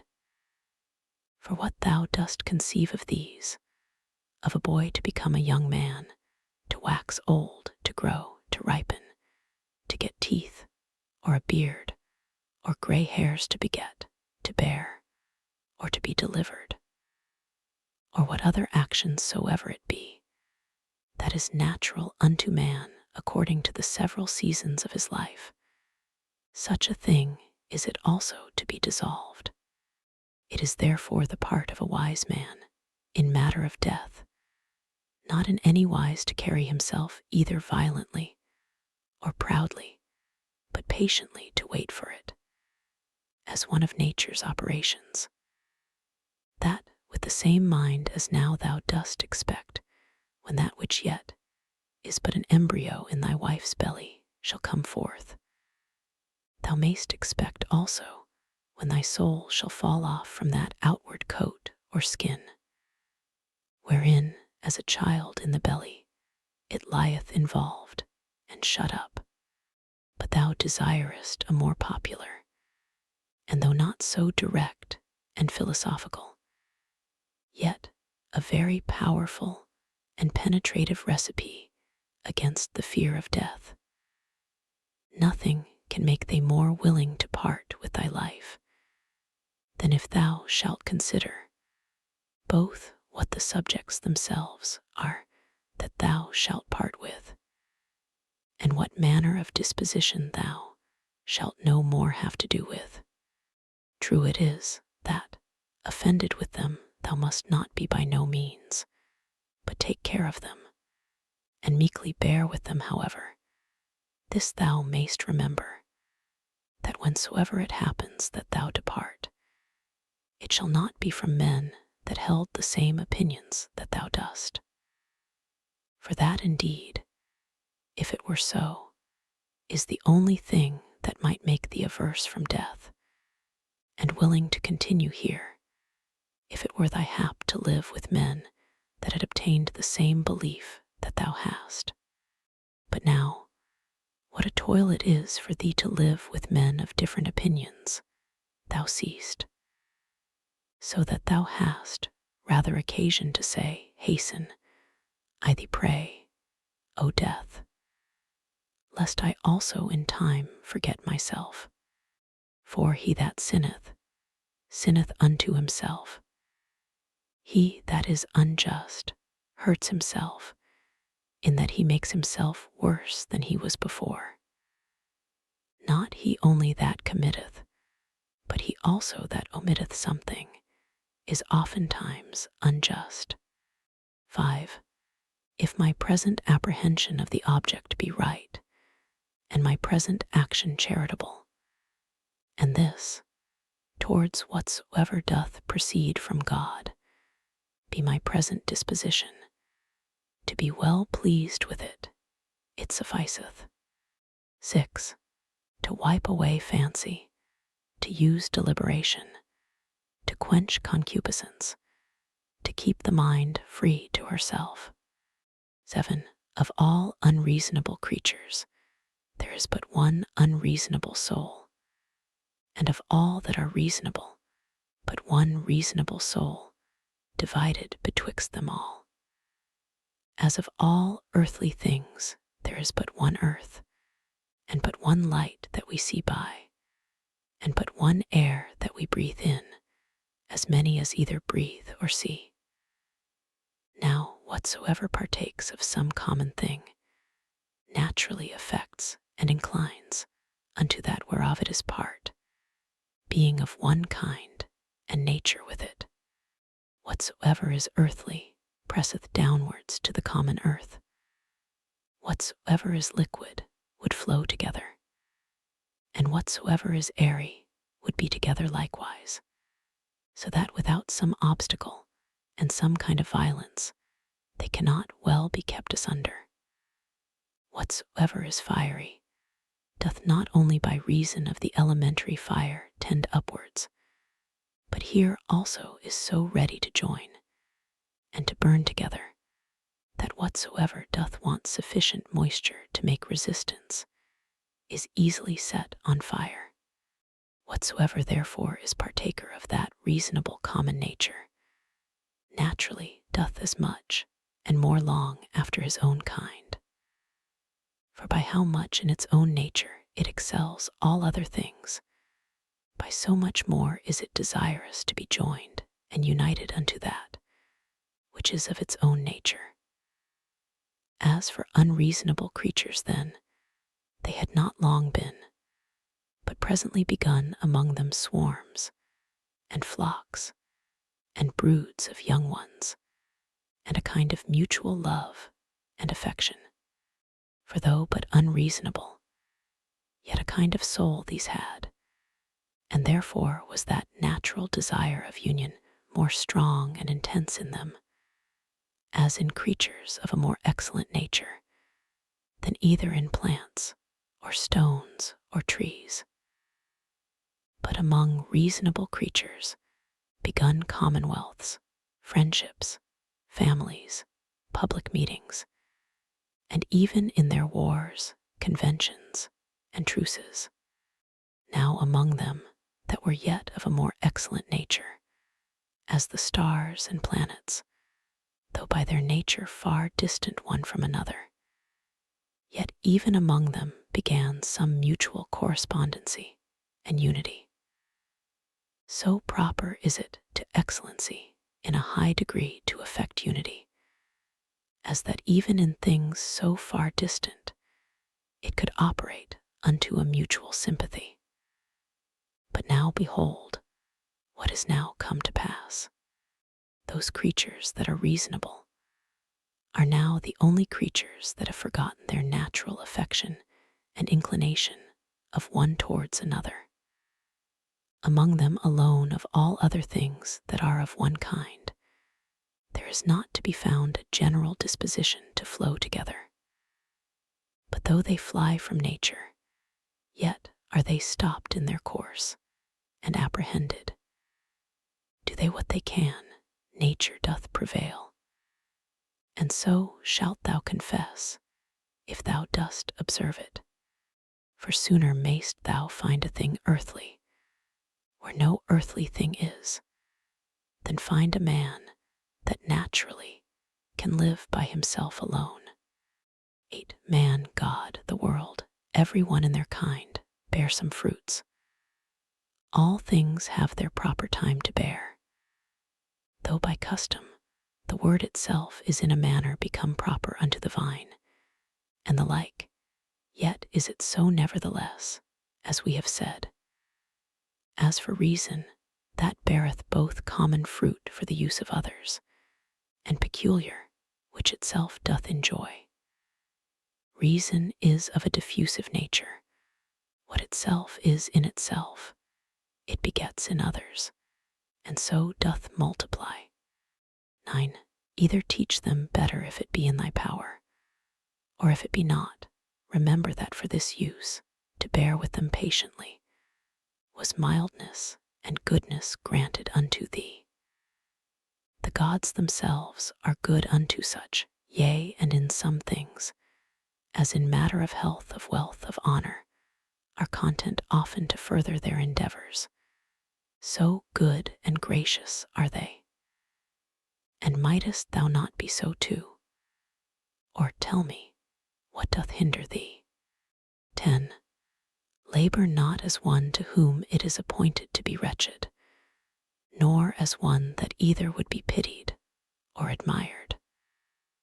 But let this be thine only care and desire, so always and in all things to prosecute or to forbear, as the law of charity or mutual society doth require. 11. This day I did come out of all my trouble. Nay, I have cast out all my trouble. It should rather be for that which troubled thee, whatsoever it was not without anywhere that thou shouldest come out of it, but within in thine own opinions, from whence it must be cast out, before thou canst truly and constantly be at ease.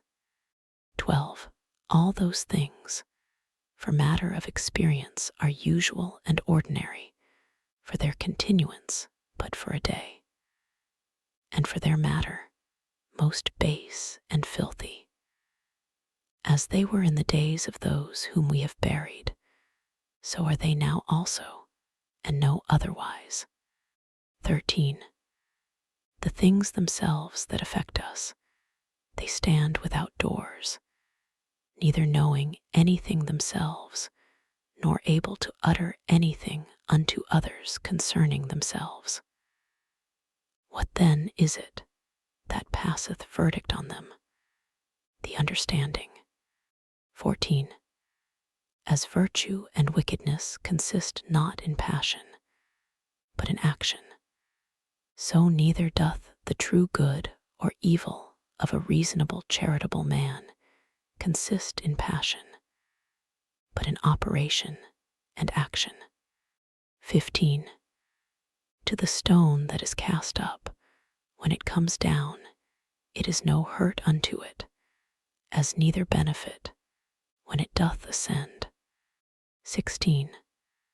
Sift their minds and understandings, and behold what men they be, whom thou dost stand in fear of what they shall judge of thee, what they themselves judge of themselves. 17. All things that are in the world are always in the estate of alteration. Thou also art in a perpetual change, yea, and under corruption too, in some part. And so is the whole world. 18. It is not thine, but another man's sin. Why should it trouble thee? Let him look to it, whose sin it is. 19. Of an operation and of a purpose there is an ending, or of an action and of a purpose we say commonly, that it is at an end. From opinion also there is an absolute cessation, which is as it were the death of it. In all this there is no hurt. Apply this now to man's age, as first a child, then a youth, then a young man, then an old man. Every change from one age to another is a kind of death, and all this while here no matter of grief yet. Pass now unto that life first, that which thou livedst under thy grandfather, then under thy mother, then under thy father. And thus, when through the whole course of thy life hitherto thou hast found and observed many alterations, many changes, many kinds of endings and cessations, put this question to thyself: what matter of grief or sorrow dost thou find in any of these? Or what doest thou suffer through any of these? If in none of these, then neither in the ending and consummation of thy whole life, which is also but a cessation and change. 20. As occasion shall require, either to thine own understanding, or to that of the universe, or to his, whom thou hast now to do with, let thy refuge be with all speed. To thine own, that it resolve upon nothing against justice. To that of the universe, that thou mayest remember part of whom thou art.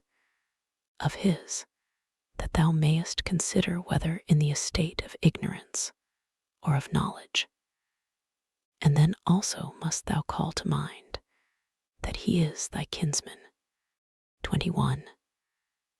As thou thyself, whoever thou art, were made for the perfection and consummation, being a member of it, of a common society, so must every action of thine tend to the perfection and consummation of a life that is truly sociable. What actions soever of thine, therefore, that either immediately or afar off hath not reference to the common good, that is an exorbitant and disorderly action. Yea, it is seditious, as one among the people who from such and such a consent and unity should factiously divide and separate himself. 22. Children's anger, mere babes, wretched souls bearing up dead bodies, that they may not have their fall so soon, even as it is in that common dirge song. 23. Go to the quality of the cause from which the effect doth proceed. Behold it by itself bare and naked, separated from all that is material. Then consider the utmost bounds of time that that cause, thus and thus qualified, can subsist and abide. 24. Infinite are the troubles and miseries that thou hast already been put to by reason of this only, because that for all happiness it did not suffice thee, or that thou didst not account it sufficient happiness, that thy understanding did operate according to its natural constitution. 25. When any shall either impeach thee with false accusations, or hatefully reproach thee, or shall use any such carriage towards thee, get thee presently to their minds and understandings, and look in them, and behold what manner of men they be. Thou shalt see that there is no such occasion why it should trouble thee, what such as they are think of thee. Yet must thou love them still, for by nature they are thy friends, and the gods themselves, in those things that they seek from them as matters of great moment, are well content, all manner of ways, as by dreams and oracles, to help them as well as others. 26. Up and down, from one age to another, go the ordinary things of the world, being still the same, and either of everything in particular before it come to pass, the mind of the universe doth consider with itself and deliberate. And if so, then submit for shame unto the determination of such an excellent understanding. Or once for all it did resolve upon all things in general, and since that whatsoever happens, happens by a necessary consequence, and all things indivisibly in a manner, and inseparably hold one of another. In sum, either there is a God, and then all is well, or if all things go by chance and fortune, yet mayest thou use thine own providence in those things that concern thee properly, and then art thou well. 27. Within a while the earth shall cover us all, and then she herself shall have her change. And then the course will be from one period of eternity unto another, and so a perpetual eternity. Now can any man that shall consider with himself in his mind the several rollings or successions of so many changes and alterations, and the swiftness of all these rulings, can he otherwise but contemn in his heart and despise all worldly things? The cause of the universe is as it were a strong torrent. It carrieth all away. 28. And these your professed politicians, the only true practical philosophers of the world, as they think of themselves so full of affected gravity, or such professed lovers of virtue and honesty, what wretches be they in very deed, how vile and contemptible in themselves. O man, what ado doest thou keep? Do what thy nature doth now require. Resolve upon it if thou mayest, and take no thought whether anybody shall know it or no. Yea, but sayest thou, I must not expect a Plato's commonwealth. If they profit, though never so little, I must be content, and think much even of that little progress. Doth then any of them forsake their former false opinions, that I should think they profit? For without a change of opinions, alas, what is all that ostentation but mere wretchedness of slavish minds, that groan privately, and yet would make a show of obedience to reason and truth? Go to now and tell me of Alexander and Philippus and Demetrius Phalereus, whether they understood what the common nature requireth, and could rule themselves or no. They know best themselves. But if they kept a life and swaggered, I, God be thanked, am not bound to imitate them. The effect of true philosophy is unaffected simplicity and modesty. Persuade me not to ostentation and vainglory. 29. From some high place as it were to look down, and to behold here flocks, and their sacrifices, without number, and all kind of navigation, some in a rough and stormy sea, and some in a calm. The general differences, or different estates of things, some that are now first upon being, the several and mutual relations of those things that are together, and some other things that are at their last, their lives also, who were long ago, and theirs who shall be hereafter, and the present estate and life of those many nations of barbarians that are now in the world, thou must likewise consider in thy mind. And how many there be who never so much as heard of thy name, how many that will soon forget it, how many who, but even now did commend thee, within a very little while perchance will speak ill of thee, so that neither fame, nor honor, nor anything else that this world doth afford is worth the while. The sum then of all whatsoever doth happen unto thee, whereof God is the cause, to accept it contentedly. Whatsoever thou doest, whereof thou thyself art the cause, to do it justly, which will be, if both in thy resolution and in thy action thou have no further end than to do good unto others, as being that which by thy natural constitution, as a man, thou art bound unto. 30. Many of those things that trouble and straiten thee, it is in thy power to cut off, as wholly depending from mere conceit and opinion, and then thou shalt have room enough. 31. To comprehend the whole world together in thy mind, and the whole course of this present age to represent it unto thyself, and to fix thy thoughts upon the sudden change of every particular object. How short the time is from the generation of anything unto the dissolution of the same, but how immense and infinite both that which was before the generation, and that which after the generation of it shall be. All things that thou seest will soon be perished, and they that see their corruptions will soon vanish away themselves. He that dieth 100 years old, and he that dieth young, shall come all to one. 32.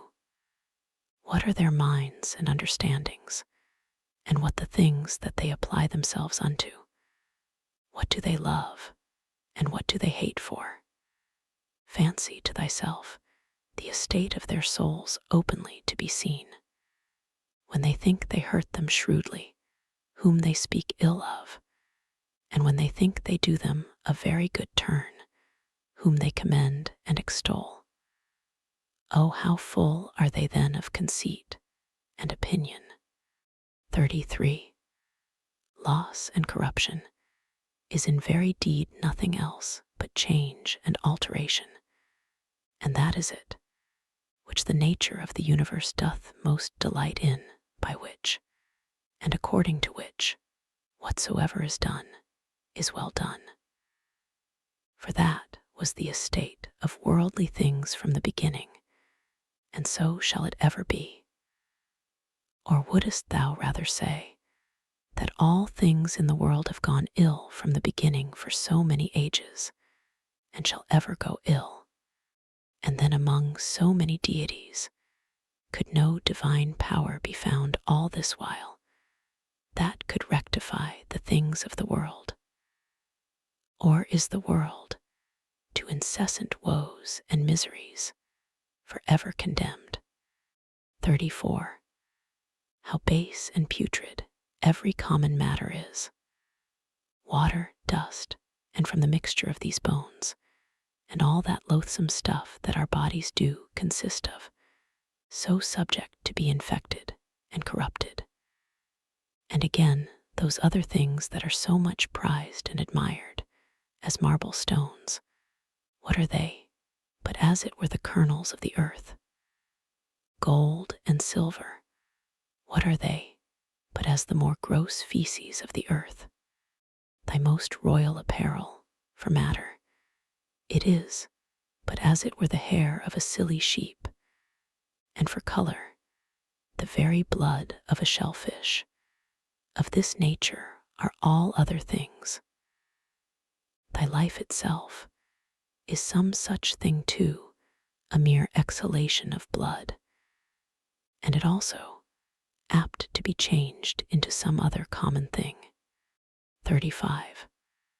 Will this querulousness, this murmuring, this complaining and dissembling never be at an end? What then is it that troubleth thee? Doth any new thing happen unto thee? What doest thou so wonder at the cause or the matter?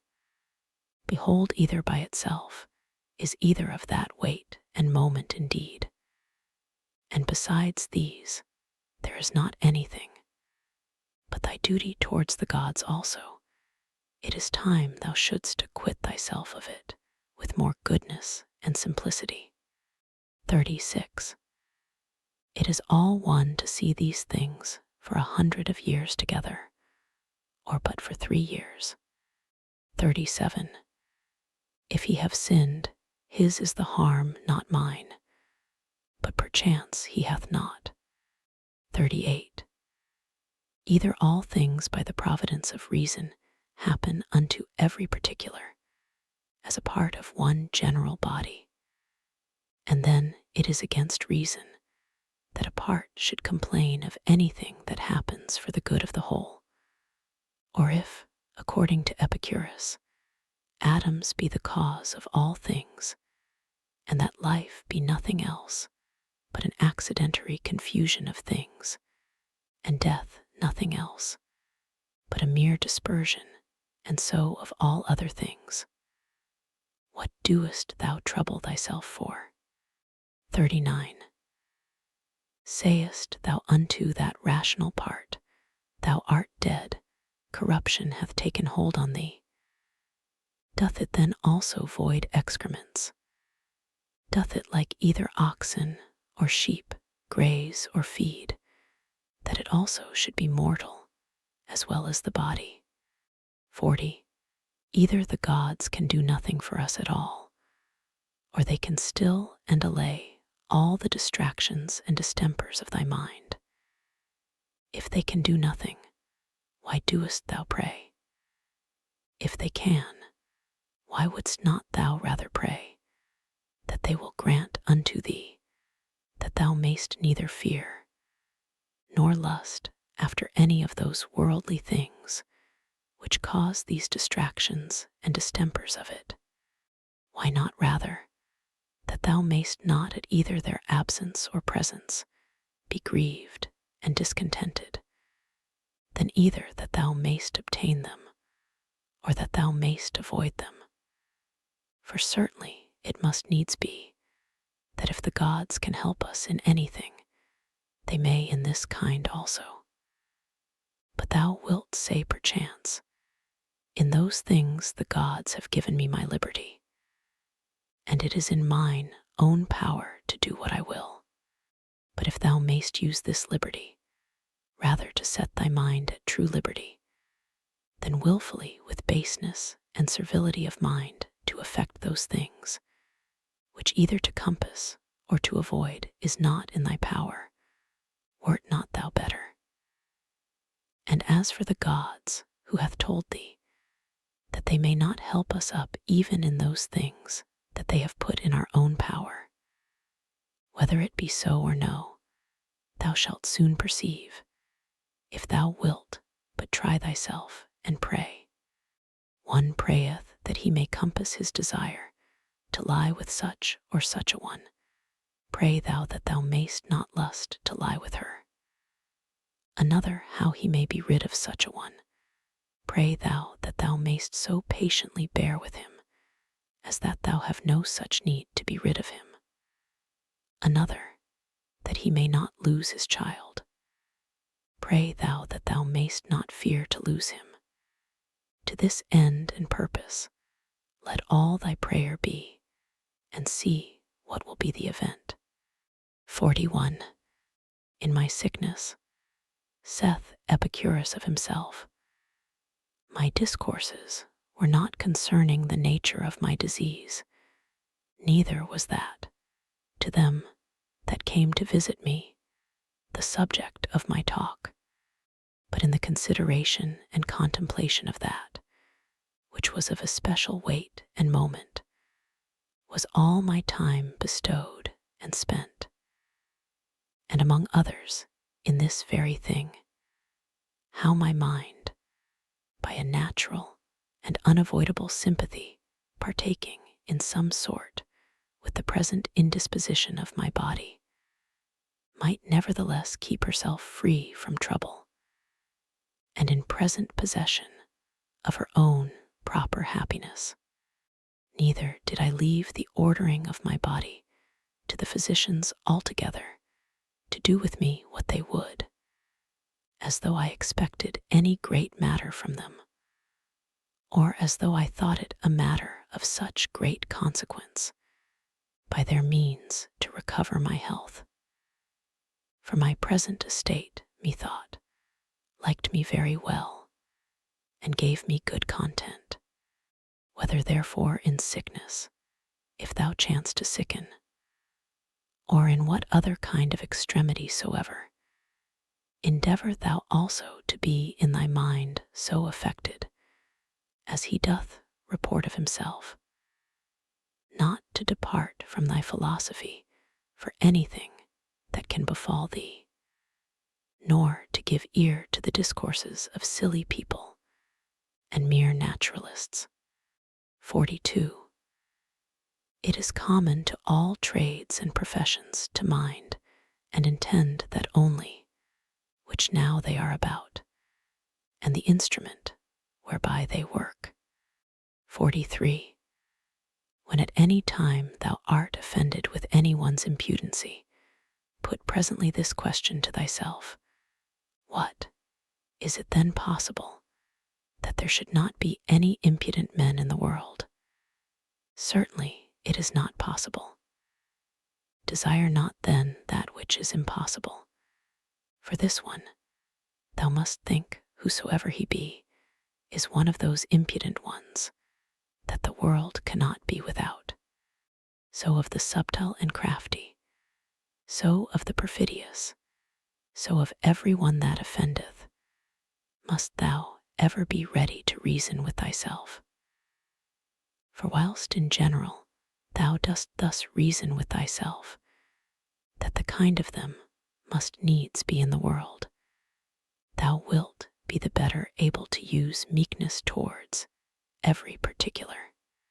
This also thou shalt find of very good use, upon every such occasion, presently to consider with thyself what proper virtue nature hath furnished man with against such a vice, or to encounter with a disposition vicious in this kind.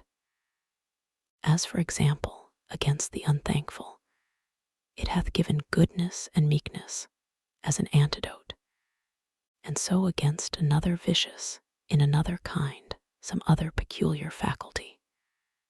And generally, is it not in thy power to instruct him better? That is in an error. For whosoever sinneth doth in that decline from his purposed end, and is certainly deceived.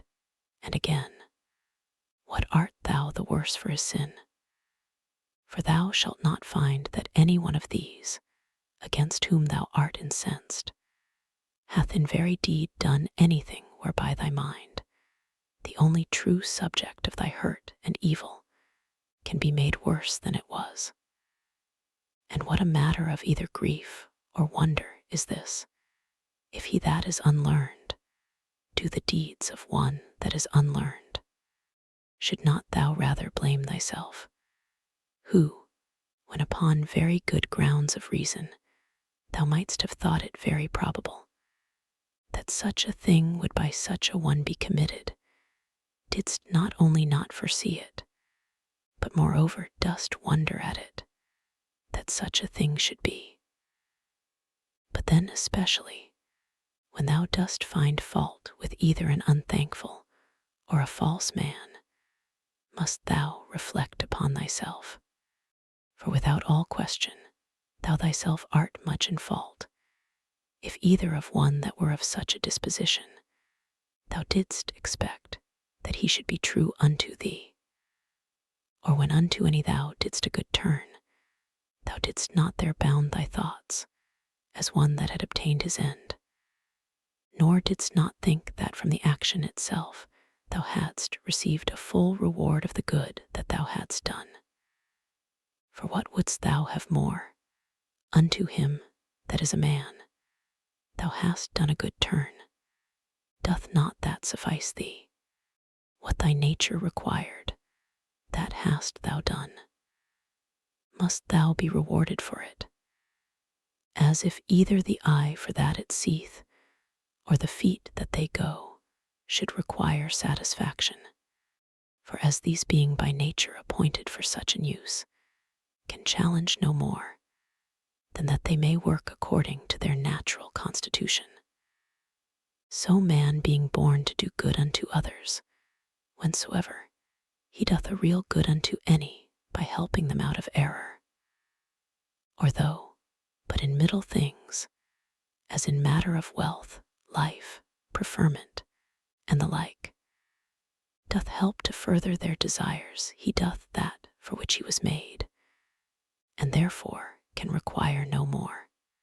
The 10th Book 1. O my soul, the time I trust will be, when thou shalt be good, simple, single, more open and visible than that body by which it is enclosed. Thou wilt one day be sensible of their happiness, whose end is love, and their affections dead to all worldly things. Thou shalt one day be full, and in want of no external thing, not seeking pleasure from anything, either living or insensible, that this world can afford, neither wanting time for the continuation of thy pleasure, nor place and opportunity, nor the favor either of the weather or of men, when thou shalt have content in thy present estate, and all things present shall add to thy content, when thou shalt persuade thyself that thou hast all things all for thy good, and all by the providence of the gods, and of things future also shalt be as confident that all will do well, as tending to the maintenance and preservation in some sort of his perfect welfare and happiness, who is perfection of life, of goodness and beauty, who begets all things and containeth all things in himself, and in himself doth recollect all things from all places that are dissolved, that of them he may beget others again like unto them. Such one day shall be thy disposition, that thou shalt be able, both in regard of the gods and in regard of men, so to fit and order thy conversation, as neither to complain of them at any time for anything that they do, nor to do anything thyself for which thou mayest justly be condemned. 2.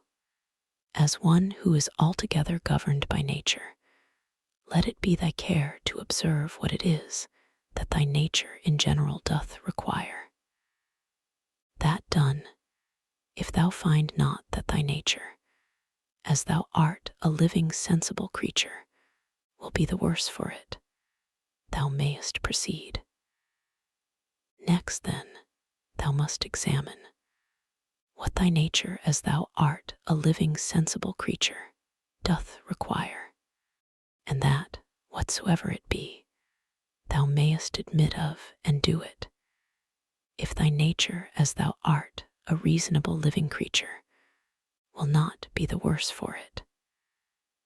Now whatsoever is reasonable is also sociable.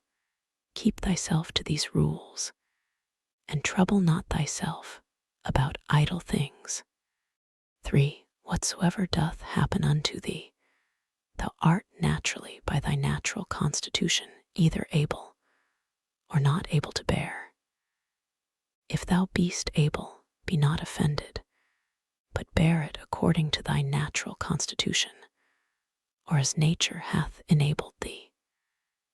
If thou beest not able, be not offended, for it will soon make an end of thee, and itself, whatsoever it be, at the same time end with thee.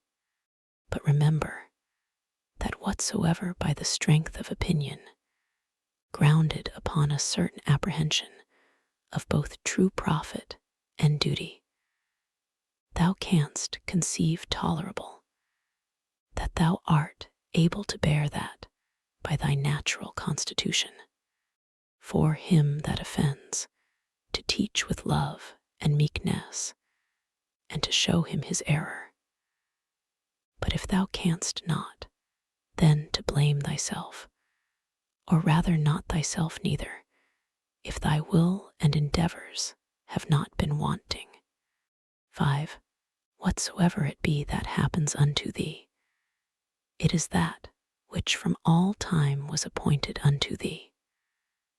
For by the same coherence of causes, by which thy substance from all eternity was appointed to be, was also whatsoever should happen unto it, destinated and appointed. 6. Either with Epicurus, we must fondly imagine the atoms to be the cause of all things, or we must needs grant a nature. Let this then be thy first ground, that thou art part of that universe which is governed by nature. Then, secondly, that to those parts that are of the same kind and nature as thou art, thou hast relation of kindred. For of these, if I shall always be mindful, first as I am a part, I shall never be displeased with anything. That falls to my particular share of the common chances of the world. For nothing that is behoveful unto the whole can be truly hurtful to that which is part of it. For this being the common privilege of all natures, that they contain nothing in themselves that is hurtful unto them, it cannot be that the nature of the universe, whose privilege beyond other particular natures is that she cannot against her will by any higher external cause be constrained, should beget anything and cherish it in her bosom that should tend to her own hurt and prejudice.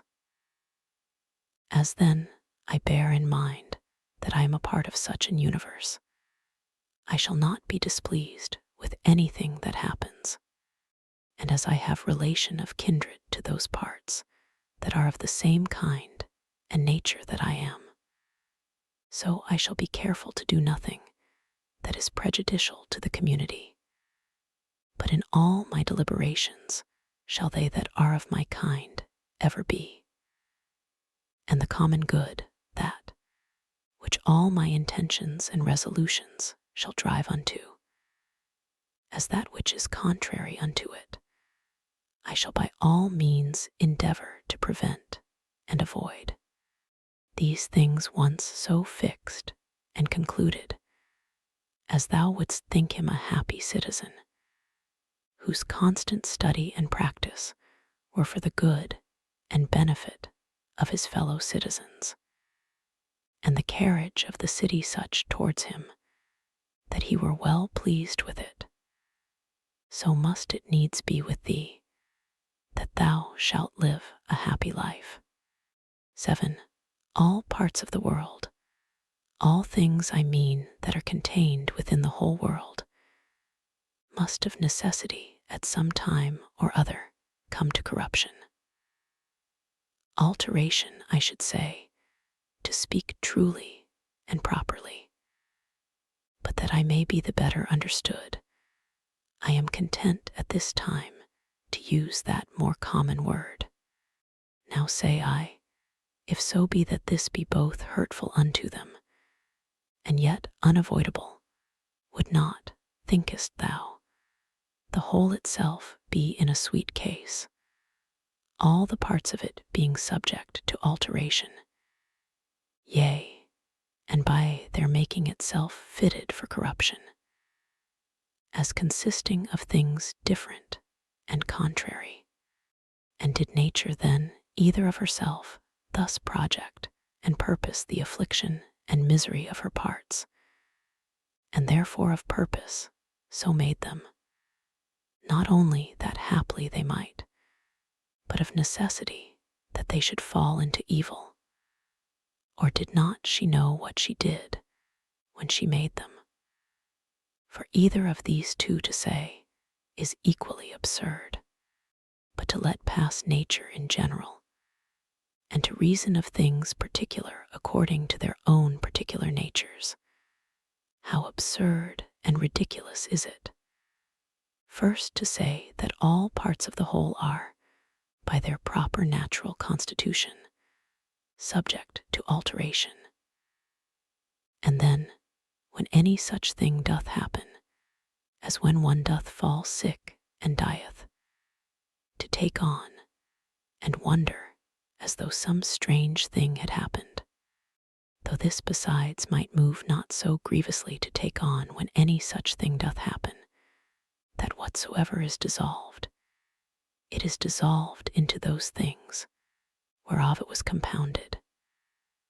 For every dissolution is either a mere dispersion of the elements into those elements again, whereof everything did consist, or a change of that which is more solid into earth, and of that which is pure and subtle or spiritual into air, so that by this means nothing is lost, but all resumed again into those rational generative seeds of the universe. And this universe, either after a certain period of time to lie consumed by fire, or by continual changes to be renewed, and so forever to endure. Now that solid and spiritual that we speak of, thou must not conceive it to be that very same which at first was, when thou wert born. For alas, all this that now thou art in either kind, either for matter of substance or of life, hath but 2 or 3 days ago partly from meats eaten, and partly from air breathed in, received all its influx, being the same then in no other respect than a running river, maintained by the perpetual influx and new supply of waters, is the same. That therefore which thou hast since received, not that which came from thy mother, is that which comes to change and corruption. But suppose that for the general substance and more solid part of it should still cleave unto thee never so close. Yet what is that to the proper qualities and affections of it, by which persons are distinguished, which certainly are quite different? 8. Now that thou hast taken these names upon thee of good, modest, true, of letter 1F1 4 mu phi rho omega nu, sigma epsilon mu phi rho omega nu, letter 1F5 1 pi epsilon rho phi rho omega nu. Take heed lest at any times, by doing anything that is contrary, thou be but improperly so called, and lose thy right to these appellations. Or if thou do, return unto them again with all possible speed. And remember that the word letter 1F1 4 mu phi rho omega nu notes unto thee an intent and intelligent consideration of every object that presents itself unto thee without distraction. And the word sigma epsilon mu phi rho omega nu, a ready and contented acceptation of whatsoever by the appointment of the common nature happens unto thee. And the word letter 1F5 1 pi epsilon rho phi rho omega nu, a superextension or transcendent and outreaching disposition of thy mind, whereby it passeth by all bodily pains and pleasures, honor and credit, death, and whatsoever is of the same nature, as matters of absolute indifferency, and in no wise to be stood upon by a wise man. These then, if inviolably thou shalt observe, and shalt not be ambitious to be so called by others, both thou thyself shalt become a new man, and thou shalt begin a new life. For to continue such as hitherto thou hast been, to undergo those distractions and distempers, as thou must needs for such a life as hitherto thou hast lived, is the part of one that is very foolish, and is over fond of his life, whom a man might compare to one of those half-eaten wretches, matched in the amphitheater with wild beasts, who, as full as they are all the body over with wounds and blood, desire for a great favor, that they may be reserved till the next day. Then also, and in the same estate to be exposed to the same nails and teeth as before. Away, therefore, ship thyself, and from the troubles and distractions of thy former life convey thyself, as it were, unto these few names. And if thou canst abide in them, or be constant in the practice and possession of them, continue there as glad and joyful as one that were translated unto some such place of bliss and happiness as that which by Hesiod and Plato is called the islands of the blessed, by others called the Elysian fields. And whensoever thou findest thyself, that thou art in danger of a relapse, and that thou art not able to master and overcome those difficulties and temptations that present themselves in thy present station, get thee into any private corner where thou mayst be better able, or if that will not serve, forsake even thy life rather, but so that it be not in passion, but in a plain, voluntary, modest way, this being the only commendable action of thy whole life, that thus thou art departed, or this having been the main work and business of thy whole life, that thou mightest thus depart. Now for the better remembrance of those names that we have spoken of, thou shalt find it a very good help to remember the gods as often as may be, and that the thing which they require at our hands of as many of us as are by nature reasonable creation is not that with fair words and outward show of piety and devotion we should flatter them, but that we should become like unto them, and that, as all other natural creatures, the fig tree, for example, the dog, the bee, both do, all of them, and apply themselves unto that which by their natural constitution is proper unto them, so man likewise should do that which by his nature, as he is a man, belongs unto him. 9. Toys and fooleries at home, wars abroad, sometimes terror, sometimes torpor, or stupid sloth. This is thy daily slavery. By little and little, if thou doest not better look to it, those sacred stigmata will be blotted out of thy mind.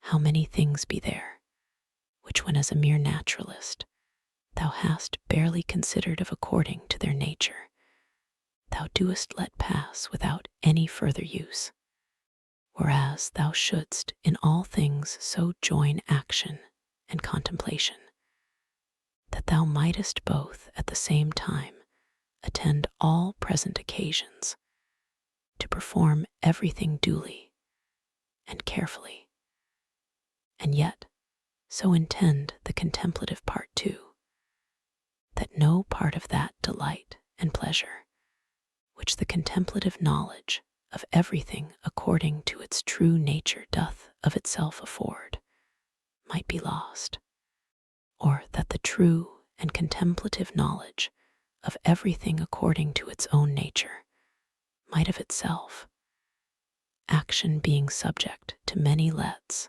and impediments, afford unto thee sufficient pleasure and happiness, not apparent indeed, but not concealed.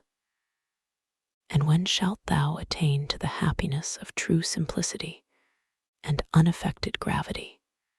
When shalt thou rejoice in the certain knowledge of every particular object according to its true nature, as what the matter and substance of it is, what use it is for in the world, how long it can subsist, what things it doth consist of, who they be that are capable of it, and who they that can give it and take it away.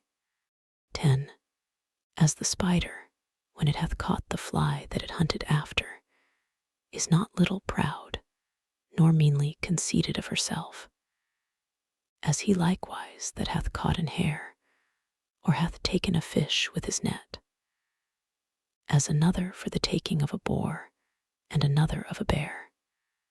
So may they be proud, and applaud themselves for their valiant acts against the Sarmatai, or northern nations lately defeated. For these also, these famous soldiers and warlike men, if thou dost look into their minds and opinions, what do they for the most part but hunt after prey? 11.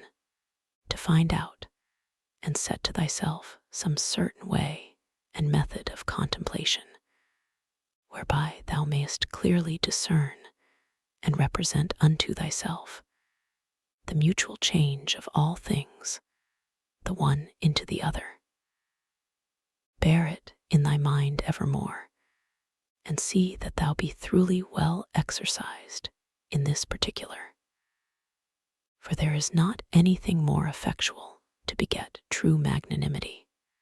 12. He hath got loose from the bonds of his body, and perceiving that within a very little while he must of necessity bid the world farewell, and leave all these things behind him, he wholly applied himself as to righteousness in all his actions, so to the common nature in all things that should happen unto him, and contenting himself with these two things, to do all things justly, and whatsoever God doth send to like well of it, what others shall either say or think of him, or shall do against him, he doth not so much as trouble his thoughts with it. To go on straight, whither right and reason directed him, and by so doing to follow God, was the only thing that he did mind, that, his only business and occupation. 13. What use is there of suspicion at all? Or why should thoughts of mistrust and suspicion concerning that which is future trouble thy mind at all?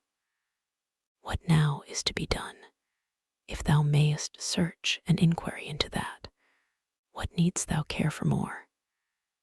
And if thou art well able to perceive it alone, let no man divert thee from it. But if alone thou doest not so well perceive it, suspend thine action, and take advice from the best.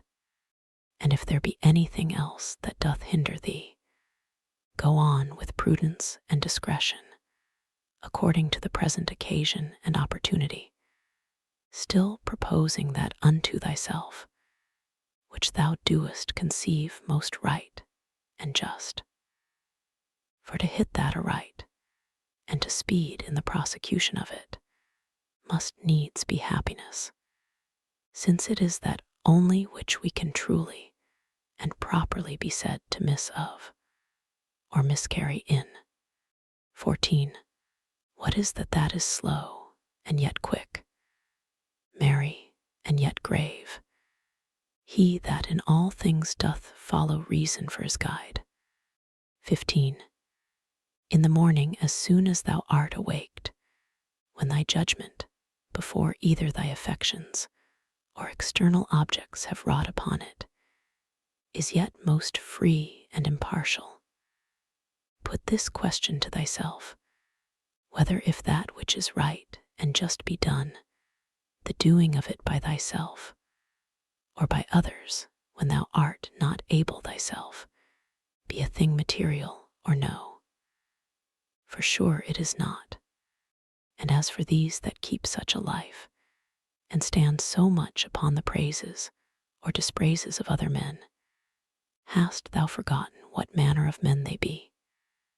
That such and such upon their beds, and such at their board, what their ordinary actions are, what they pursue after, and what they fly from, what thefts and rapines they commit, if not with their hands and feet, yet with that more precious part of theirs, their minds, which would it but admit of them, might enjoy faith, modesty, truth, justice, a good spirit. 16. Give what thou wilt, and take away what thou wilt, saith he that is well taught and truly modest, to him that gives and takes away. And it is not out of a stout and peremptory resolution that he saith it, but in mere love and humble submission. 17. So live as indifferent to the world and all worldly objects, as one who liveth by himself alone upon some desert hill. For whether here or there, if the whole world be but as one town, it matters not much for the place. Let them behold and see a man, that is a man indeed, living according to the true nature of man. If they cannot bear with me, let them kill me. For better were it to die, than so to live as they would have thee. 18. Make it not any longer a matter of dispute or discourse. What are the signs and proprieties of a good man, but really and actually to be such. 19. Ever to represent unto thyself, and to set before thee both the general age and time of the world, and the whole substance of it, and how all things particular in respect of these are for their substance, as one of the least seeds that is, and for their duration, as the turning of the pestle in the mortar once about. Then to fix thy mind upon every particular object of the world, and to conceive it, as it is indeed, as already being in the state of dissolution and of change, tending to some kind of either putrefaction or dispersion, or whatsoever else it is. That is the death, as it were, of everything in his own kind. 20. Consider them through all actions and occupations of their lives, as when they eat and when they sleep, when they are in the act of necessary exoneration, and when in the act of lust. Again, when they either are in their greatest exaltation, and in the middle of all their pomp and glory, or being angry and displeased, in great state and majesty, as from an higher place, they chide and rebuke.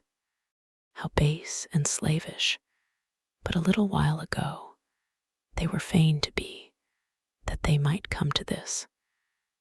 And within a very little while, what will be their estate, when death hath once seized upon them?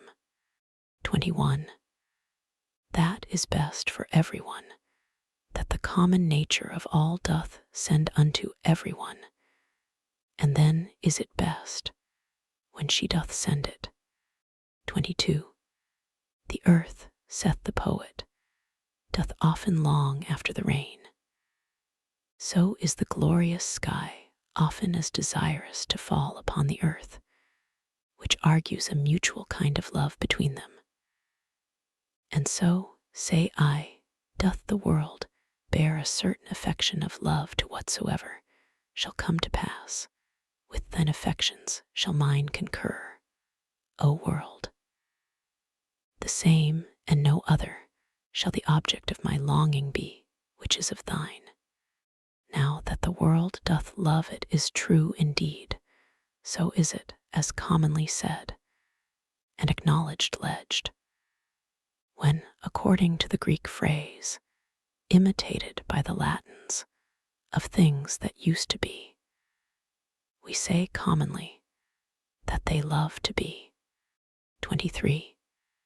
Either thou dost continue in this kind of life, and that is it, which so long thou hast been used unto, and therefore tolerable, or thou doest retire, or leave the world, and that of thine own accord, and then thou hast thy mind, or thy life is cut off, and then mayst thou rejoice that thou hast ended thy charge.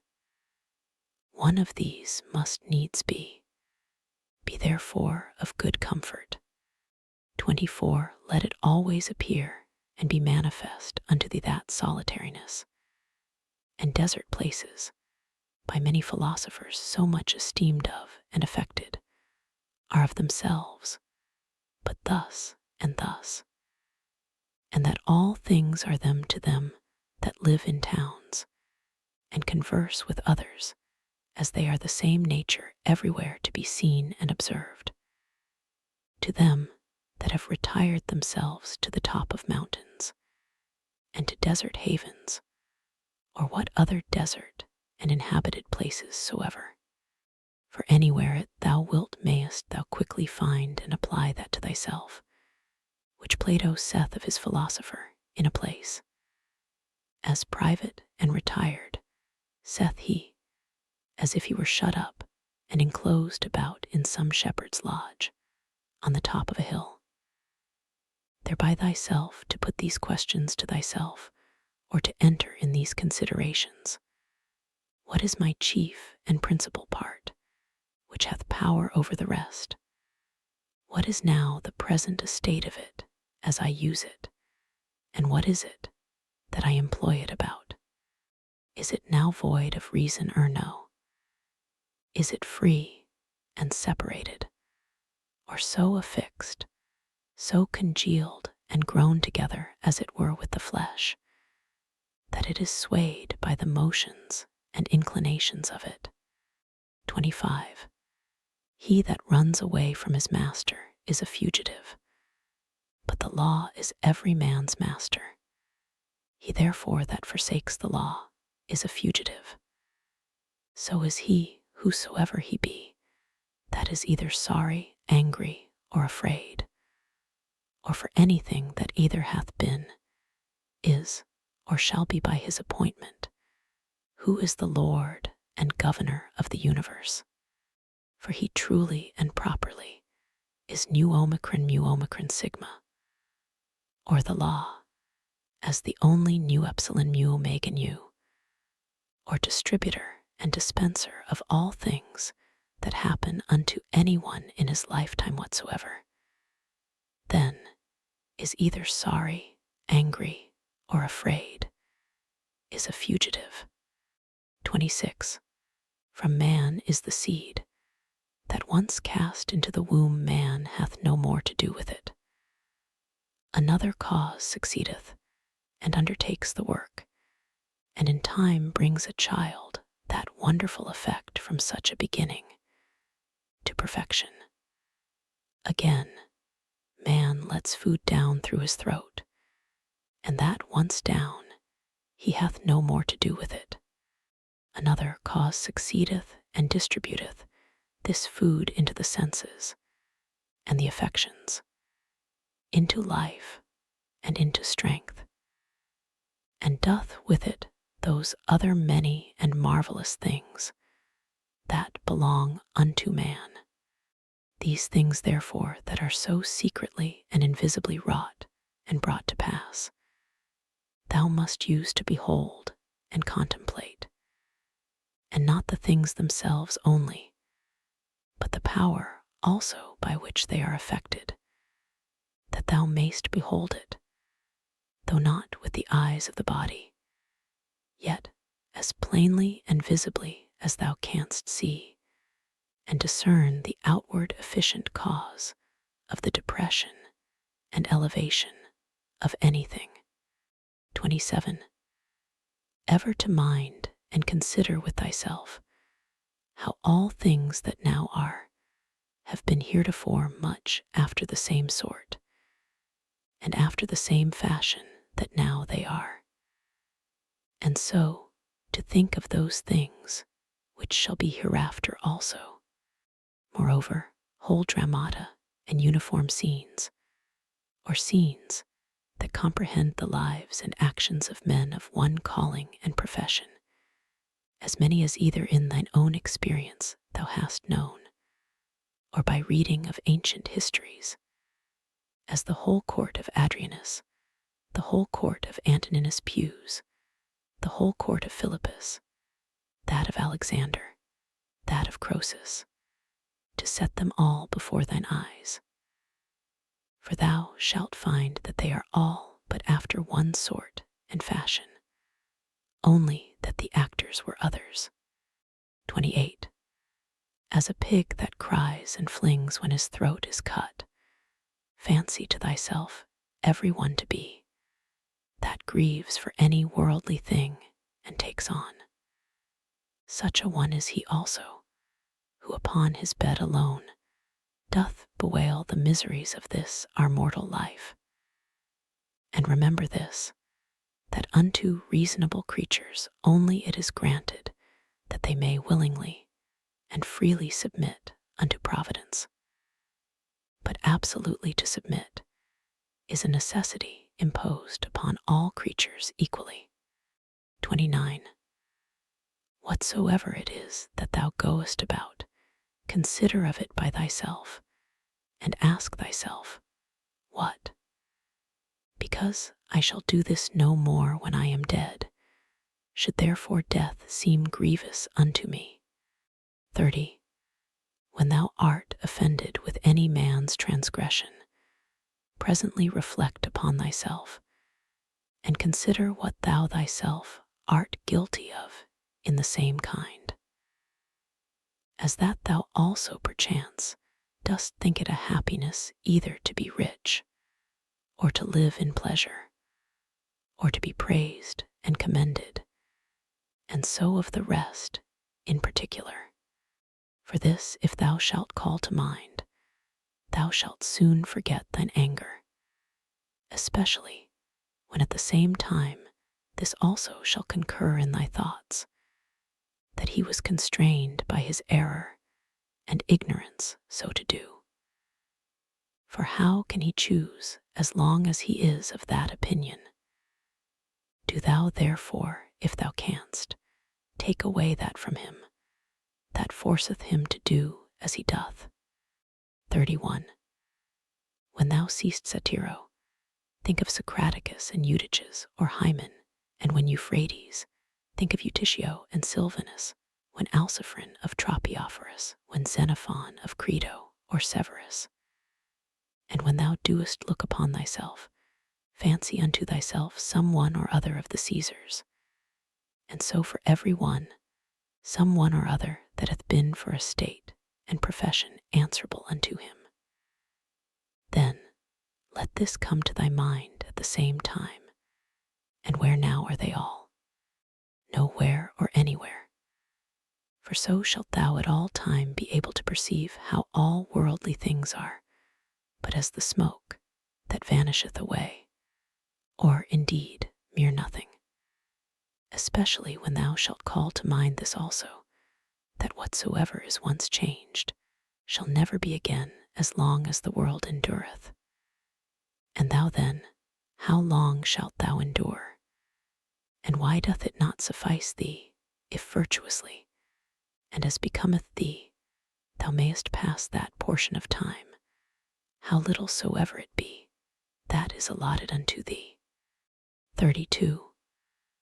What a subject, and what a course of life is it, that thou doest so much desire to be rid of? For all these things, what are they but fit objects for an understanding, that beholdeth everything according to its true nature, to exercise itself upon? Be patient, therefore, until that, as a strong stomach that turns all things into his own nature, and as a great fire that turneth in flame and light, whatsoever thou doest cast into it, thou have made these things also familiar, and as it were natural unto thee. 33. Let it not be in any man's power to say truly of thee, that thou art not truly simple, or sincere and open, or not good. Let him be deceived, whosoever he be, that shall have any such opinion of thee. For all this doth depend of thee. For who is it that should hinder thee from being either truly simple or good? Do thou only resolve rather not to live, than not to be such. For indeed, neither doth it stand with reason that he should live that is not such. What then is it that may upon this present occasion, according to best reason and discretion, either be said or done?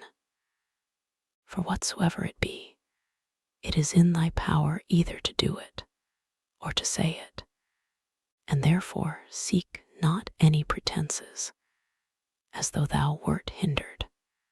Thou wilt never cease groaning and complaining until such time as that, what pleasure is unto the voluptuous, be unto thee, to do in everything that presents itself, whatsoever may be done conformably and agreeably to the proper constitution of man, or to man as he is a man. For thou must account that pleasure, whatsoever it be, that thou mayest do according to thine own nature. And to do this, every place will fit thee.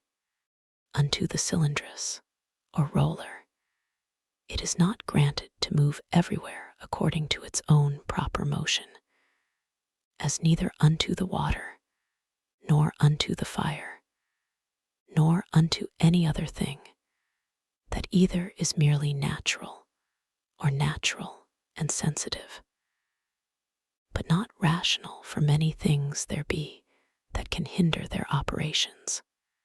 Of the mind and understanding this is the proper privilege, that according to its own nature, and as it will itself, it can pass through every obstacle that it finds, and keep straight on forwards, setting therefore before thine eyes this happiness and felicity of thy mind, whereby it is able to pass through all things, and is capable of all motions, whether as the fire upwards, or as the stone downwards, or as the cylindrous through that which is sloping. Content thyself with it, and seek not after any other thing. For all other kind of hindrances, that are not hindrances of thy mind, either they are proper to the body, or merely proceed from the opinion, reason not making that resistance that it should, but basely, and cowardly suffering itself to be foiled, and of themselves can neither wound, nor do any hurt at all. Else must he of necessity, whosoever he be that meets with any of them, become worse than he was before. For so is it in all other subjects, that is thought hurtful unto them, whereby they are made worse. But here contrariwise, man, if he make that good use of them that he should, is rather the better, and the more praiseworthy for any of those kind of hindrances, than otherwise. But generally remember that nothing can hurt a natural citizen that is not hurtful unto the city itself, nor anything hurt the city that is not hurtful unto the law itself. But none of these casualties, or external hindrances, do hurt the law itself, or are contrary to that course of justice and equity by which public societies are maintained. Neither therefore do they hurt either city or citizen. 34.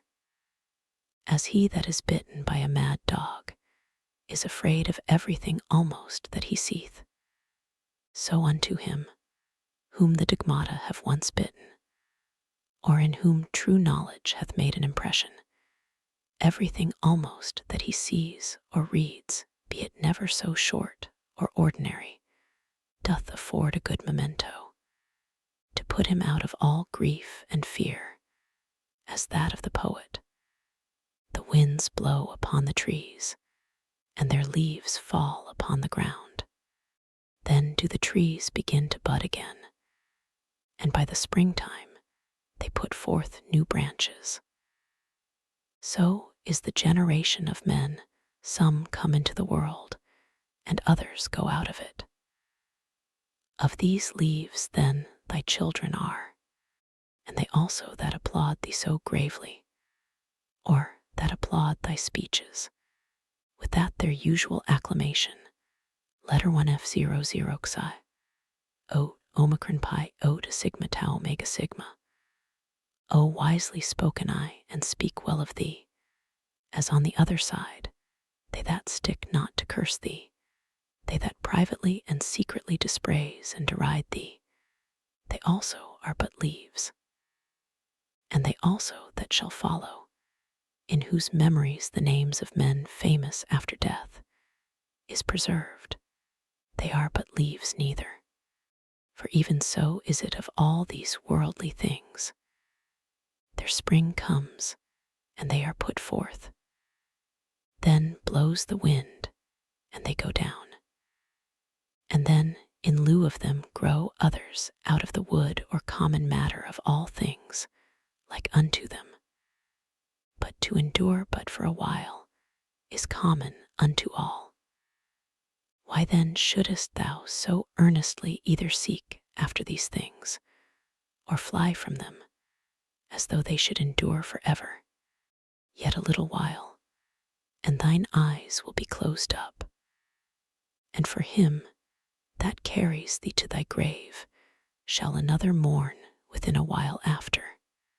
35. A good eye must be good to see whatsoever is to be seen, and not green things only, for that is proper to sore eyes. So must a good ear, and a good smell be ready for whatsoever is either to be heard or smelt, and a good stomach as indifferent to all kinds of food as a millstone is to whatsoever she was made for to grind. As ready therefore must a sound understanding be for whatsoever shall happen. But he that saith, O that my children might live, and O that all men might commend me for whatsoever I do, is an eye that seeks after green things, or as teeth after that which is tender. 36. There is not any man that is so happy in his death, but that some of those that are by him when he dies will be ready to rejoice at his supposed calamity. Is it one that was virtuous and wise indeed? Will there not some one or other be found, who thus will say to himself, Well, now at last shall I be at rest from this pedagogue. He did not indeed otherwise trouble us much, but I know well enough that in his heart he did much condemn us. Thus will they speak of the virtuous. But as for us, alas, how many things be there, for which there be many that glad would be to be rid of us. This therefore, if thou shalt think of whensoever thou deest, thou shalt die the more willingly, when thou shalt think with thyself, I am now to depart from that world, wherein those that have been my nearest friends and acquaintances, they whom I have so much suffered for, so often prayed for, and for whom I have taken such care, even they would have me die, hoping that after my death they shall live happier than they did before. What then should any man desire to continue here any longer? Nevertheless, whensoever thou deest, thou must not be less kind and loving unto them for it, but as before, see them, continue to be their friend, to wish them well, and meekly, and gently to carry thyself towards them, but yet so that, on the other side, it make thee not the more unwilling to die. But as it fareth with them that die an easy quick death, whose soul is soon separated from their bodies, so must thy separation from them be. To these had nature joined and annexed me. Now she parts us. I am ready to depart, as from friends and kinsmen, but yet without either reluctancy or compulsion. For this also is according to nature. 37. Use thyself as often as thou seest any man do anything presently, if it be possible, to say unto thyself, what is this man's end in this his action? But begin this course with thyself first of all, and diligently examine thyself concerning whatsoever thou doest. 38. Remember that which sets a man at work, and hath power over the affections to draw them either one way or the other way, is not any external thing properly, but that which is hidden within every man's stigmata and opinions. That is rhetoric, that is life, that, to speak true, is man himself. As for thy body, which as a vessel or a case compasseth thee about, and the many and curious instruments that it hath annexed unto it, let them not trouble thy thoughts. For of themselves they are but as a carpenter's axe, but that they are born with us, and naturally sticking unto us. But otherwise, without the inward cause that hath power to move them, and to restrain them, those parts are of themselves of no more use unto us than the shuttle is of itself to the weaver, or the pen to the writer, or the whip to the coachman. The 11th Book 1. The natural properties and privileges of a reasonable soul are that she seeth herself, that she can order and compose herself, that she makes herself as she will herself, that she reaps her own fruits whatsoever, whereas plants, trees, unreasonable creatures, what fruit soever, be it either fruit properly, or analogically only, they bear them unto others, and not to themselves. Again, whensoever and wheresoever, sooner or later, her life doth end, she hath her own end nevertheless. For it is not with her, as with dancers and players, who if they be interrupted in any part of their action, the whole action must needs be imperfect. But she, in what part of time or action soever she be surprised, can make that which she hath in her hand, whatsoever it be, complete and full, so that she may depart with that comfort.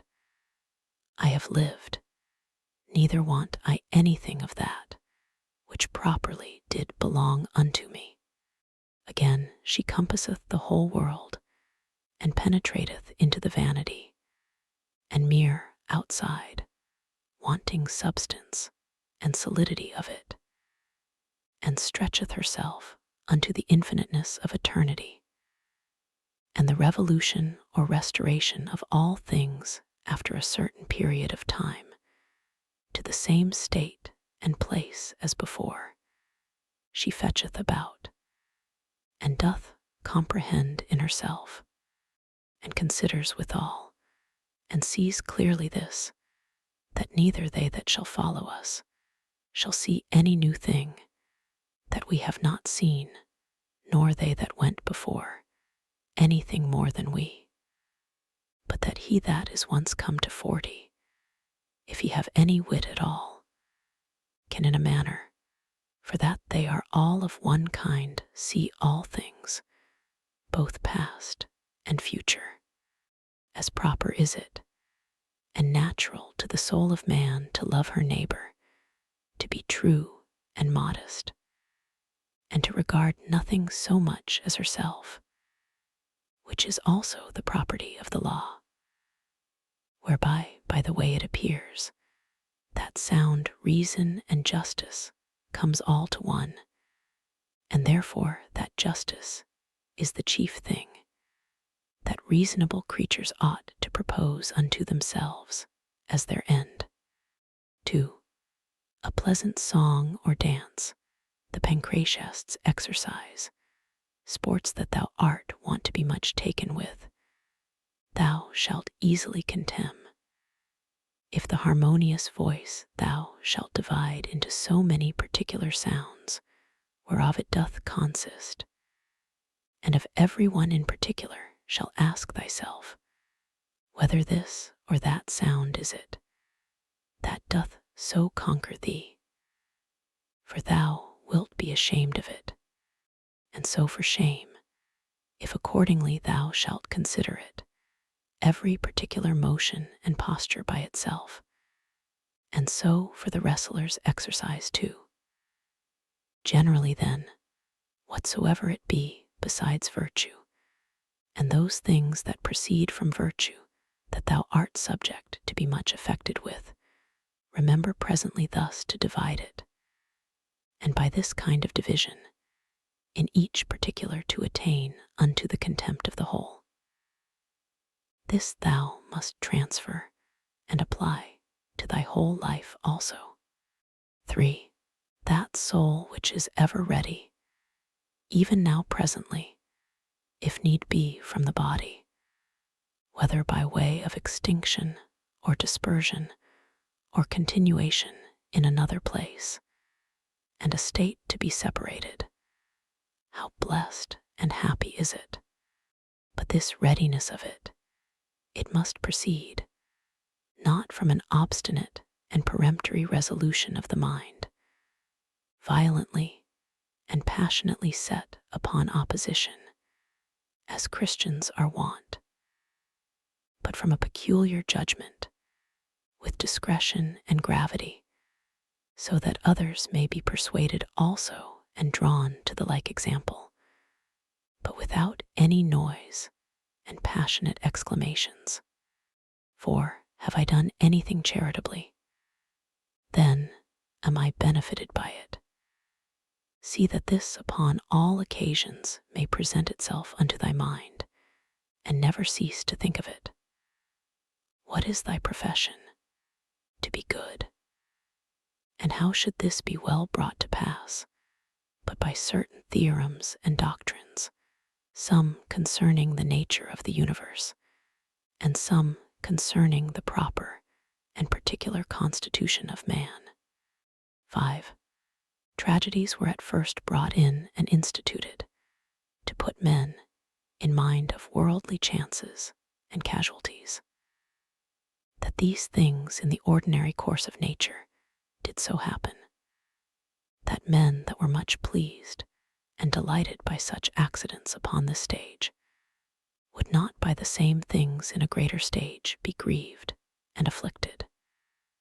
For here you see what is the end of all such things, and that even they that cry out so mournfully to Cytheron must bear them for all their cries and exclamations, as well as others. And in very truth, many good things are spoken by these poets, as that, for example, is an excellent passage. But if so be that I and my 2 children be neglected by the gods, they have some reason even for that, and see, and again, it will but little avail thee to storm and rage against the things themselves, and see again, to reap one's life as a ripe ear of corn, and whatsoever else is to be found in them, that is of the same kind. After the tragedy, the ancient comedy was brought in, which had the liberty to inveigh against personal vices, being therefore through this her freedom and liberty of speech of very good use and effect, to restrain men from pride and arrogancy, to which end it was that Diogenes took also the same liberty. After these, what were either the middle or new comedy admitted for, but merely, or for the most part at least, for the delight and pleasure of curious and excellent imitation. It will steal away, look to it, and see why no man denies, but that these also have some good things whereof that may be one. But the whole drift and foundation of that kind of dramatical poetry, what is it else but as we have said? 6. How clearly doth it appear unto thee that no other course of thy life could fit a true philosopher's practice better than this very course, that thou art now already in. 7. A branch cut off from the continuity of that which was next unto it must needs be cut off from the whole tree. So a man that is divided from another man is divided from the whole society. A branch is cut off by another, but he that hates and is averse cuts himself off from his neighbor, and knows not that at the same time he divides himself from the whole body or corporation. But herein is the gift and mercy of God, the author of this society, in that, once cut off, we may grow together and become part of the whole again. But if this happen often, the misery is that the further a man is run in this division, the harder he is to be reunited and restored again. And however the branch which, once cut of afterwards, was grafted in, gardeners can tell you is not like that which sprouted together at first, and still continued in the unity of the body. 8. To grow together like fellow branches in matter of good correspondence and affection, but not in matter of opinions. They that shall oppose thee in thy right courses, as it is not in their power to divert thee from thy good action, so neither let it be to divert thee from thy good affection towards them. But be it thy care to keep thyself constant in both in a right judgment and action, and in true meekness towards them, that either shall do their endeavor to hinder thee, or at least will be displeased with thee for what thou hast done. For to fail in either in the one to give over for fear, or in the other to forsake thy natural affection towards him, who by nature is both thy friend and thy kinsman, is equally base, and much savoring of the disposition of a cowardly fugitive soldier. 9. It is not possible that any nature should be inferior unto art, since that all arts imitate nature. If this be so, that the most perfect and general nature of all natures should in her operation come short of the skill of arts, is most improbable. Now common is it to all arts to make that which is worse for the better's sake. Much more then doth the common nature do the same. Hence is the first ground of justice. From justice, all other virtues have their existence. For justice cannot be preserved if either we settle our minds and affections upon worldly things, or be apt to be deceived, or rash, and inconstant. 10. The things themselves, which either to get or to avoid thou art put to so much trouble, come not unto thee themselves, but thou in a manner goest unto them. Let then thine own judgment and opinion concerning those things be at rest. And as for the things themselves, they stand still and quiet, without any noise or stir at all, and so shall all pursuing and flying cease. 11. Then is the soul as Empedocles doth liken it, like unto a sphere or globe, when she is all of one form and figure, when she neither greedily stretcheth out herself unto anything, nor basely contracts herself, or lies flat and dejected, but shineth all with light, whereby she does see and behold the true nature, both that of the universe and her own in particular. 12. Will any contemn me? Let him look to that, upon what grounds he does it. My care shall be that I may never be found either doing or speaking anything that doth truly deserve contempt. Will any hate me? Let him look to that.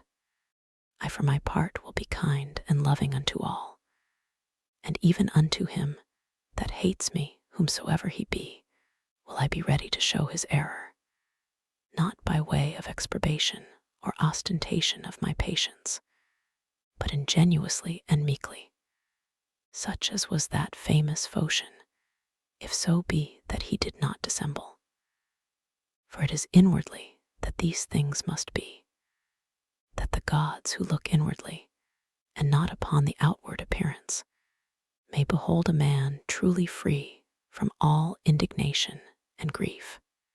For what hurt can it be unto thee whatsoever any man else doth, as long as thou mayest do that which is proper and suitable to thine own nature? Wilt not thou, a man wholly appointed to be both what, and as the common good shall require, accept of that which is now seasonable to the nature of the universe? 13. They contemn one another, and yet they seek to please one another. And whilst they seek to surpass one another in worldly pomp and greatness, they most debase and prostitute themselves in their better part one to another. 14. How rotten and insincere is he that saith, I am resolved to carry myself hereafter towards you with all ingenuity and simplicity. O man, what doest thou mean? What needs this profession of thine? The thing itself will show it. It ought to be written upon thy forehead. No sooner thy voice is heard than thy countenance must be able to show what is in thy mind. Even as he that is loved knows, presently, by the looks of his sweetheart, what is in her mind, such must he be for all the world that is truly simple and good, as he whose armholes are offensive, that whosoever stands by, as soon as ever he comes near him, may as it were smell him whether he will or no. But the affectation of simplicity is nowise laudable. There is nothing more shameful than perfidious friendship. Above all things, that must be avoided. However, true goodness, simplicity, and kindness cannot so be hidden, but that, as we have already said, in the very eyes and countenance they will show themselves. 15. To live happily is an inward power of the soul, when she is affected with indifferency towards those things that are by their nature indifferent. To be thus affected, she must consider all worldly objects both divided and whole, remembering withal that no object can of itself beget any opinion in us, neither can come to us, but stands without still and quiet, but that we ourselves beget, and as it were print in ourselves opinions concerning them. Now it is in our power not to print them, and if they creep in and lurk in some corner, it is in our power to wipe them off, remembering moreover that this care and circumspection of thine is to continue but for a while, and then thy life will be at an end. And what should hinder but that thou mayest do well with all these things? For if they be according to nature, rejoice in them, and let them be pleasing and acceptable unto thee. But if they be against nature, seek thou that which is according to thine own nature, and whether it be for thy credit or no, use all possible speed for the attainment of it. For no man ought to be blamed for seeking his own good and happiness. 16. Of everything thou must consider from whence it came, of what things it doth consist, and into what it will be changed, what will be the nature of it, or what it will be like unto when it is changed, and that it can suffer no hurt by this change. And as for other men's either foolishness or wickedness, that it may not trouble and grieve thee. First, generally thus, what reference have I unto these? And that we are all born for one another's good.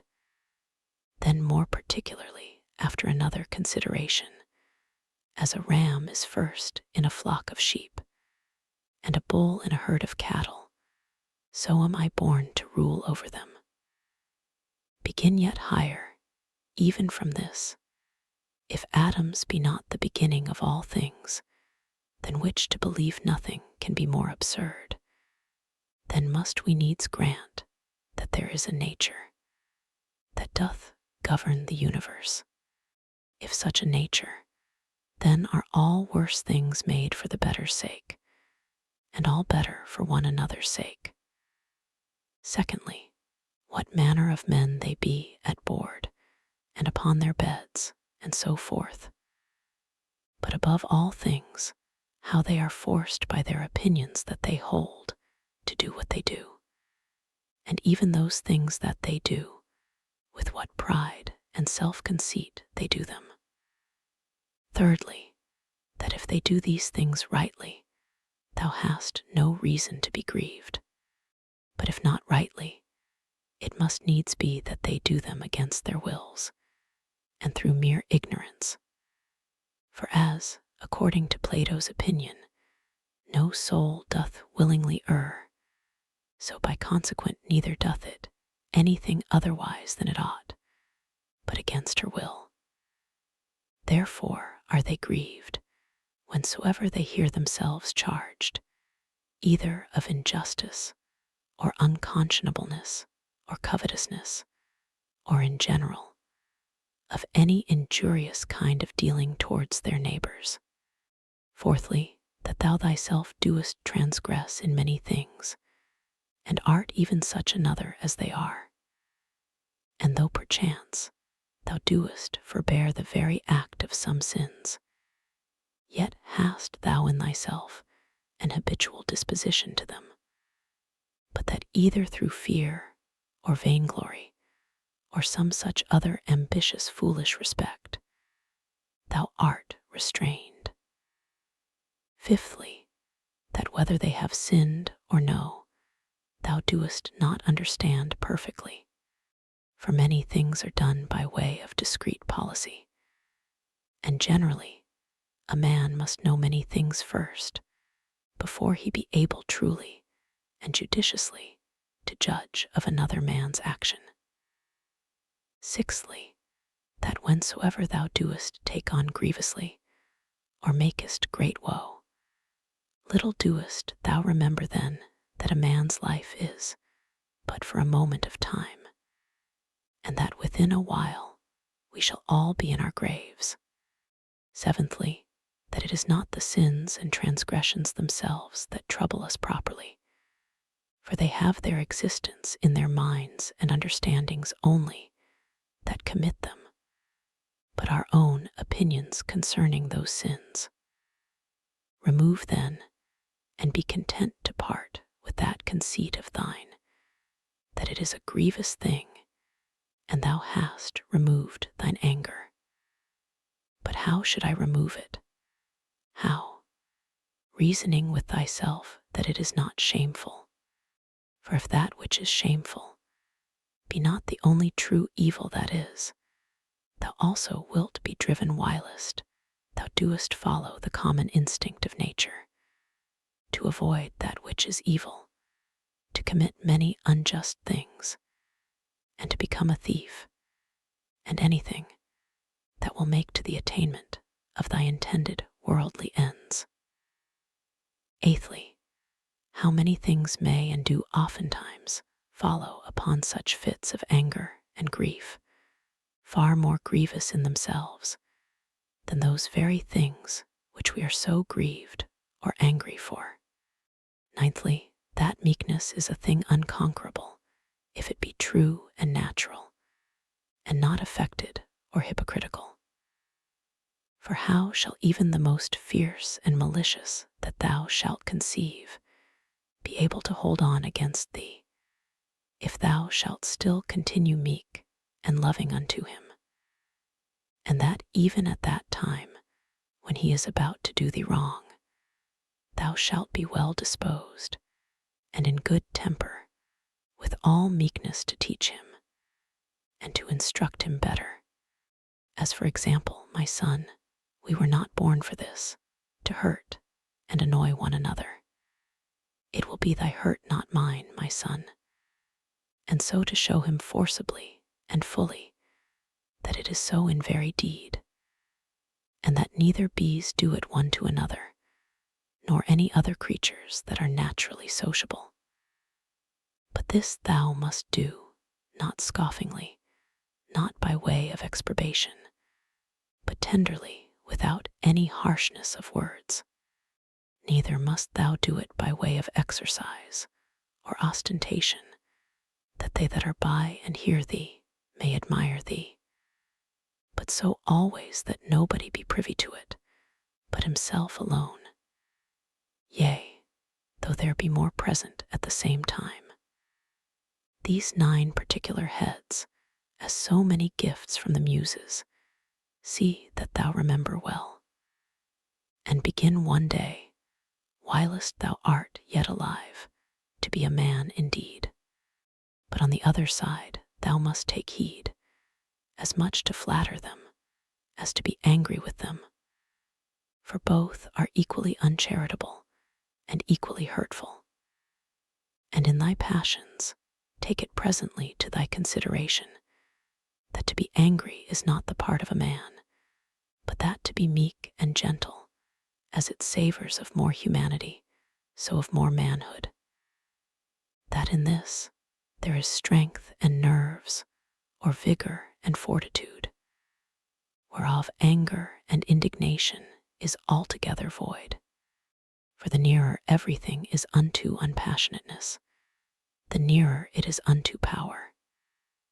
And as grief doth proceed from weakness, so doth anger. For both he that is angry and that grieveth, have received a wound, and cowardly have as it were yielded themselves unto their affections. If thou wilt have a 10th also, receive this 10th gift from Hercules the guide and leader of the Muses.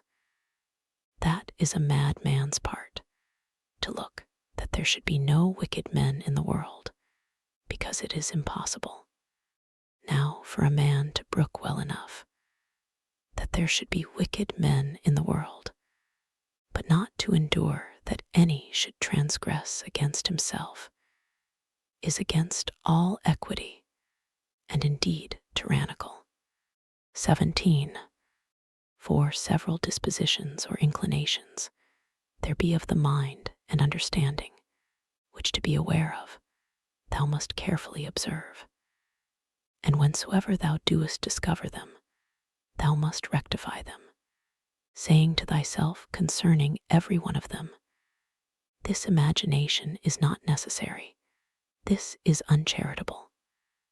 This thou shalt speak as another man's slave, or instrument, than which nothing can be more senseless and absurd. For the 4th, thou shalt sharply check and upbraid thyself, for that thou doest suffer that more divine part in thee, to become subject and obnoxious to that more ignoble part of thy body, and the gross lusts and concupiscences thereof. 18. What portion soever, either of air or fire there be in thee, although by nature it tend upwards, submitting nevertheless to the ordinance of the universe, it abides here below in this mixed body. So whatsoever is in thee, either earthy or humid, although by nature it tend downwards, yet is it against its nature both raised upwards and standing or consistent.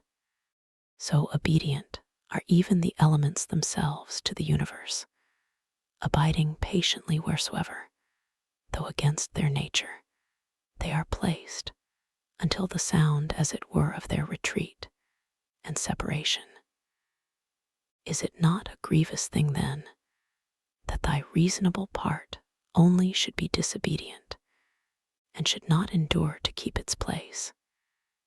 Yea, though it be nothing enjoined that is contrary unto it, but that only which is according to its nature.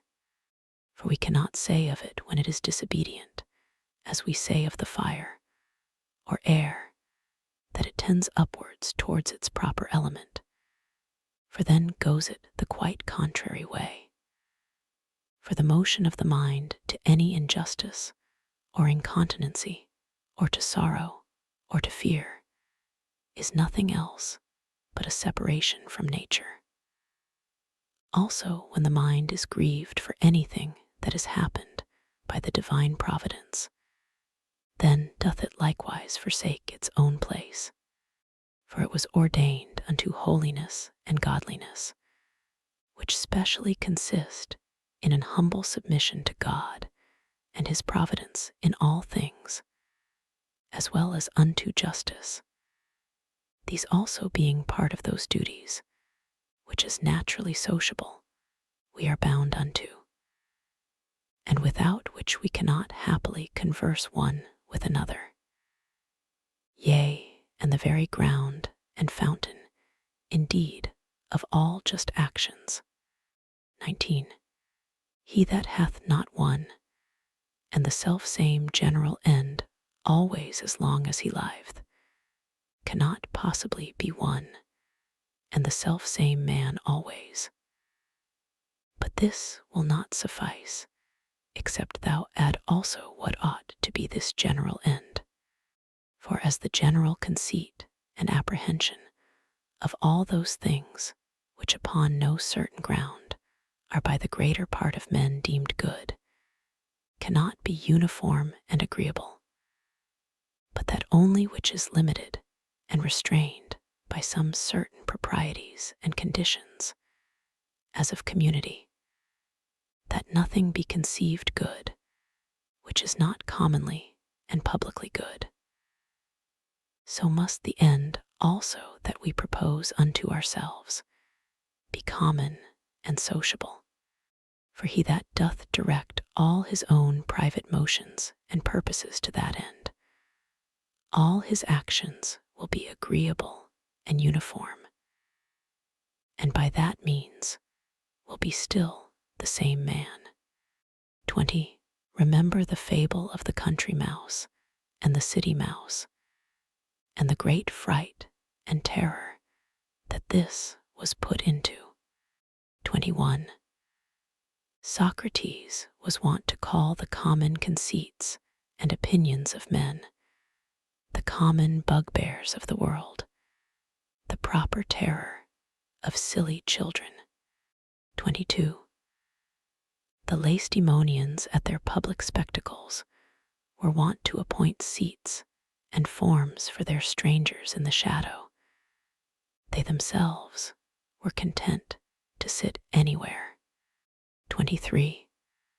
What Socrates answered unto Perdiccas, why he did not come unto him, lest of all deaths I should die the worst kind of death, said he, that is, not able to requite the good that hath been done unto me. 24. In the ancient mystical letters of the Ephesians, there was an item that a man should always have in his mind some one or other of the ancient worthies. 25. The Pythagoreans were wont betimes in the morning, the first thing they did, to look up unto the heavens, to put themselves in mind of them, who constantly and invariably did perform their task, as also to put themselves in mind of orderliness, or good order, and of purity, and of naked simplicity. For no star or planet hath any cover before it. 26. How Socrates looked, when he was fain to gird himself with a skin, Xanthippe his wife having taken away his clothes, and carried them abroad with her, and what he said to his fellows and friends, who were ashamed. and out of respect to him, did retire themselves when they saw him thus decked. 27. In matter of writing or reading, thou must needs be taught before thou can do either, much more in matter of life. For thou art born a mere slave to thy senses and brutish affections, destitute without teaching of all true knowledge and sound reason. 28. My heart smiled within me. They will accuse even virtue herself with heinous and opprobrious words. 29. As they that long after figs in winter when they cannot be had, so are they that long after children before they be granted them. 30. As often as a father kisseth his child, he should say secretly with himself, said Epictetus, tomorrow perchance shall he die. But these words be ominous. No words ominous, said he, that signify anything that is natural. In very truth and deed not more ominous than this, to cut down grapes when they are ripe. Green grapes, ripe grapes, dried grapes, or raisins. So many changes and mutations of one thing, not into that which was not absolutely, but rather so many several changes and mutations, not into that which hath no being at all, but into that which is not yet in being. 31. Of the free will there is no thief or robber. Out of Epictetus. Whose is this also? That we should find a certain art and method of assenting, and that we should always observe with great care and heed the inclinations of our minds, that they may always be with their due restraint and reservation, always charitable, and according to the true worth of every present object. And as for earnest longing, that we should altogether avoid it, and to use averseness in those things only that wholly depend of our own wills. It is not about ordinary petty matters, believe it, that all our strife and contention is, but whether with the vulgar we should be mad, or by the help of philosophy wise and sober, said he. XXI. Socrates said, what will you have? The souls of reasonable or unreasonable creatures? Of reasonable. But what? Of those whose reason is sound and perfect, or of those whose reason is vitiated and corrupted? Of those whose reason is sound and perfect. Why then labor ye not for such? Because we have them already. What then do ye so strive and contend between you? The 12th Book 1. Whatsoever thou doest hereafter aspire unto, thou mayest even now enjoy and possess, if thou doest not envy thyself thine own happiness. And that will be, if thou shalt forget all that is past, and for the future refer thyself wholly to the divine providence, and shalt bend and apply all thy present thoughts and intentions to holiness and righteousness. To holiness, in accepting willingly whatsoever is sent by the divine providence, as being that which the nature of the universe hath appointed unto thee, which also hath appointed thee for that, whatsoever it be.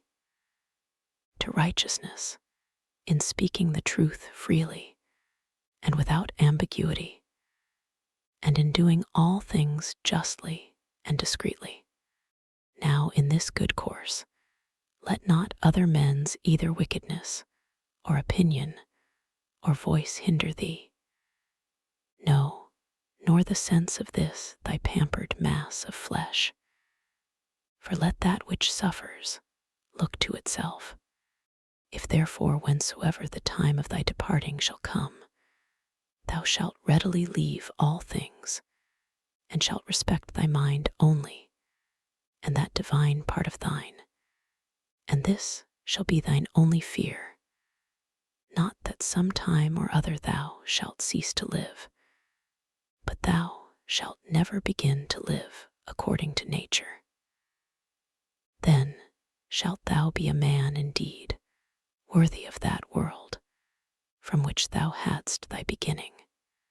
Then shalt thou cease to be a stranger in thy country, and to wonder at those things that happen daily, as things strange and unexpected, and anxiously to depend of divers things that are not in thy power. 2. God beholds our minds and understandings, bare and naked from these material vessels, and outsides, and all earthly dross. For with his simple and pure understanding, he pierceth into our inmost and purest parts, which from his, as it were by a water pipe and channel, first flowed and issued. This if thou also shalt use to do, thou shalt rid thyself of that manifold luggage, wherewith thou art round about encumbered. For he that does regard neither his body, nor his clothing, nor his dwelling, nor any such external furniture, must needs gain unto himself great rest and ease. 3 things there be in all, which thou doest consist of, thy body, thy life, and thy mind. Of these the 2 former are so far forth thine, as that thou art bound to take care for them. But the 3rd alone is that which is properly thine. If then thou shalt separate from thyself, that is from thy mind, whatsoever other men either do or say, or whatsoever thou thyself hast heretofore either done or said, and all troublesome thoughts concerning the future, and whatsoever, as either belonging to thy body or life, is without the jurisdiction of thine own will, and whatsoever in the ordinary course of human chances and accidents doth happen unto thee, so that thy mind, keeping herself loose and free from all outward coincidental entanglements, always in a readiness to depart, shall live by herself, and to herself, doing that which is just, accepting whatsoever doth happen, and speaking the truth always. If I say, thou shalt separate from thy mind whatsoever by sympathy might adhere unto it, and all time both past and future, and shalt make thyself in all points and respects like unto Empedocles his allegorical sphere, all round and circular, and see, and shalt think of no longer life than that which is now present. Then shalt thou be truly able to pass the remainder of thy days without troubles and distractions, nobly and generously disposed, and in good favor and correspondency with that spirit which is within thee. 3. I have often wondered how it should come to pass that every man loving himself best should more regard other men's opinions concerning himself than his own. For if any god or grave master standing by should command any of us to think nothing by himself but what he should presently speak out, no man were able to endure it, though but for one day. Thus do we fear more what our neighbors will think of us than what we ourselves. For how come it to pass that the gods, having ordered all other things so well and so lovingly, should be overseen in this one only thing, that whereas then hath been some very good men that have made many covenants, as it were with God, and by many holy actions and outward services, contracted a kind of familiarity with him, that these men, when once they are dead, should never be restored to life, but be extinct forever. But this thou mayest be sure of, that this, if it be so indeed, would never have been so ordered by the gods, had it been fit otherwise. For certainly it was possible, had it been more just so, and had it been according to nature, the nature of the universe would easily have borne it. But now, because it is not so, if so be that it be not so indeed, be therefore confident that it was not fit it should be so, for thou seest thyself, that now seeking after this matter, how freely thou doest argue and contest with God. But were not the gods both just and good in the highest degree, thou durst not thus reason with them. Now, if just and good, it could not be that in the creation of the world they should either unjustly or unreasonably oversee anything. 5. Use thyself even unto those things that thou doest at first despair of. For the left hand we see, which for the most part lieth idle, because not used. Yet doth it hold the bridle with more strength than the right, because it hath been used unto it. 6. Let these be the objects of thy ordinary meditation, to consider what manner of men both for soul and body we ought to be, whensoever death shall surprise us. The shortness of this, our mortal life, the immense vastness of the time that hath been before, and will he after us, the frailty of every worldly material object, all these things to consider, and behold clearly in themselves, all disguisement of external outside being removed and taken away. Again, to consider the efficient causes of all things, the proper ends and references of all actions, what pain is in itself, what pleasure, what death, what fame or honor, how every man is the true and proper ground of his own rest and tranquility, and that no man can truly be hindered by any other, that all is but conceit and opinion. As for the use of thy dogmata, thou must carry thyself in the practice of them, rather like unto a pancratiast, or one that at the same time both fights and wrestles with hands and feet, than a gladiator. For this, if he lose his sword that he fights with, he is gone, whereas the other hath still his hand free, which he may easily turn and manage at his will. 7. All worldly things thou must behold and consider, dividing them into matter, form, and reference, or their proper end. 8.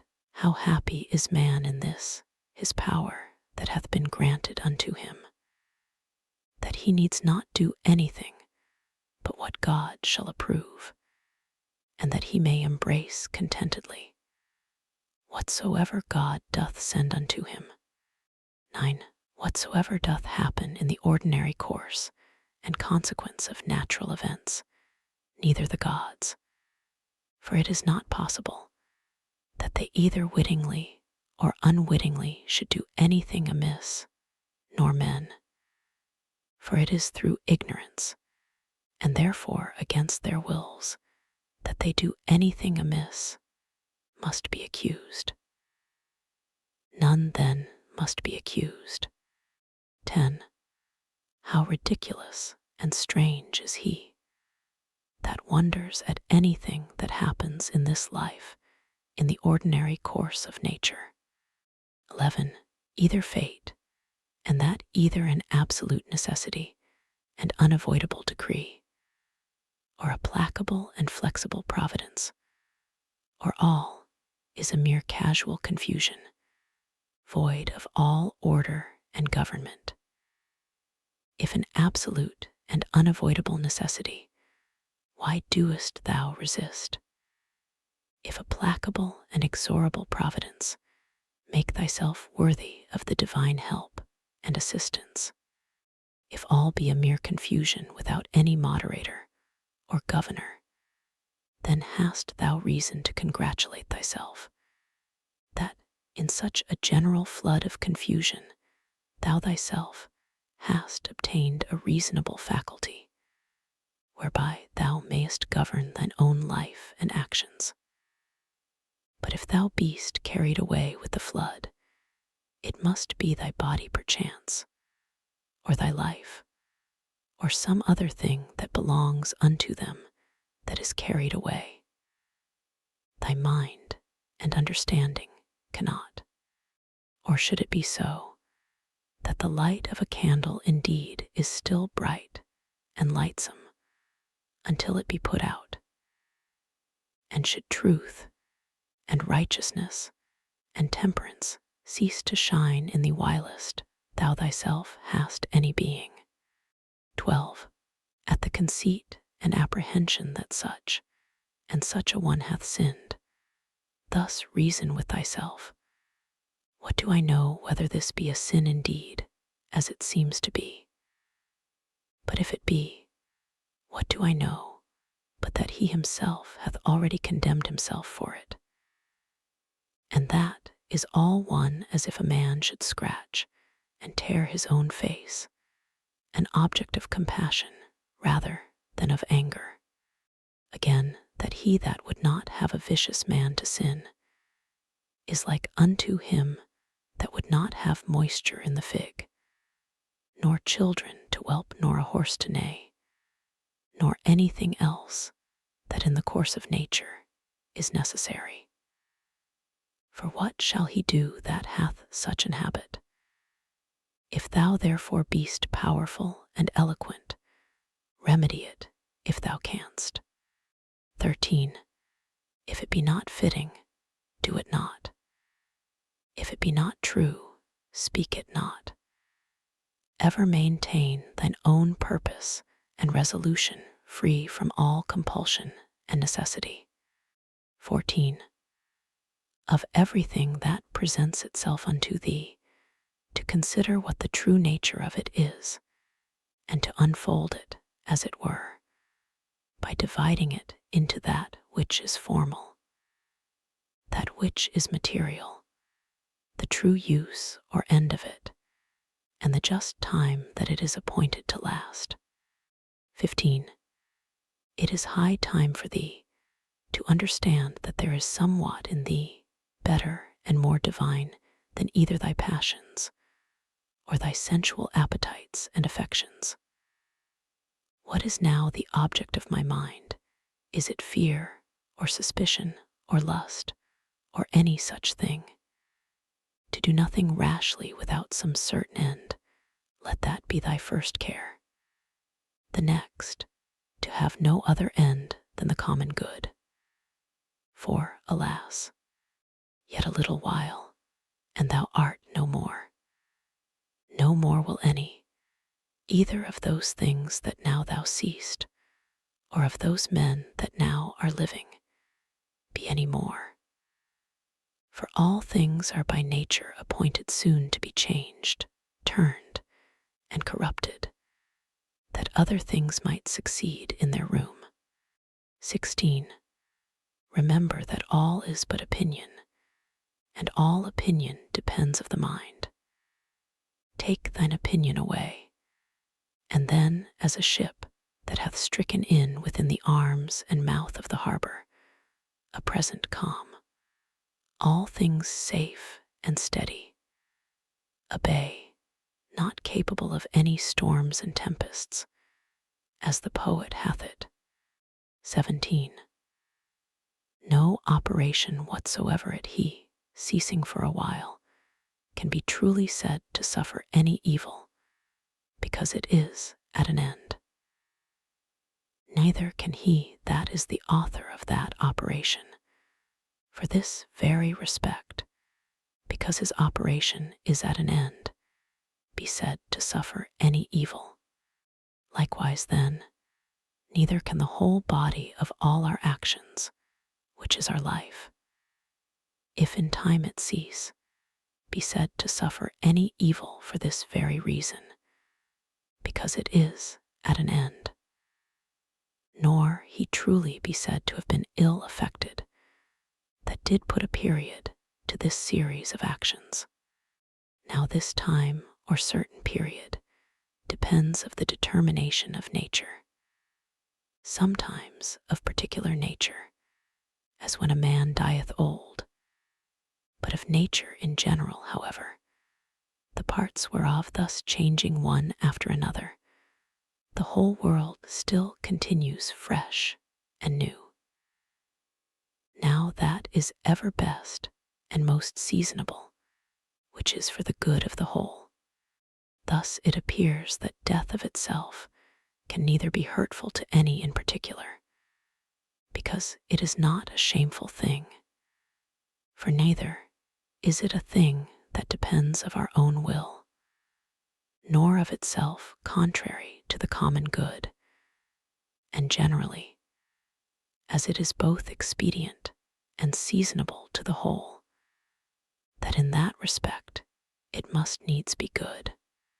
It is that also which is brought unto us by the order and appointment of the divine providence, so that he whose will and mind in these things runs along with the divine ordinance, and by this concurrence of his will and mind with the divine providence, is led and driven along, as it were by God himself, may truly be termed and esteemed the theta epsilon omicron phi omicron rho eta tau omicron sigma, or divinely led and inspired.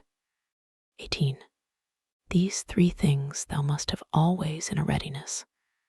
First, concerning thine own actions, whether thou doest nothing either idly or otherwise than justice and equity do require. And concerning those things that happen unto thee externally, that either they happen unto thee by chance or by providence, of which two to accuse either is equally against reason. Secondly, what like unto our bodies are vilest, yet rude and imperfect, until they be animated, and from their animation until their expiration, of what things they are compounded, and into what things they shall be dissolved. Thirdly, how vain all things will appear unto thee when, from on high as it were, looking down, thou shalt contemplate all things upon earth, and the wonderful mutability that they are subject unto, considering withal the infinite both greatness and variety of things aerial and things celestial that are round about it, and that as often as thou shalt behold them, thou shalt still see the same, as the same things, so the same shortness of continuance of all those things. And behold, these be the things that we are so proud and puffed up for. 19. Cast away from the opinion, and thou art safe. And what is it that hinders thee from casting of it away? When thou art grieved at anything, hast thou forgotten that all things happen according to the nature of the universe, and that him only it concerns who is in fault, and moreover, that what is now done is that which from ever hath been done in the world, and will ever be done, and is now done everywhere. How nearly all men are allied one to another by a kindred not of blood, nor of seed, but of the same mind. Thou hast also forgotten that every man's mind partakes of the deity, and issueth from thence, and that no man can properly call anything his own, no, not his son, nor his body, nor his life, for that they all proceed from that one who is the giver of all things, that all things are but opinion, that no man lives properly, but that very instant of time which is now present, and therefore that no man, whensoever he dieth, can properly be said to lose any more than an instant of time. 20. Let thy thoughts ever run upon them, who once for some one thing or other were moved with extraordinary indignation, who were once in the highest pitch of either honor or calamity, or mutual hatred and enmity, or of any other fortune or condition whatsoever. Then consider what's now become of all those things.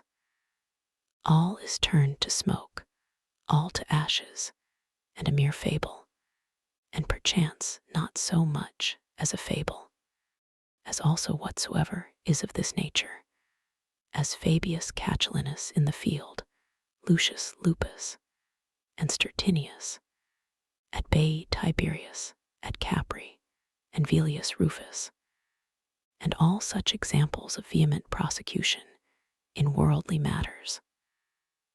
Let these also run in thy mind at the same time, and how vile every object of such earnest and vehement prosecution is, and how much more agreeable to true philosophy it is for a man to carry himself in every matter that offers itself, justly and moderately, as one that followeth the gods with all simplicity.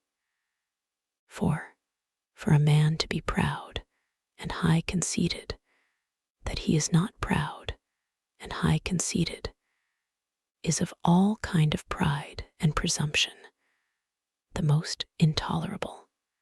21. To them that ask thee, where hast thou seen the gods, or how knowest thou certainly that there be gods, that thou art so devout in their worship, I answer first of all, that even to the very eye they are in some manner visible and apparent. Secondly, neither have I ever seen mine own soul, and yet I respect and honor it. So then for the gods, by the daily experience that I have of their power and providence towards myself and others, I know certainly that they are, and therefore worship them. 22. Herein doth consist happiness of life, for a man to know thoroughly the true nature of everything, what is the matter, and what is the form of it, with all his heart and soul, ever to do that which is just, and to speak the truth. What then remaineth but to enjoy thy life in a course and coherence of good actions, one upon another immediately succeeding, and never interrupted, though for never so little a while. 23. There is but one light of the sun, though it be intercepted by walls and mountains, and other thousand objects. There is but one common substance of the whole world, though it be concluded and restrained into several different bodies, in number infinite. There is but one common soul, though divided into innumerable particular essences and natures. So is there but one common intellectual soul, though it seem to be divided. And as for all other parts of those generals which we have mentioned, as either sensitive souls or subjects, these of themselves, as naturally irrational, have no common mutual reference one unto another, though many of them contain a mind or reasonable faculty in them, whereby they are ruled and governed. But of every reasonable mind, this the particular nature, that it hath reference to whatsoever is of her own kind, and desireth to be united. Neither can this common affection or mutual unity and correspondency, be here intercepted or divided, or confined to particulars, as those other common things are. 24. What doest thou desire? To live long. What? To enjoy the operations of a sensitive soul, or of the appetitive faculty? Or wouldst thou grow and then decrease again? Wouldst thou long be able to talk, to think, and reason with thyself? Which of all these seems unto thee a worthy object of thy desire? Now, if of all these thou doest find that they be but little worth in themselves, proceed on unto the last, which is, in all things to follow God and reason. But for a man to grieve that by death he shall be deprived of any of these things, is both against God and reason. 25. What a small portion of vast and infinite eternity it is that is allowed unto every one of us, and how soon it vanisheth into the general age of the world, of the common substance, and of the common soul also. What a small portion is allotted unto us, and in what a little clod of the whole earth, as it were, it is that thou doest crawl, after thou shalt rightly have considered these things with thyself. Fancy not anything else in the world any more to be of any weight and moment, but this, to do that only which thine own nature doth require, and to conform thyself to that which the common nature doth afford. 26. What is the present estate of my understanding? For herein lieth all indeed. As for all other things, they are without the compass of mine own will. And if without the compass of my will, then are they as dead things unto me, and as it were mere smoke. 27. To stir up a man to the contempt of death, this, among other things, is of good power and efficacy, that even they who esteemed pleasure to be happiness, and pain misery, did nevertheless, many of them, contemn death as much as any. And can death be terrible to him, to whom that only seems good, which in the ordinary course of nature is seasonable? To him, to whom, whether his actions be many or few, so they be all good, is all one, and who, whether he behold the things of the world being always the same either for many years, or for few years only, is altogether indifferent. O man, as a citizen thou hast lived, and conversed in this great city, the world, whether just for so many years, or no, what is it unto thee? Thou hast lived, thou mayest be sure, as long as the laws and orders of the city required, which may be the common comfort of all.